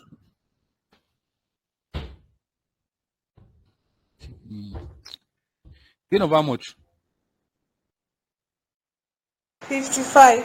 55. Thank you. 55. Thank you. So I'll come here. Just very, very easy. Is easy. I'll come here. I'll say gain, or I'll call it profits. Profits on disposal of PPE. How much is it? 55. So don't forget, you jacket income when you're making your adjustments. You add up costs. So I'll come here because it's profit is a gain.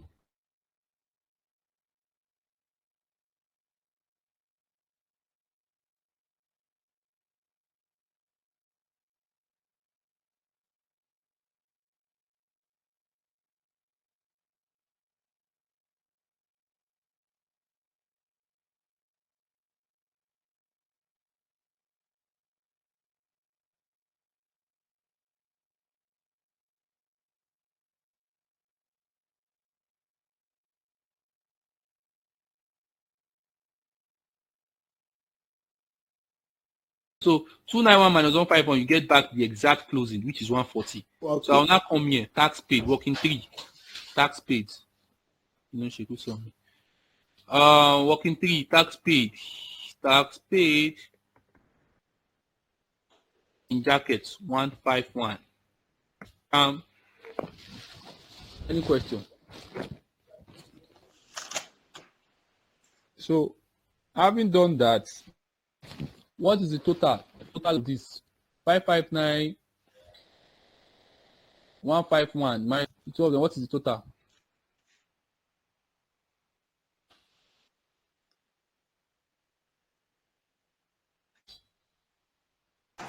710. 10 jackets, right? Yes. 710 jackets. 710. 710. Underline this.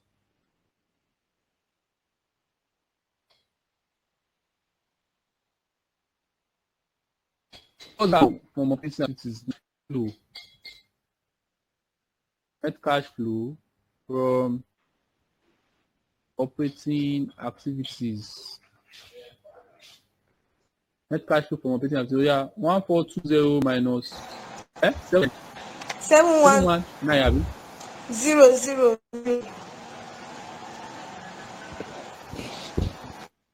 So this is my net cash flow from my net operating activities. So cash flow from investing activities. I'm done with this guy. I'm done with this guy. So I'll move to investing activities. Investing activities.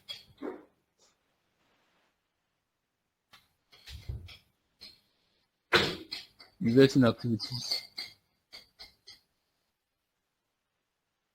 So this investing activities,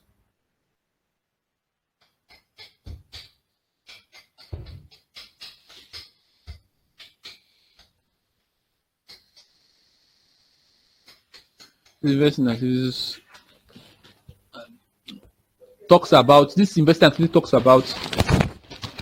sales or purchase of PPE.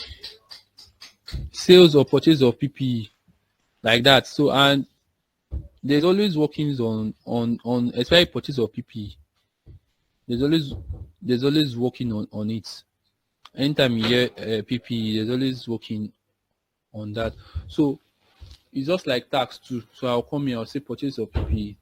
Because you don't have, there are two kind of cash flow they can give you. They can give you cash flow that will have much additional information. They can give you the one that will just have tables like this. So it's easy. The only additional information here is the disposal. Purchase of PPE. I already know there will be an adjustment for PPE. That'll be working for. Working for.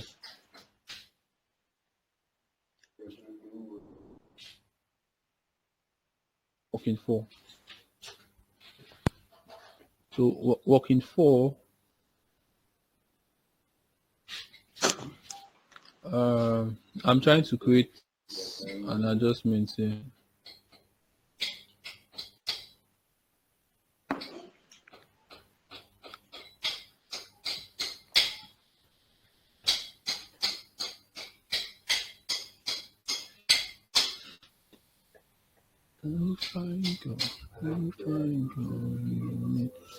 So fourth one, I'll call it PP purchase. So what's the opening balance for PPE? Do we have PPE in the question? Yes, we should. Abi?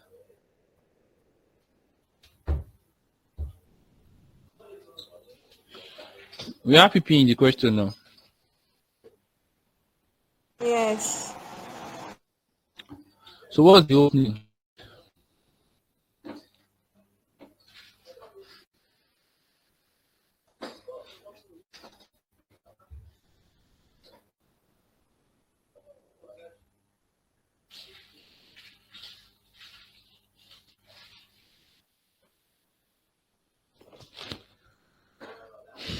What's the opening now?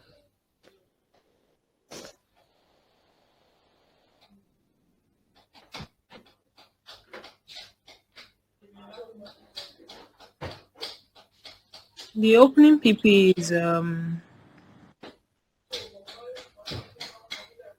it's So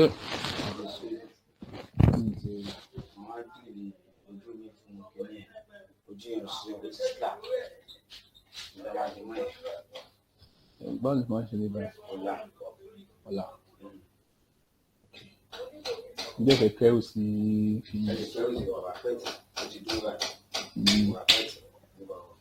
ọ̀la ẹ máa ṣe àbí? Ẹ̀ṣọ́. Ẹ̀ṣọ́ ṣẹ́gbọ́ sídà màá lè sínú ìgbìmọ̀. Ṣé kò ní ìdẹ́ni tí kì í clean ẹni tì nílẹ̀ yà? Alright. Alright. But ọ̀la ẹ máa wá ṣá?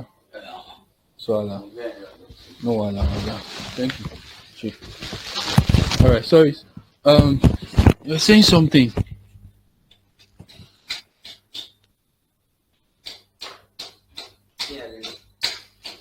Okay. So you were saying something. What's our opening PP?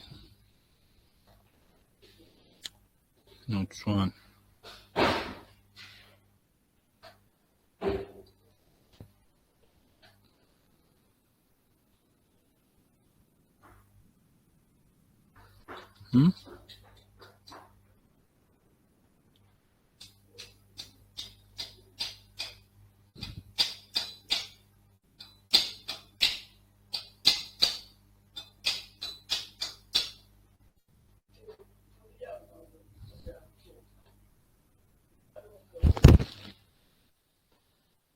Are we there?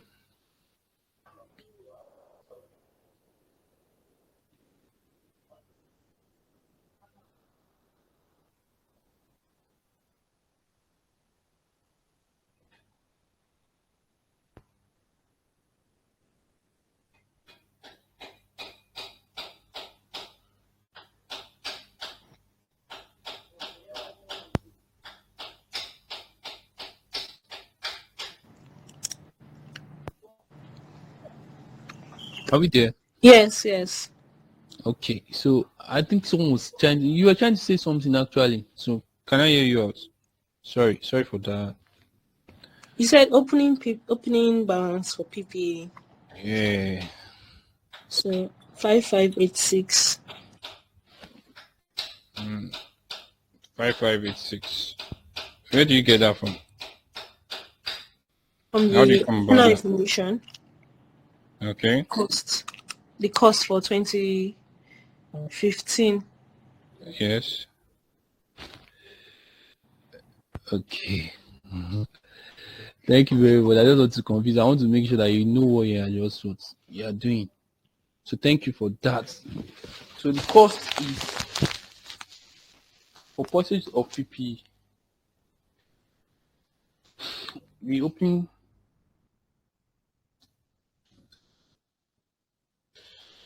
cost.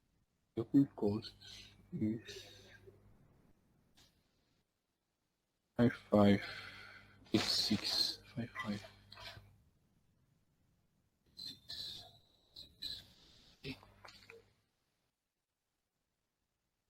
So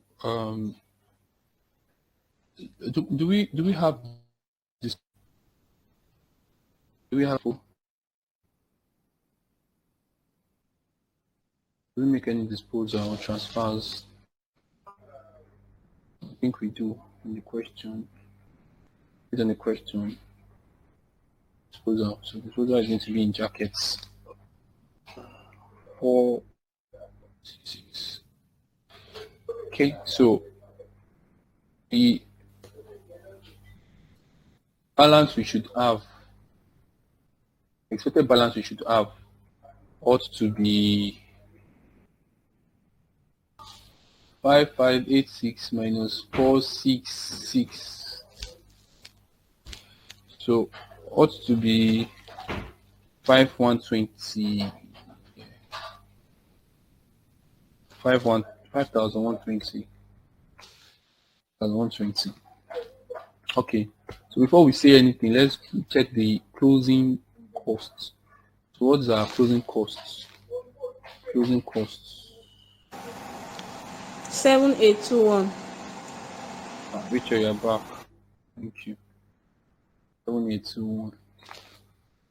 7821. Okay, so the line board. All right, so this is my cost. So it simply means that I have had some additions during the year. Some additions. Let's come here and say additions. Balancing figure. So we don't forget. What's the balancing figure? I'll make it up to 7821. 2701. 2701.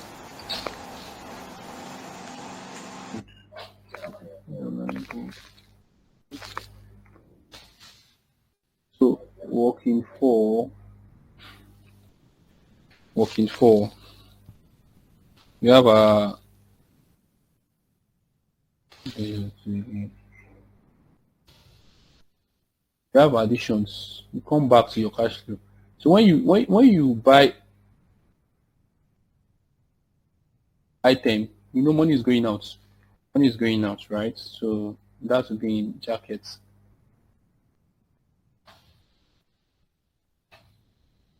That would be in jackets. So money is going out. Money is leaving your accounts. 2701. Okay, so do you have anything there again? This is from sales of PPE. Will affect you. What's the proceeds? Sale of PPE.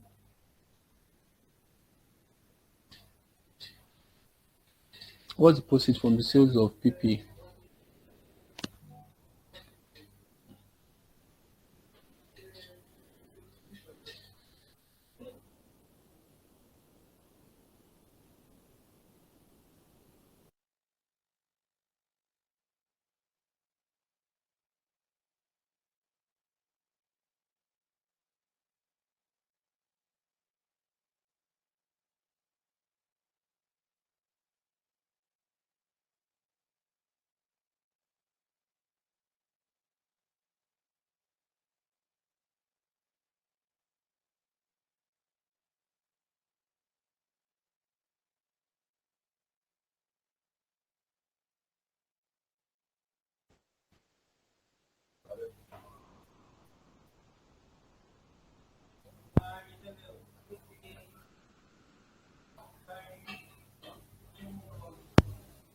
Please, can you still hear me? Yes, I can hear you. It's just that you stopped sharing your screen.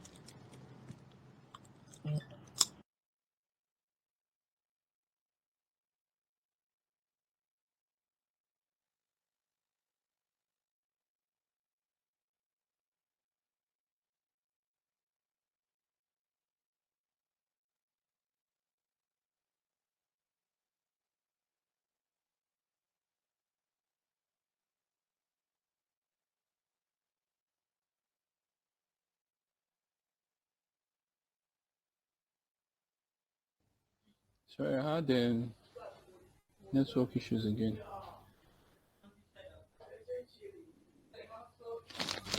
So proceeds from sales of PPE. Proceeds from sales of PPE. Proceeds from sales of PPE is 186. 186. Yeah. So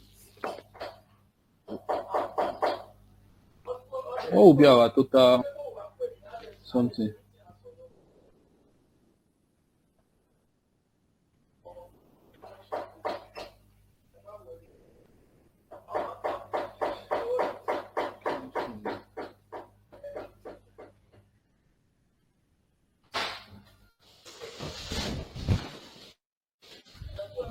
What will be our total something? 2515.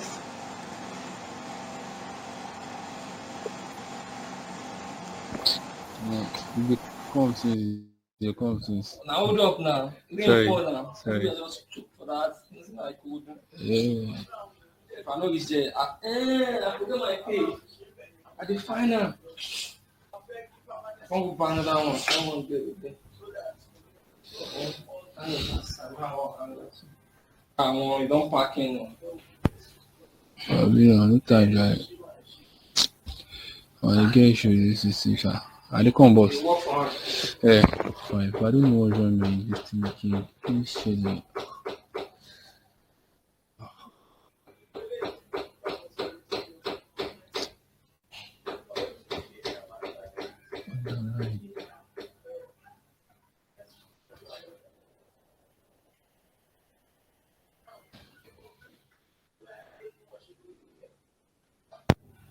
Voilà.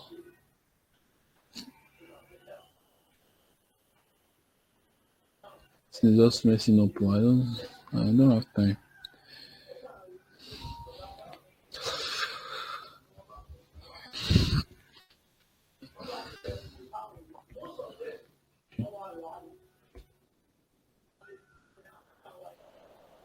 $575 based on what you said. Net cash flow. It's Net cash 2515, not 75. 2515. 2515. Yes.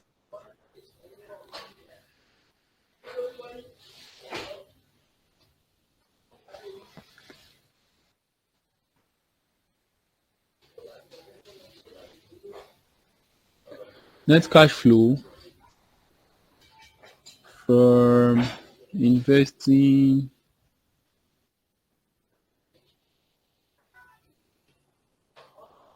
activities. Investing activities. I will do it here again so everything gets set. 2515. 2515. 15.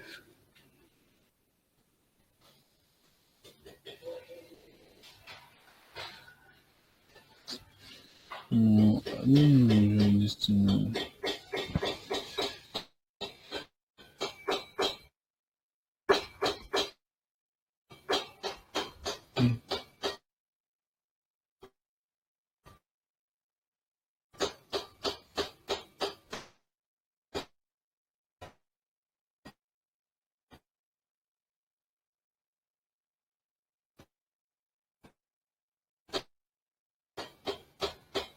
I'm good to go like this, man.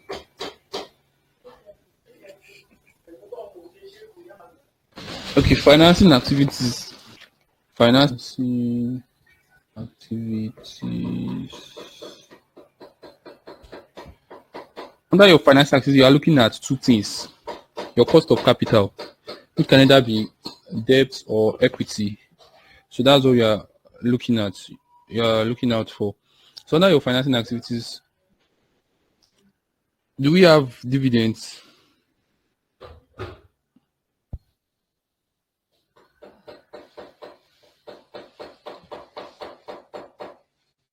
Do we have dividends?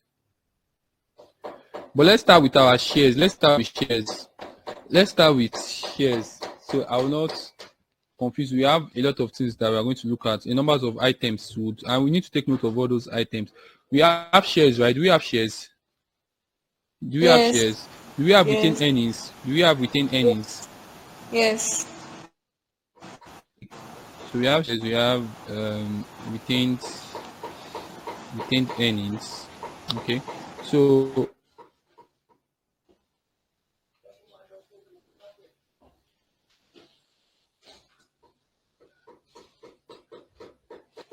write some numbers of them. Looking at us. Okay.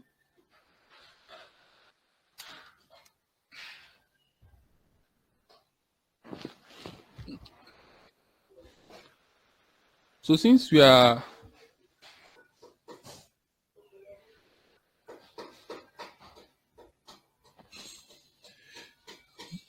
give us, okay, we have shares. Didn't give us anything on 5% dividends, retained earnings, dividends. page. Okay. So we might need to do little adjustment on this. So issue of shares. For issue of shares, what's the opening? What's the closing? On bold. Can you still see my screen? Yep. No. But it's showing an error. Something went wrong, yeah.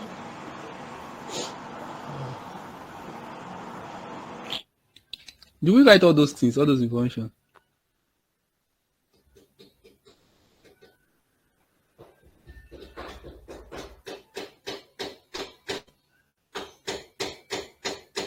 I didn't save it. Do we write all that? Oh, did we? Yes, I did. You did. Is this not the something you are doing? Should this is what we are doing? Yes. But it is Boy, back, right? yes. I didn't write everything.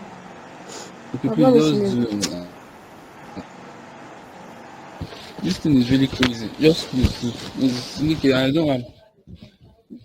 It's for my backup, I got this one now. So this one is posted from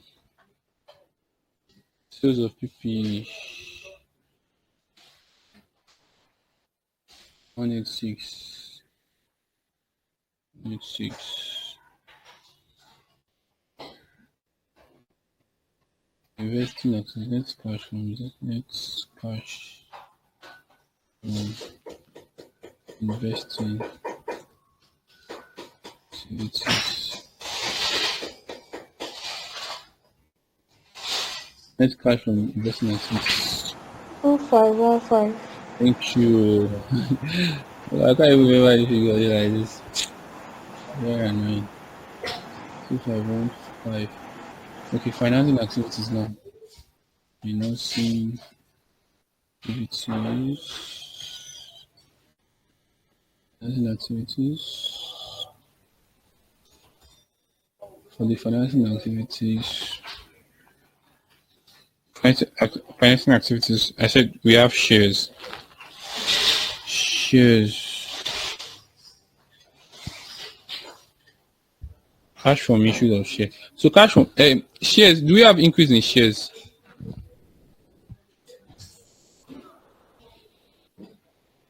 Do we have issues of shares? Yes. So how much? We have increase of shares, right? Yes. Okay. So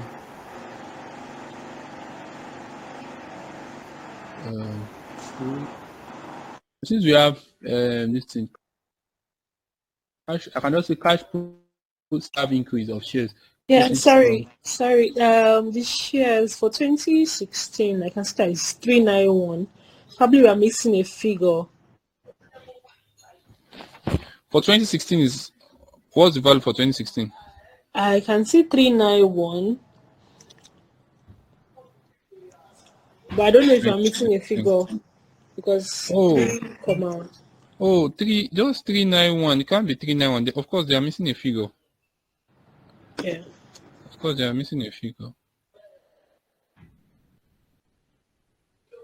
So I guess zero. Or what should we use? 391.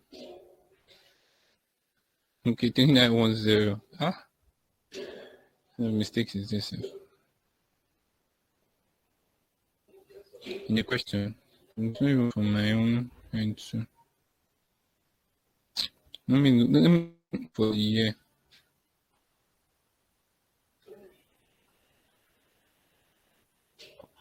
So there's no three. Let me for the year.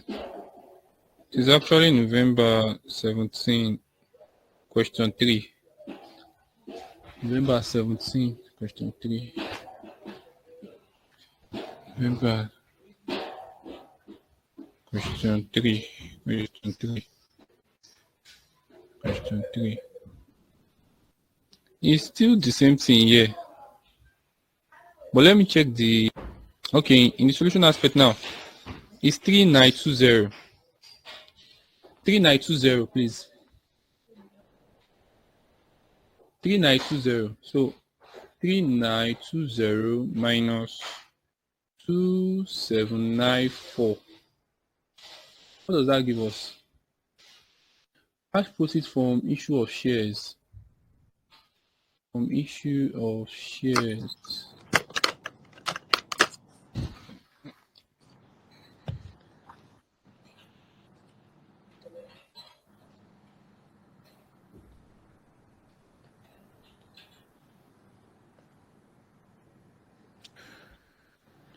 So what does that give us? 1126. 1126. 26. Thank you, ma'am. 1126. Okay. 1126. So we have irredeemable preference shares. Can we see that irredeemable preference shares? After that, so we say we can just say so do we have increase or decrease for the preference share? Decrease. Decrease. So decrease means that we paid out. It's not like they subscribe to us. Decrease means that we paid out. So decrease means that we paid out. So I'll just say cash paid to preference shareholder or irredeemable or preference shares shareholders holders. So since it's a decrease, so I have I'm going to have 670. I'll just say 438 minus 670. So what would that give me? What would that give me? Minus 232. Minus 232. Thank you. Jackets. Okay, so which other information do I have again? Retained earnings. Retained earnings. Now don't forget, I told you earlier, I said two things, financing activity, two things affect two things can be used to measure cost of capital, equity or long-term debt. So we've done the equity part. So you can also finance activities through retained earnings, which is also part of your equity part. Do you get also retained earnings? So I'll come here and still look at it. So for the retained earnings, do I have increase or decrease? Increase. Increase, right? Yes. So since I have increase, let's work that out. Let's see what we get for retained earnings. Let's quickly work that out because oh no, the way I can do it now. The way I can do it, right? Out of this open account.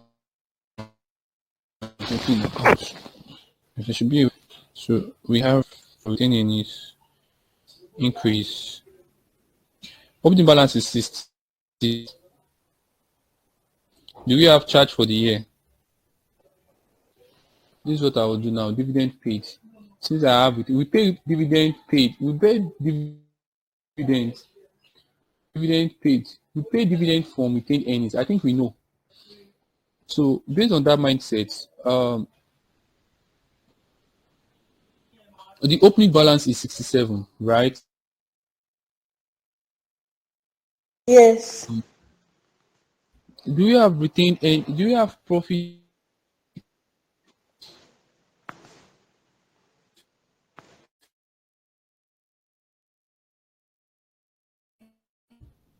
I didn't hear you. What did you say? Do we have what? Have you seen it? I didn't hear you. You said, do we have what?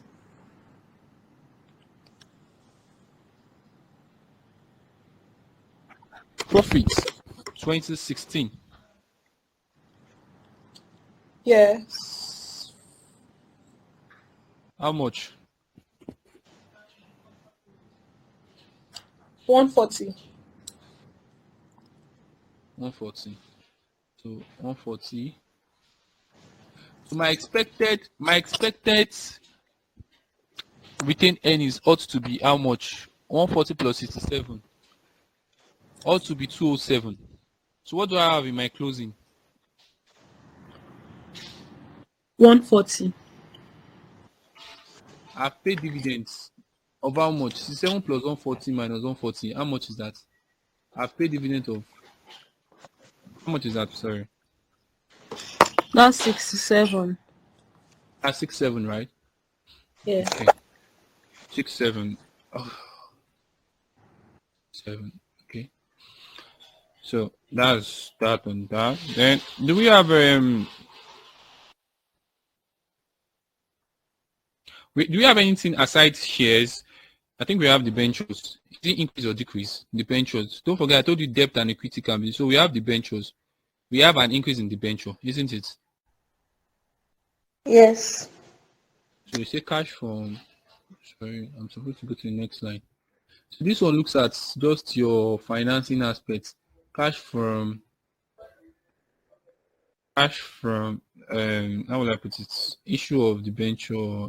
Yeah, issue of the ventures. Just like shares, issue of the ventures of the venture. So it means that money is coming in for the organization. What's the difference? 1676 minus 1676 minus 838. So what's the difference? Difference of how much? 838. 838. We don't need to bracket it because it is money is coming in. We have increase in loan. Money is coming in. That's what it means. All right. So what's the total? I think that cash flow is not. It's not easy. Some people are so tired. It is well. The exam more, that's how people will be looking on. So what's the total, please? I'll just prefer I put it here. Net cash. Net cash from net cash from financing activities. Net cash from financing. What is the value, please? 1665. 1665.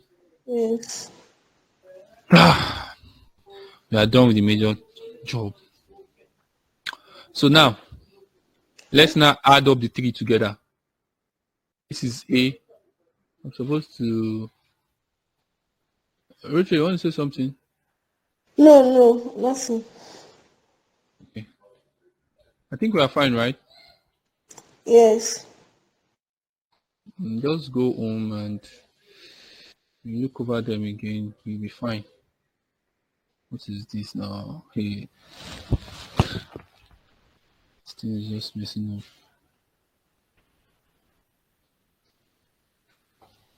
So I just need to highlight this so that you can get a picture of this. Okay, so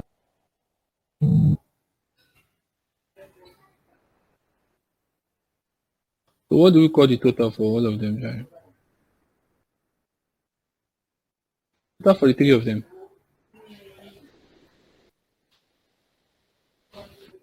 Are you still there? Yes. Total for the three of them, please. Okay. 5,600.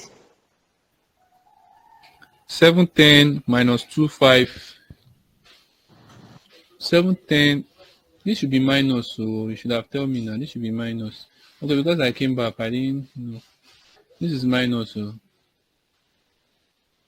because I was looking at figure you're calling me.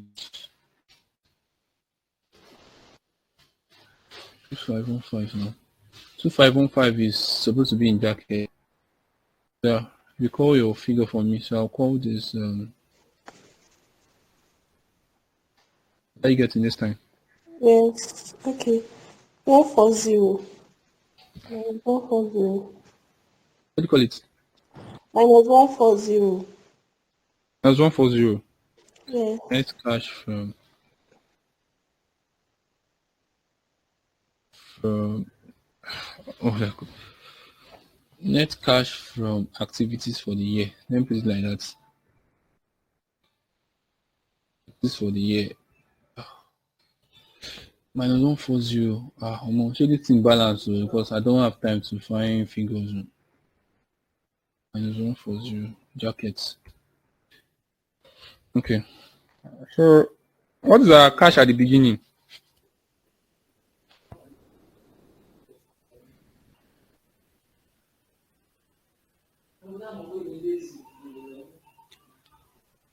Cash at the beginning. Do we have overdraft? Cash at the beginning. 112.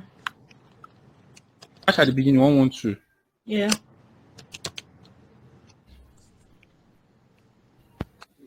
Okay. 112. Do we have overdraft?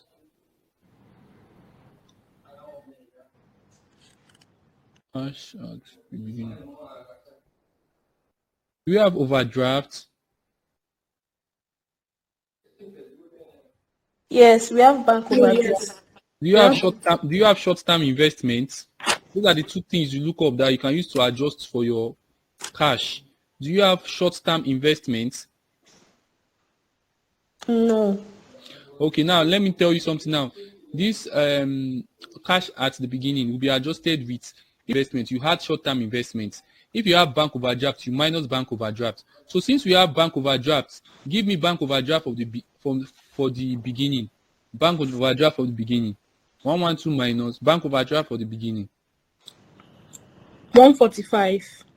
145. So what do I have? What will be my net from the cash at the beginning? Okay, One oh yeah. minus 133.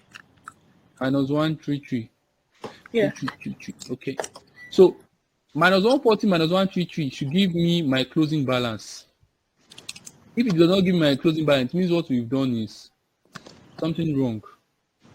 And we need to look for the difference. 112 minus 145. That should be minus 33, not 113. Okay. I think it's an oversight. Thank you. Minus 33. So cash, now look at it. Cash. Wait, we need to run. Cash at the closing. Cash at closing. Cash at closing. So cash at closing. Kini closing. What's the closing cash? What's the closing cash? 2016. 84. 84. So 84 minus bank overdraft. What's the bank overdraft? 267. Okay. So what do we have? Minus 183. Minus 183. so minus 140 minus 33. What is that? Sorry? Minus 140 is Takosoke. Minus 33. What is that? Minus 173. So difference of how much? It means that our account is almost balanced. What is happening? So in the exam, what I will do is I'll still put 183. But let me look for it. It's just 10. Do you understand what I did there?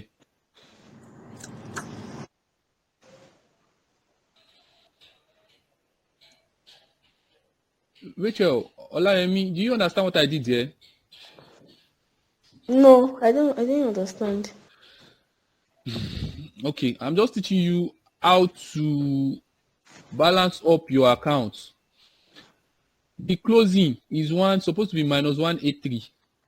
Okay. But this should match up with what you have here as minus 140 minus 33. And Okay. minus 140 minus 33 will give us what? Minus 173. Yes. So minus 173 minus 183, difference of 10. So that means something is not driving. And from all indication, I can see 10 here. Where is this 10 coming from? What is affecting this 10? So please, can you do all those add up that we did at that top so that we can know? It's something that we can figure out. It's supposed to balance like that. How If about you have, this? Sorry. hello, you said what? Sorry to interrupt. The share capital we use, you gave us the figure to be 3920. But from the question here, it's just 391. And we thought that it was one figure that was missing. So 39. Yes, thank you. That's the distance. So now we should balance. Now we should have the same figure. So this one will now be minus 150. This one will now be minus 150. This one will now be minus 7. This will be 75. Let me adjust this. Thank you. That was a brilliant. I actually went to look at their solution. So I saw they use 3 and I find that.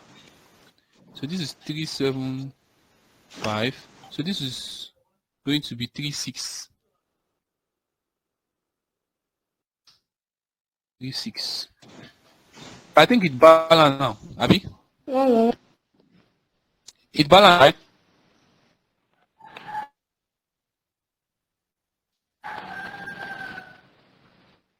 It balanced now, right? Okay, you want to check? Yeah, checking.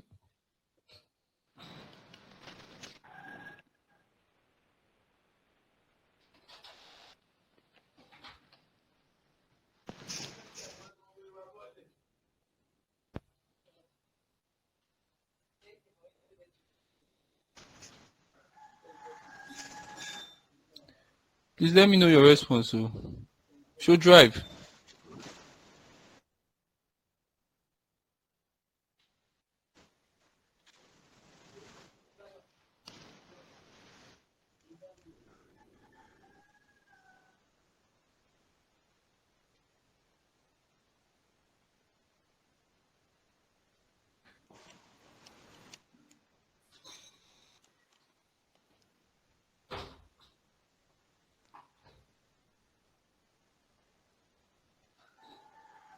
Is that what you are doing? Let me know so I can do it. It's balanced. It passed. Eh? I said Just check. So this one is 3939. 0 minus 279.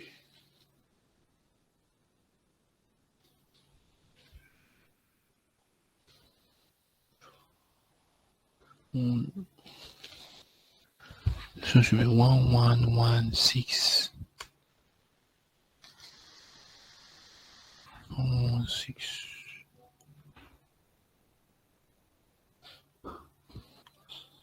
Minus 222 minus 67 plus 838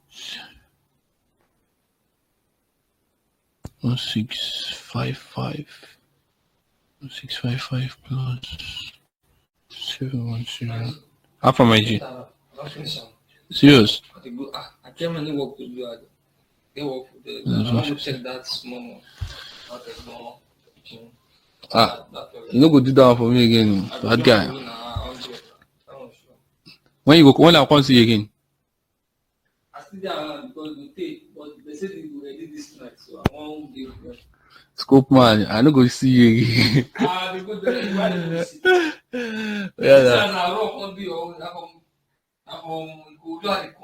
Yeah, no very sorry. So I need to. I'm supposed to enter house, go house. Yeah, no more now. But I need to come as I don't promise you. No shit now, IG. Get out. Get out, Jai. Thank you. How you call the runner from here to house B for the explain? I go to finance am now. We'll talk now, my G. I will call you. We'll talk. Shebi you go still come back now. Yeah, no wahala. Oh yeah, boss. Thank you. All right, boss. So we are done with the whole thing like this. So this should balance. So the issue was from this 910. So uh that is that on that, sha. Any question?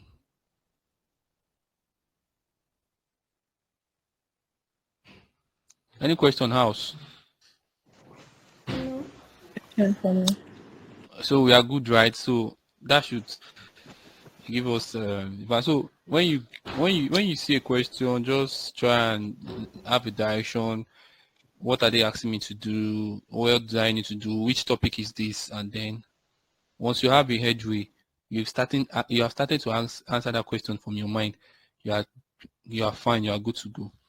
So I pray the Lord see us through exams and we come out in flying colors. I want to see you guys in skills and do well and collect prize winner of Ican. Collect prize winner of Ican. So we can celebrate you guys. So have a wonderful sound evening. Thank you for your presence. Thank you. You're welcome.